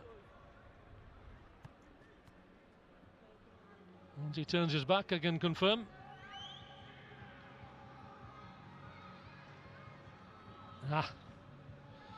Luke Griffiths is the man.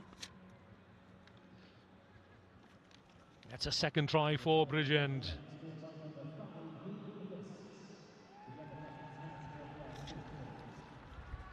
That try takes the Athletic into double figures.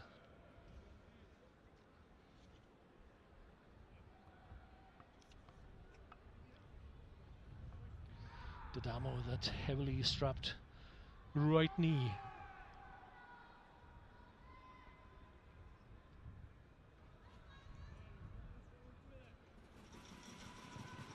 Oh, kick charge down.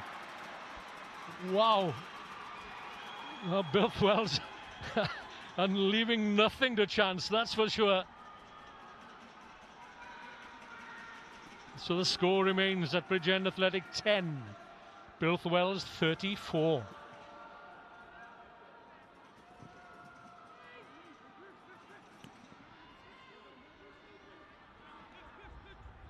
A try scorer.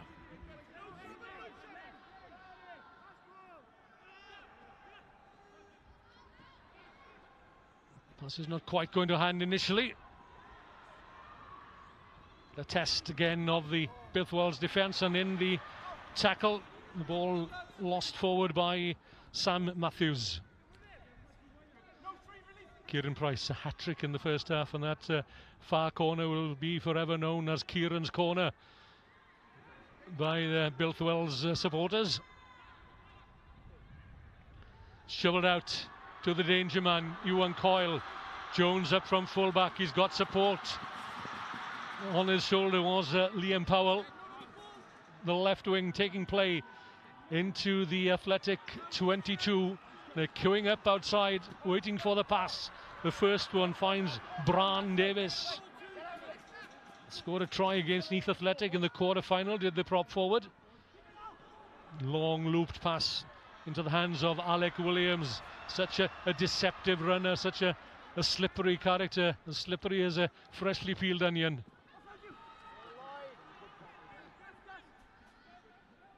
Dug out by Archie Lloyd.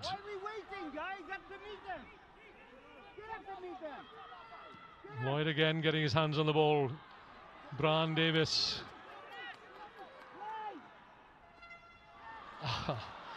Not the best of passes to Rhys Davis. May well have tripped over his own feet there. Builth trying a little too hard at the moment perhaps, but as we know, if they rest on their laurels for a split second, Bridgend Athletic have the capability to strike, but it's a big ask of them now in this second half to overturn a 24-point advantage.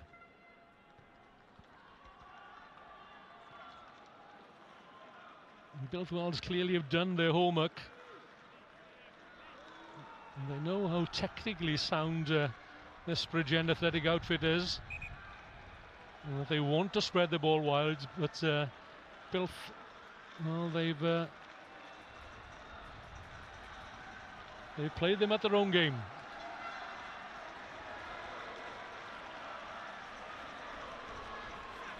And the crowd at last, they found their voice. Over 1,000 of them down from mid-Wales, but it's Bridgend Athletic with ball in hand for the split second. I like the looks of this guy, Dylan Jones. Always wants to do something with the ball. Looks to create space and opportunities. He was the captain returning from injury. He's played his part. As of this guy throughout the tournament. Alec Williams needs support here, gets it from the tireless Kerith Davis with a helmet at number 7.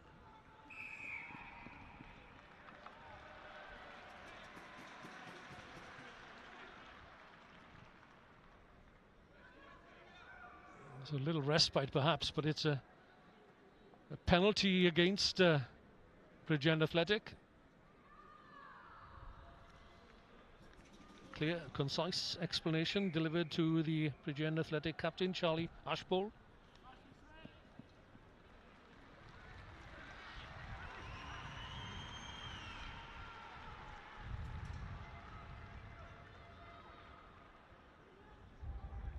And you get the idea that each time the Builth Welsh forwards amble slowly towards a line out, they know exactly what needs to be done. All 8 forwards in tune, well, for the moment. Commentator's curse, of course. But the ball is lost to the opposition. Tadamo, short ball on the angle. That's the try scorer, Luke Griffiths. Hands out, waiting for the ball. Charlie Hancock, the outside half. Those long kicks, they meet and drink for this guy. Dylan Jones, step one way, then the other. And gets away as well, over halfway. Now then, another chance perhaps. Good work by Alex Williams. Builth Wells on a roll again. Down the narrow side they go. That's Tom Hughes. One of Builth's 4 tries against Neath Athletic in the quarter-final.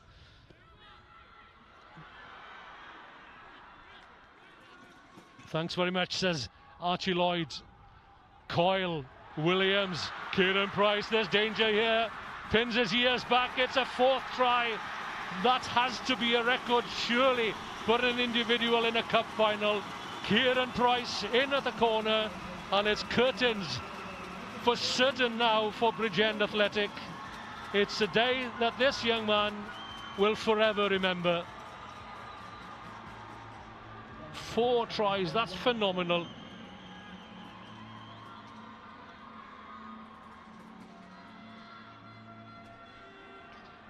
Yeah, what's Price? Kieran Price.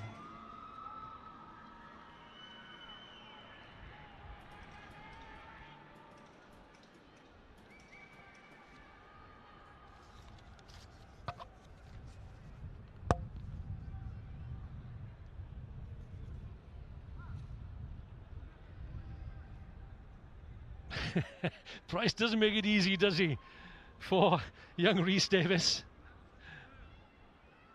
Will he succeed this time? Inches only in from the near touchline. He's laid down a few markers. He's hit the upright once. This time, not quite.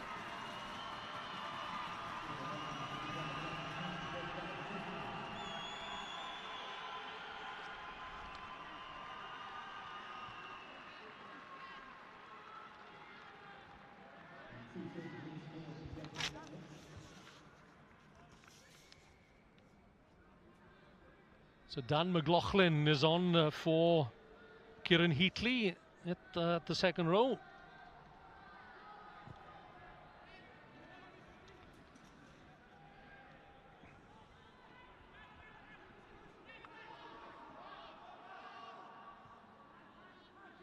Archie Lloyd.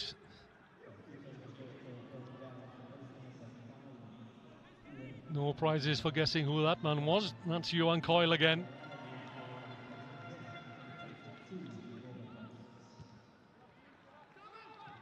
Testing kick there from the scrum half.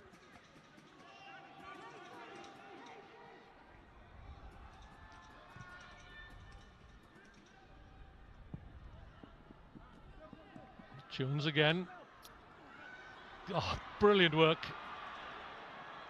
Gets his side out of trouble. There's a speculative kick from the Athletic outside half, Charlie Hancock. Bridgend really should keep ball in hand. They have the runners, but they can't find a way through this solid and resolute Builth defence. He's at it again. Kieran Price into the wide open spaces. And Beach, plenty of time, but Builth Wells caught offside. But the energy levels of this Builth Wells outfit has to be admired.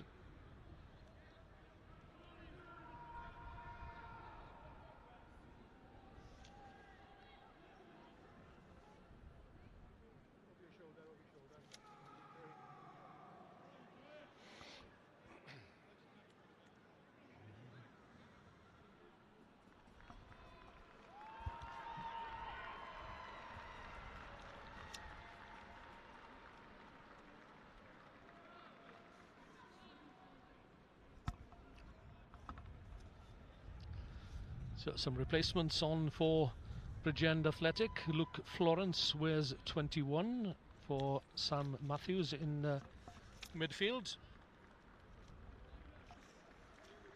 And Jack Hunter replaces Yayan Bismaya.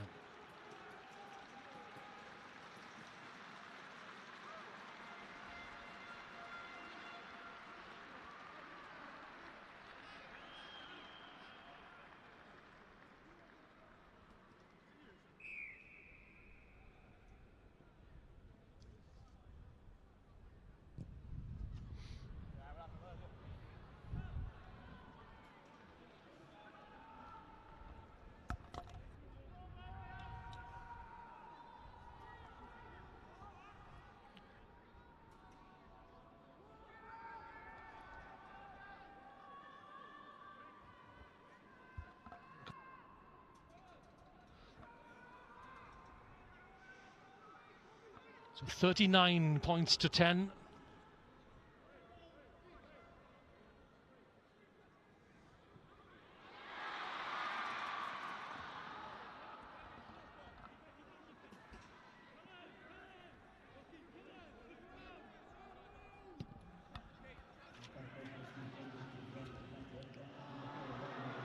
Now then, a chance for Bridgend Athletic, raising their game.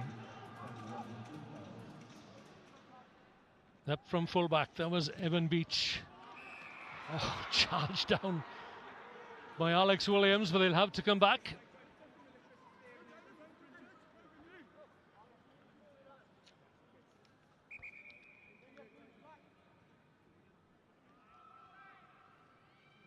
Time to draw breath. Coach, please.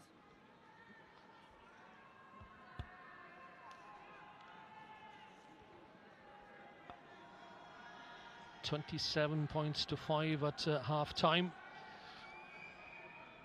And the further 2 tries in the second half for Builth Wells has taken them well clear.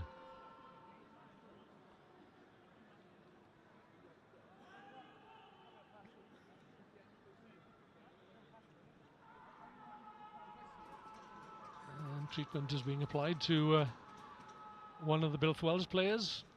All I can tell you is that he's got blonde hair.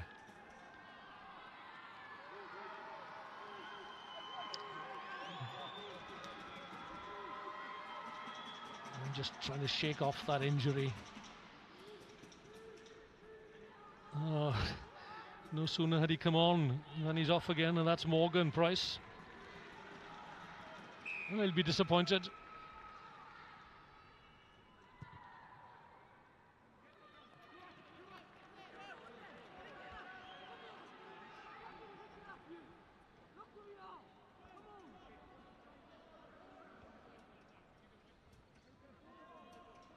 So can Bridgend Athletic get their line-outs working here? It's caused them all sorts of problems, and but Builth Wells have contested each and every one of them. Tom Offer, he wears 4. Brent, the hooker, tidies up for Bridgend, driving forward. On the narrow side they go. Referee incited here. Referee's assistant on the far side keeps his flag down. Again, stout defensive work from Builth Wells. As Dadamo has a look for the ball. It's there at his feet. Out it goes. Albeit a bit scrappily.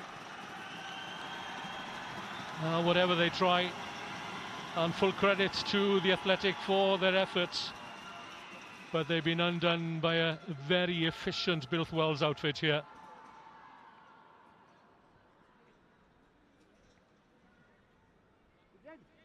So Morgan Price in the background, still trying to shake off that hand injury.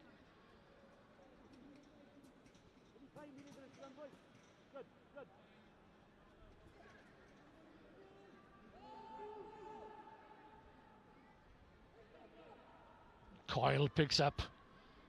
What a game he's had. He's had a hand in a few tries and scored one of his own.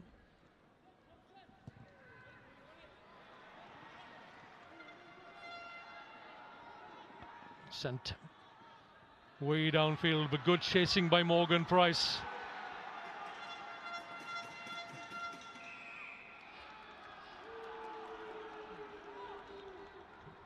Referee not happy. Patterson to Lockie Barron. He's been well marshalled, but then again he's not had many opportunities either. Bryntegg comprehensive. Just produced no less than 7 British and Irish Lions and 17 Wales representatives in the past.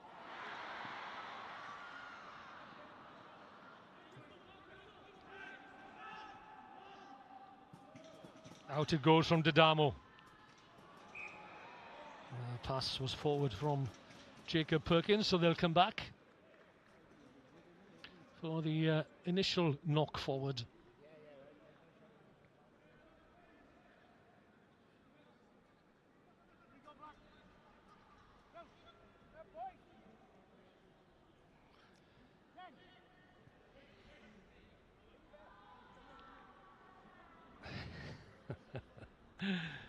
You're lucky if you've got time to blow your nose in this match, because I haven't had an opportunity, that's for sure. Bran Davis, not Bran, Bran, and there is a river Bran, if my geography is fairly close to the mark. Not far from Builth Wells, I wonder. Llanvi Hangel Nant Bran. At outside half now, that's Evan Beach, the Bridgend Athletic fullback, trying to orchestrate things. There he is, stepping off his right peg. Damo, can he get away this time? No. The whistle has blown.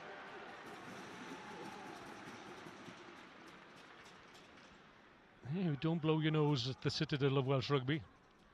Bring your own handkerchief.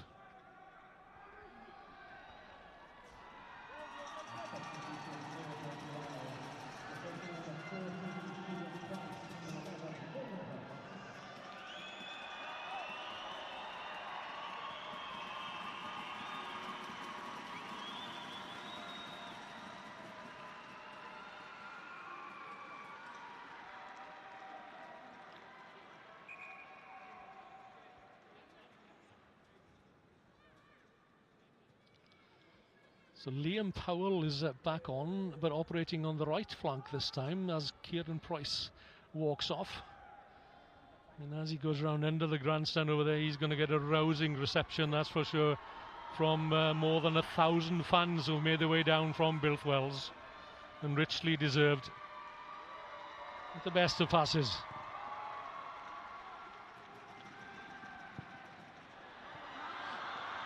Good chasing from Powell. Gets his man.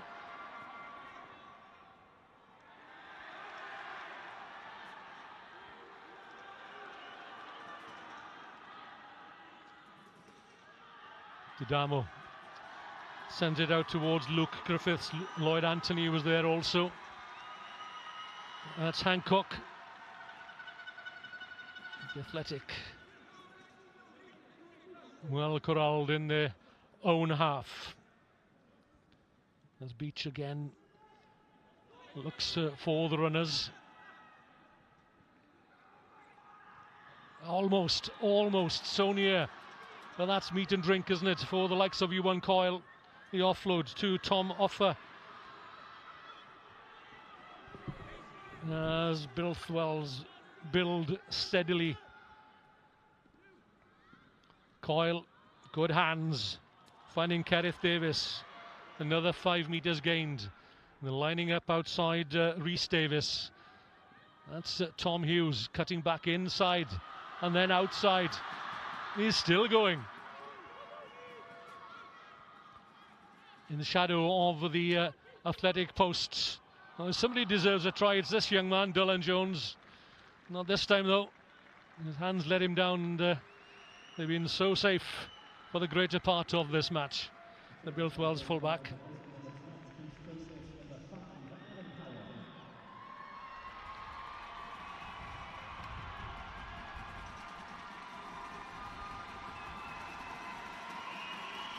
Applause then for Rhys Davis as he makes his way towards the touchline.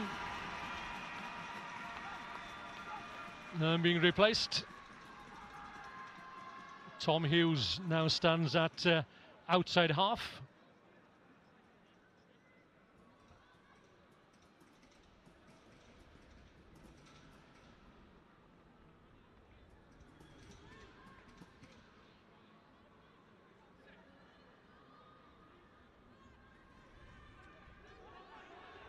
Coyle just steps inside his man. Hughes takes out 2 Athletic defenders. Come round, says Archie Lloyd, and invites Coyle again onto the wall. That's Kerith Davis.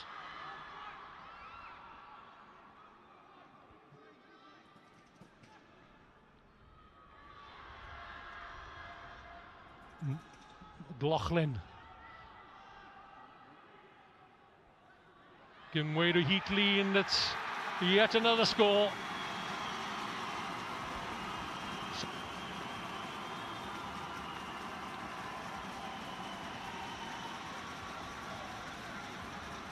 So Builth Wells piling on the agony.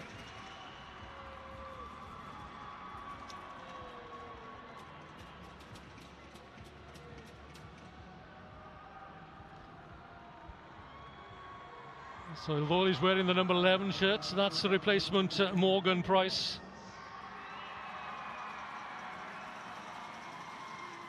A recent substitution for Builth. A 7th try for Builth Wells takes them out over the 40-point mark. 44 points now.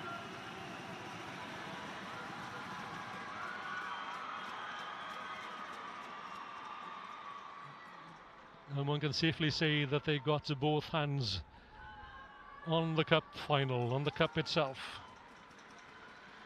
Tom Hughes, he's seen Rhys Davis go ever so close from out wider than this attempt of his, and his hits the upright, but no harm done. Builth Wells can start the celebrations as the clock runs down.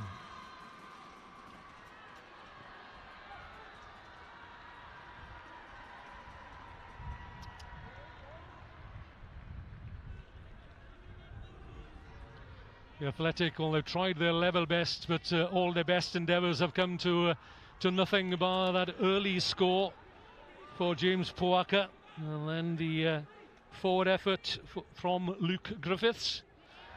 And that's been the history of this match for the Athletic. No sooner that they get ball in hand that it's spilt, and Builth Wells are on the counter, on the front foot.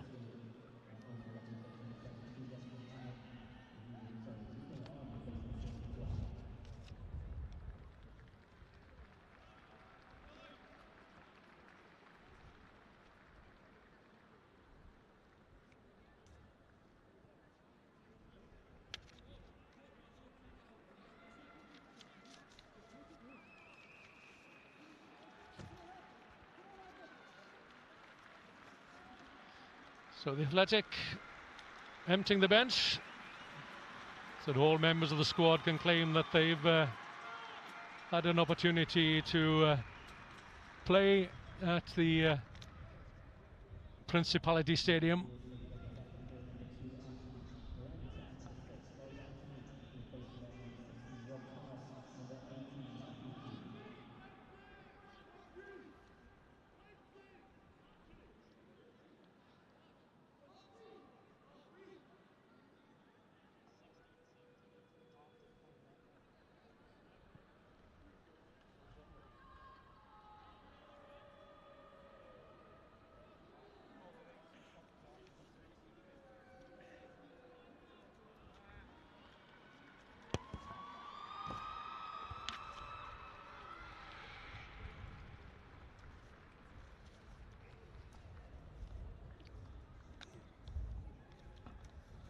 So we're just waiting for Archie Brent to come back on and take his place in the middle of that front row.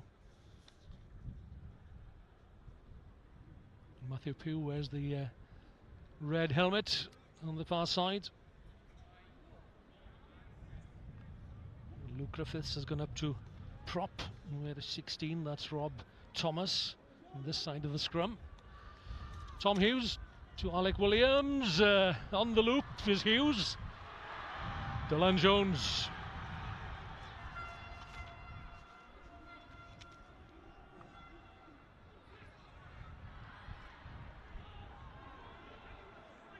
The Builth forwards again pile in. Quick ball delivered to Archie Lloyd, who's had a pretty much of an armchair ride this afternoon, it has to be said, at the heels of his forwards. Oakley Middleton wears 17 for Builth. Good clearing out again from the team from Mid Wales. Middleton. 6 in the athletic defenders. Offer out to Hughes. Dylan Jones won't go far. Is there one more score in this match, I wonder? And will the athletic claim it? Luke Florence. Well tackled by Carwyn Davis and Ryan Hughes.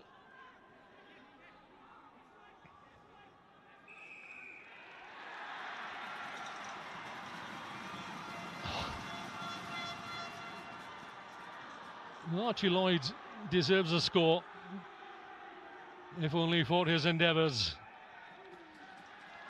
Athletic not back the 10 metres.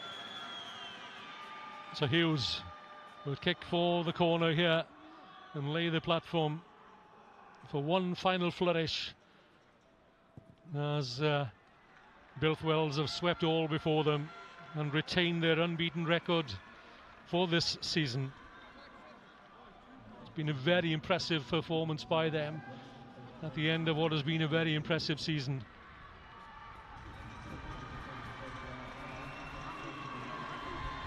'18 is Josh Holsby for Builth.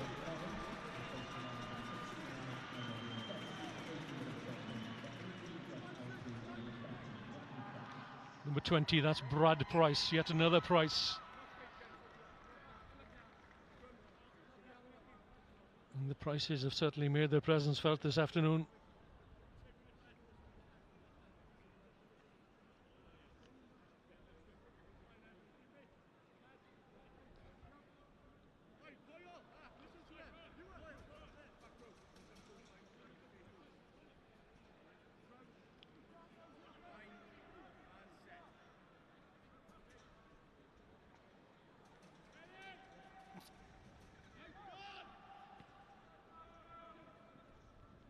Beach into midfield. That's Luke Florence.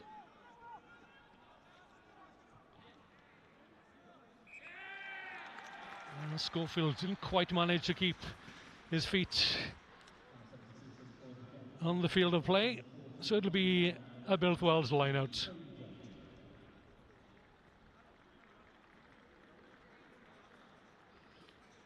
That's Alan Powell with ball in hand.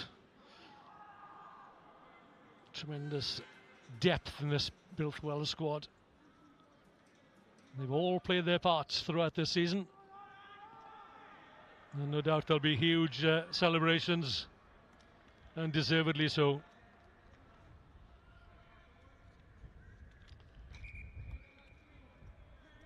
So an injury to the athletic. It's Toby Lewis, hobbling on one leg.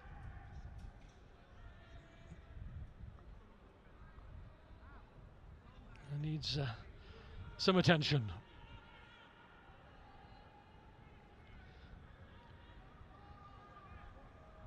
Well, if you're watching and you're within reach of Cardiff, there's plenty on offer, certainly for the next week or so. If you have a fancy to come along to the National Stadium tomorrow, of course, it's the WRU Championship Cup Finals.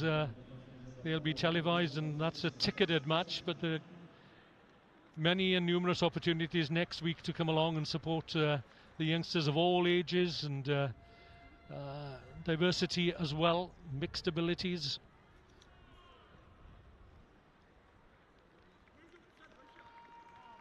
But it's been a good opening day, that's for sure, especially if you're a supporter of Landaff RFC and Abergavenny RFC, and now Builth Wells also.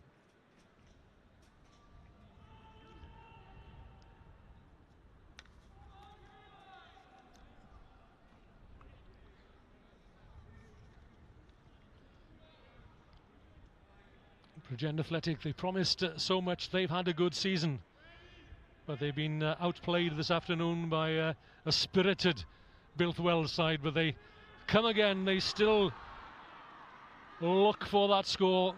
Manning is the replacement wearing 22, and that's Luke Florence. The impact players, Didamo's been there right from the outset. A delayed pass finding Lloyd Anthony.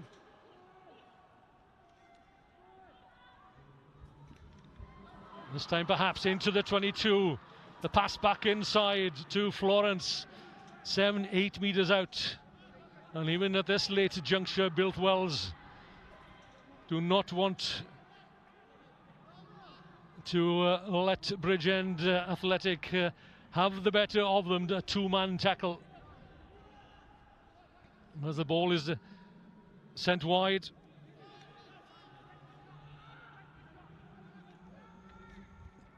Beach, well taken by Gus Patterson.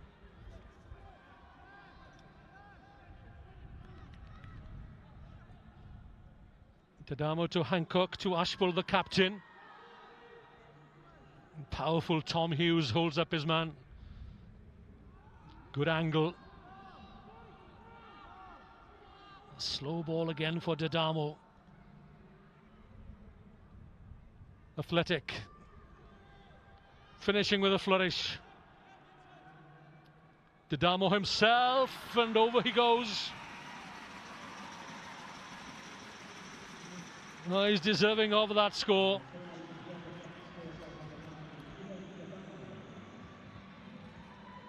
Late in the day, brings a little more respectability to the scoreline. But he's been a tireless scrum half this afternoon. Started with the minis and the juniors at Bridgend Sports. And the Ospreys age grade team.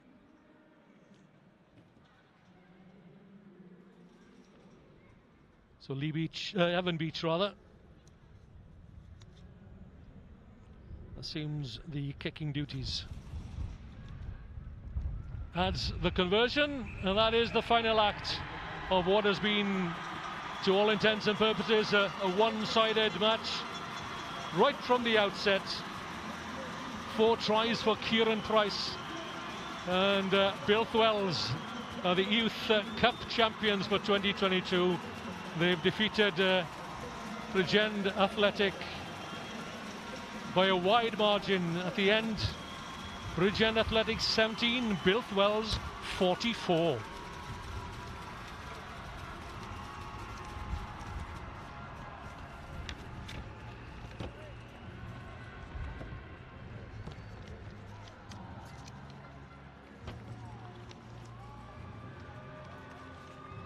It's been a very enjoyable first day of competition at the road to Principality 2022.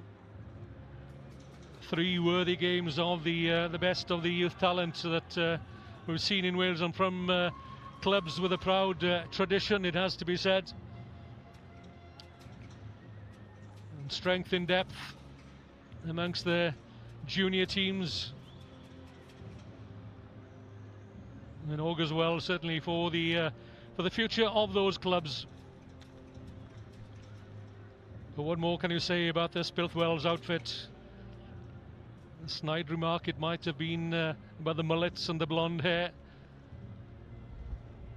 but it may well be a throwback as well to the good old days when the ball was thrown wide and played expansive rugby, and it's brought them their just and fair reward. Played in the best of spirits. Just the 1 yellow card shown throughout the opening day here, and the young man who received it may well count himself unlucky.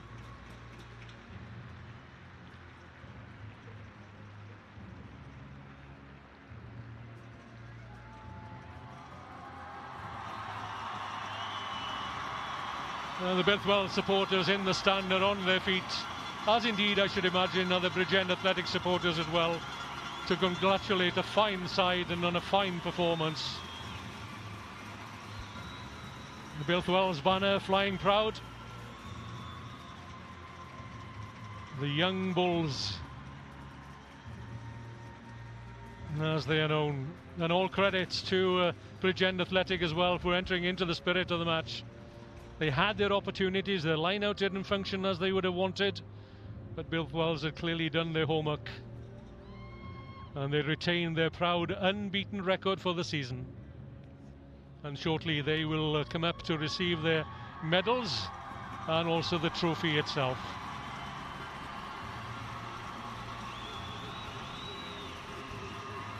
A word of commiseration for the Bridgend athletic side.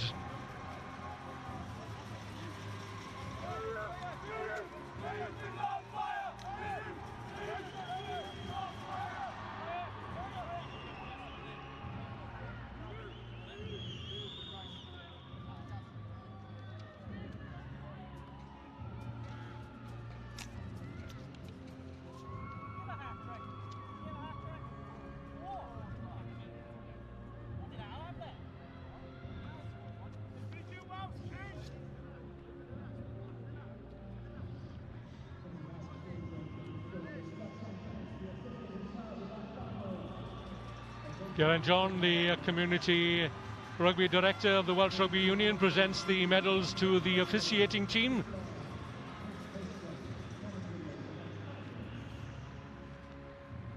Led by Marcus Cordell.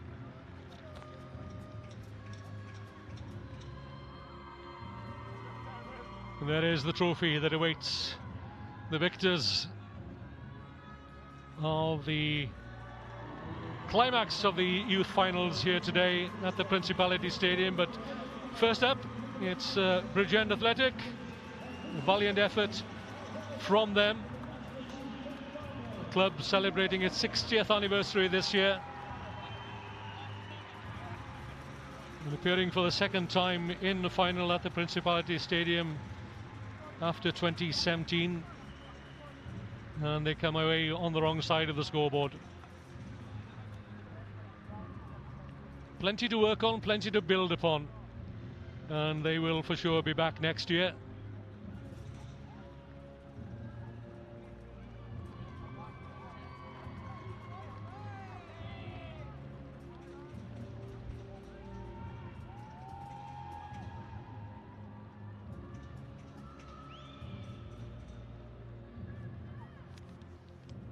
Luke Griffiths, a try scorer, and the captain, Charlie Ashpole. There's also a medal for the walking wounded.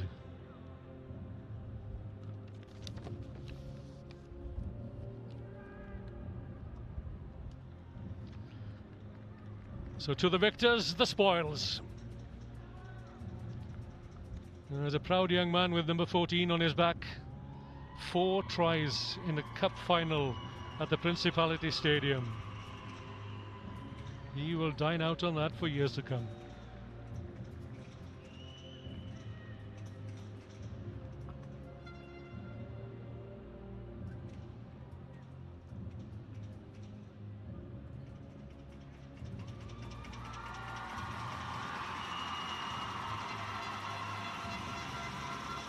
And deserving applause for that man wearing the number 8 shirt, Iwan Coyle, at the heart of everything that was good about the performance of Builth Welsh today. And come to think of it, there was nothing but good about that performance. Listen to the roar, listen to the support, and the 1,000+ supporters who have made the journey down from Builth Welsh have been rewarded certainly for their efforts. Rhys Davies didn't quite get the mark with his conversions, but then that was Kieran Price's fault for scoring so far out. Alex Williams, try for Morgan Price. And the industrious scrum half, Archie Lloyd.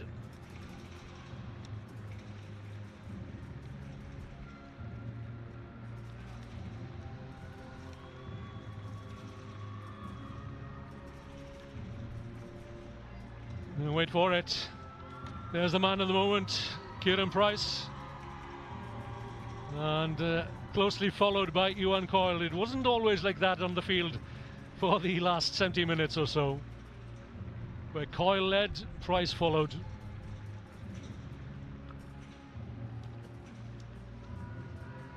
And congratulations to the coaching team of Builth Welsh. And their captain, who plugged away tirelessly throughout the afternoon, is Ryan Hughes. And there is the much coveted trophy.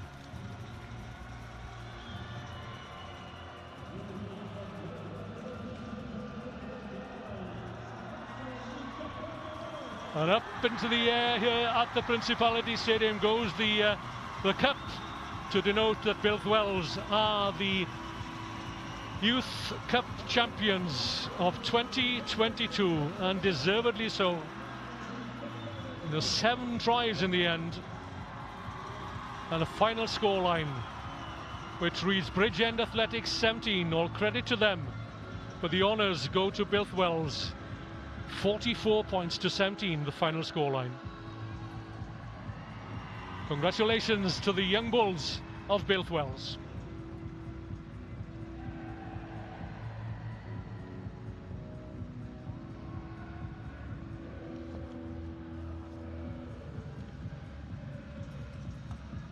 Well, tomorrow is National Club Finals Day.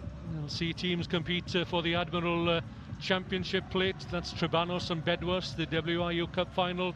Bargoed against Neath, and the coveted Indigo Premiership Cup final, which will be fought out between Abergavenny and Newport.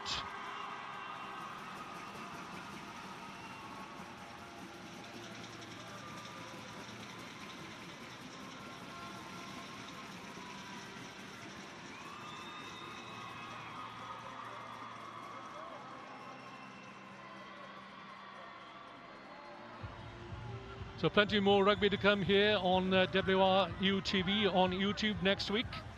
But for now, let's congratulate the Bulls of Builth Wells, the young Bulls, on a job well done here. The climax of day 1 of the Road to Principality 2022. They have taken out the National Youth Cup final, and all congratulations to them on a magnificent performance. They've defeated Bridgend Athletic by 44 points to 17.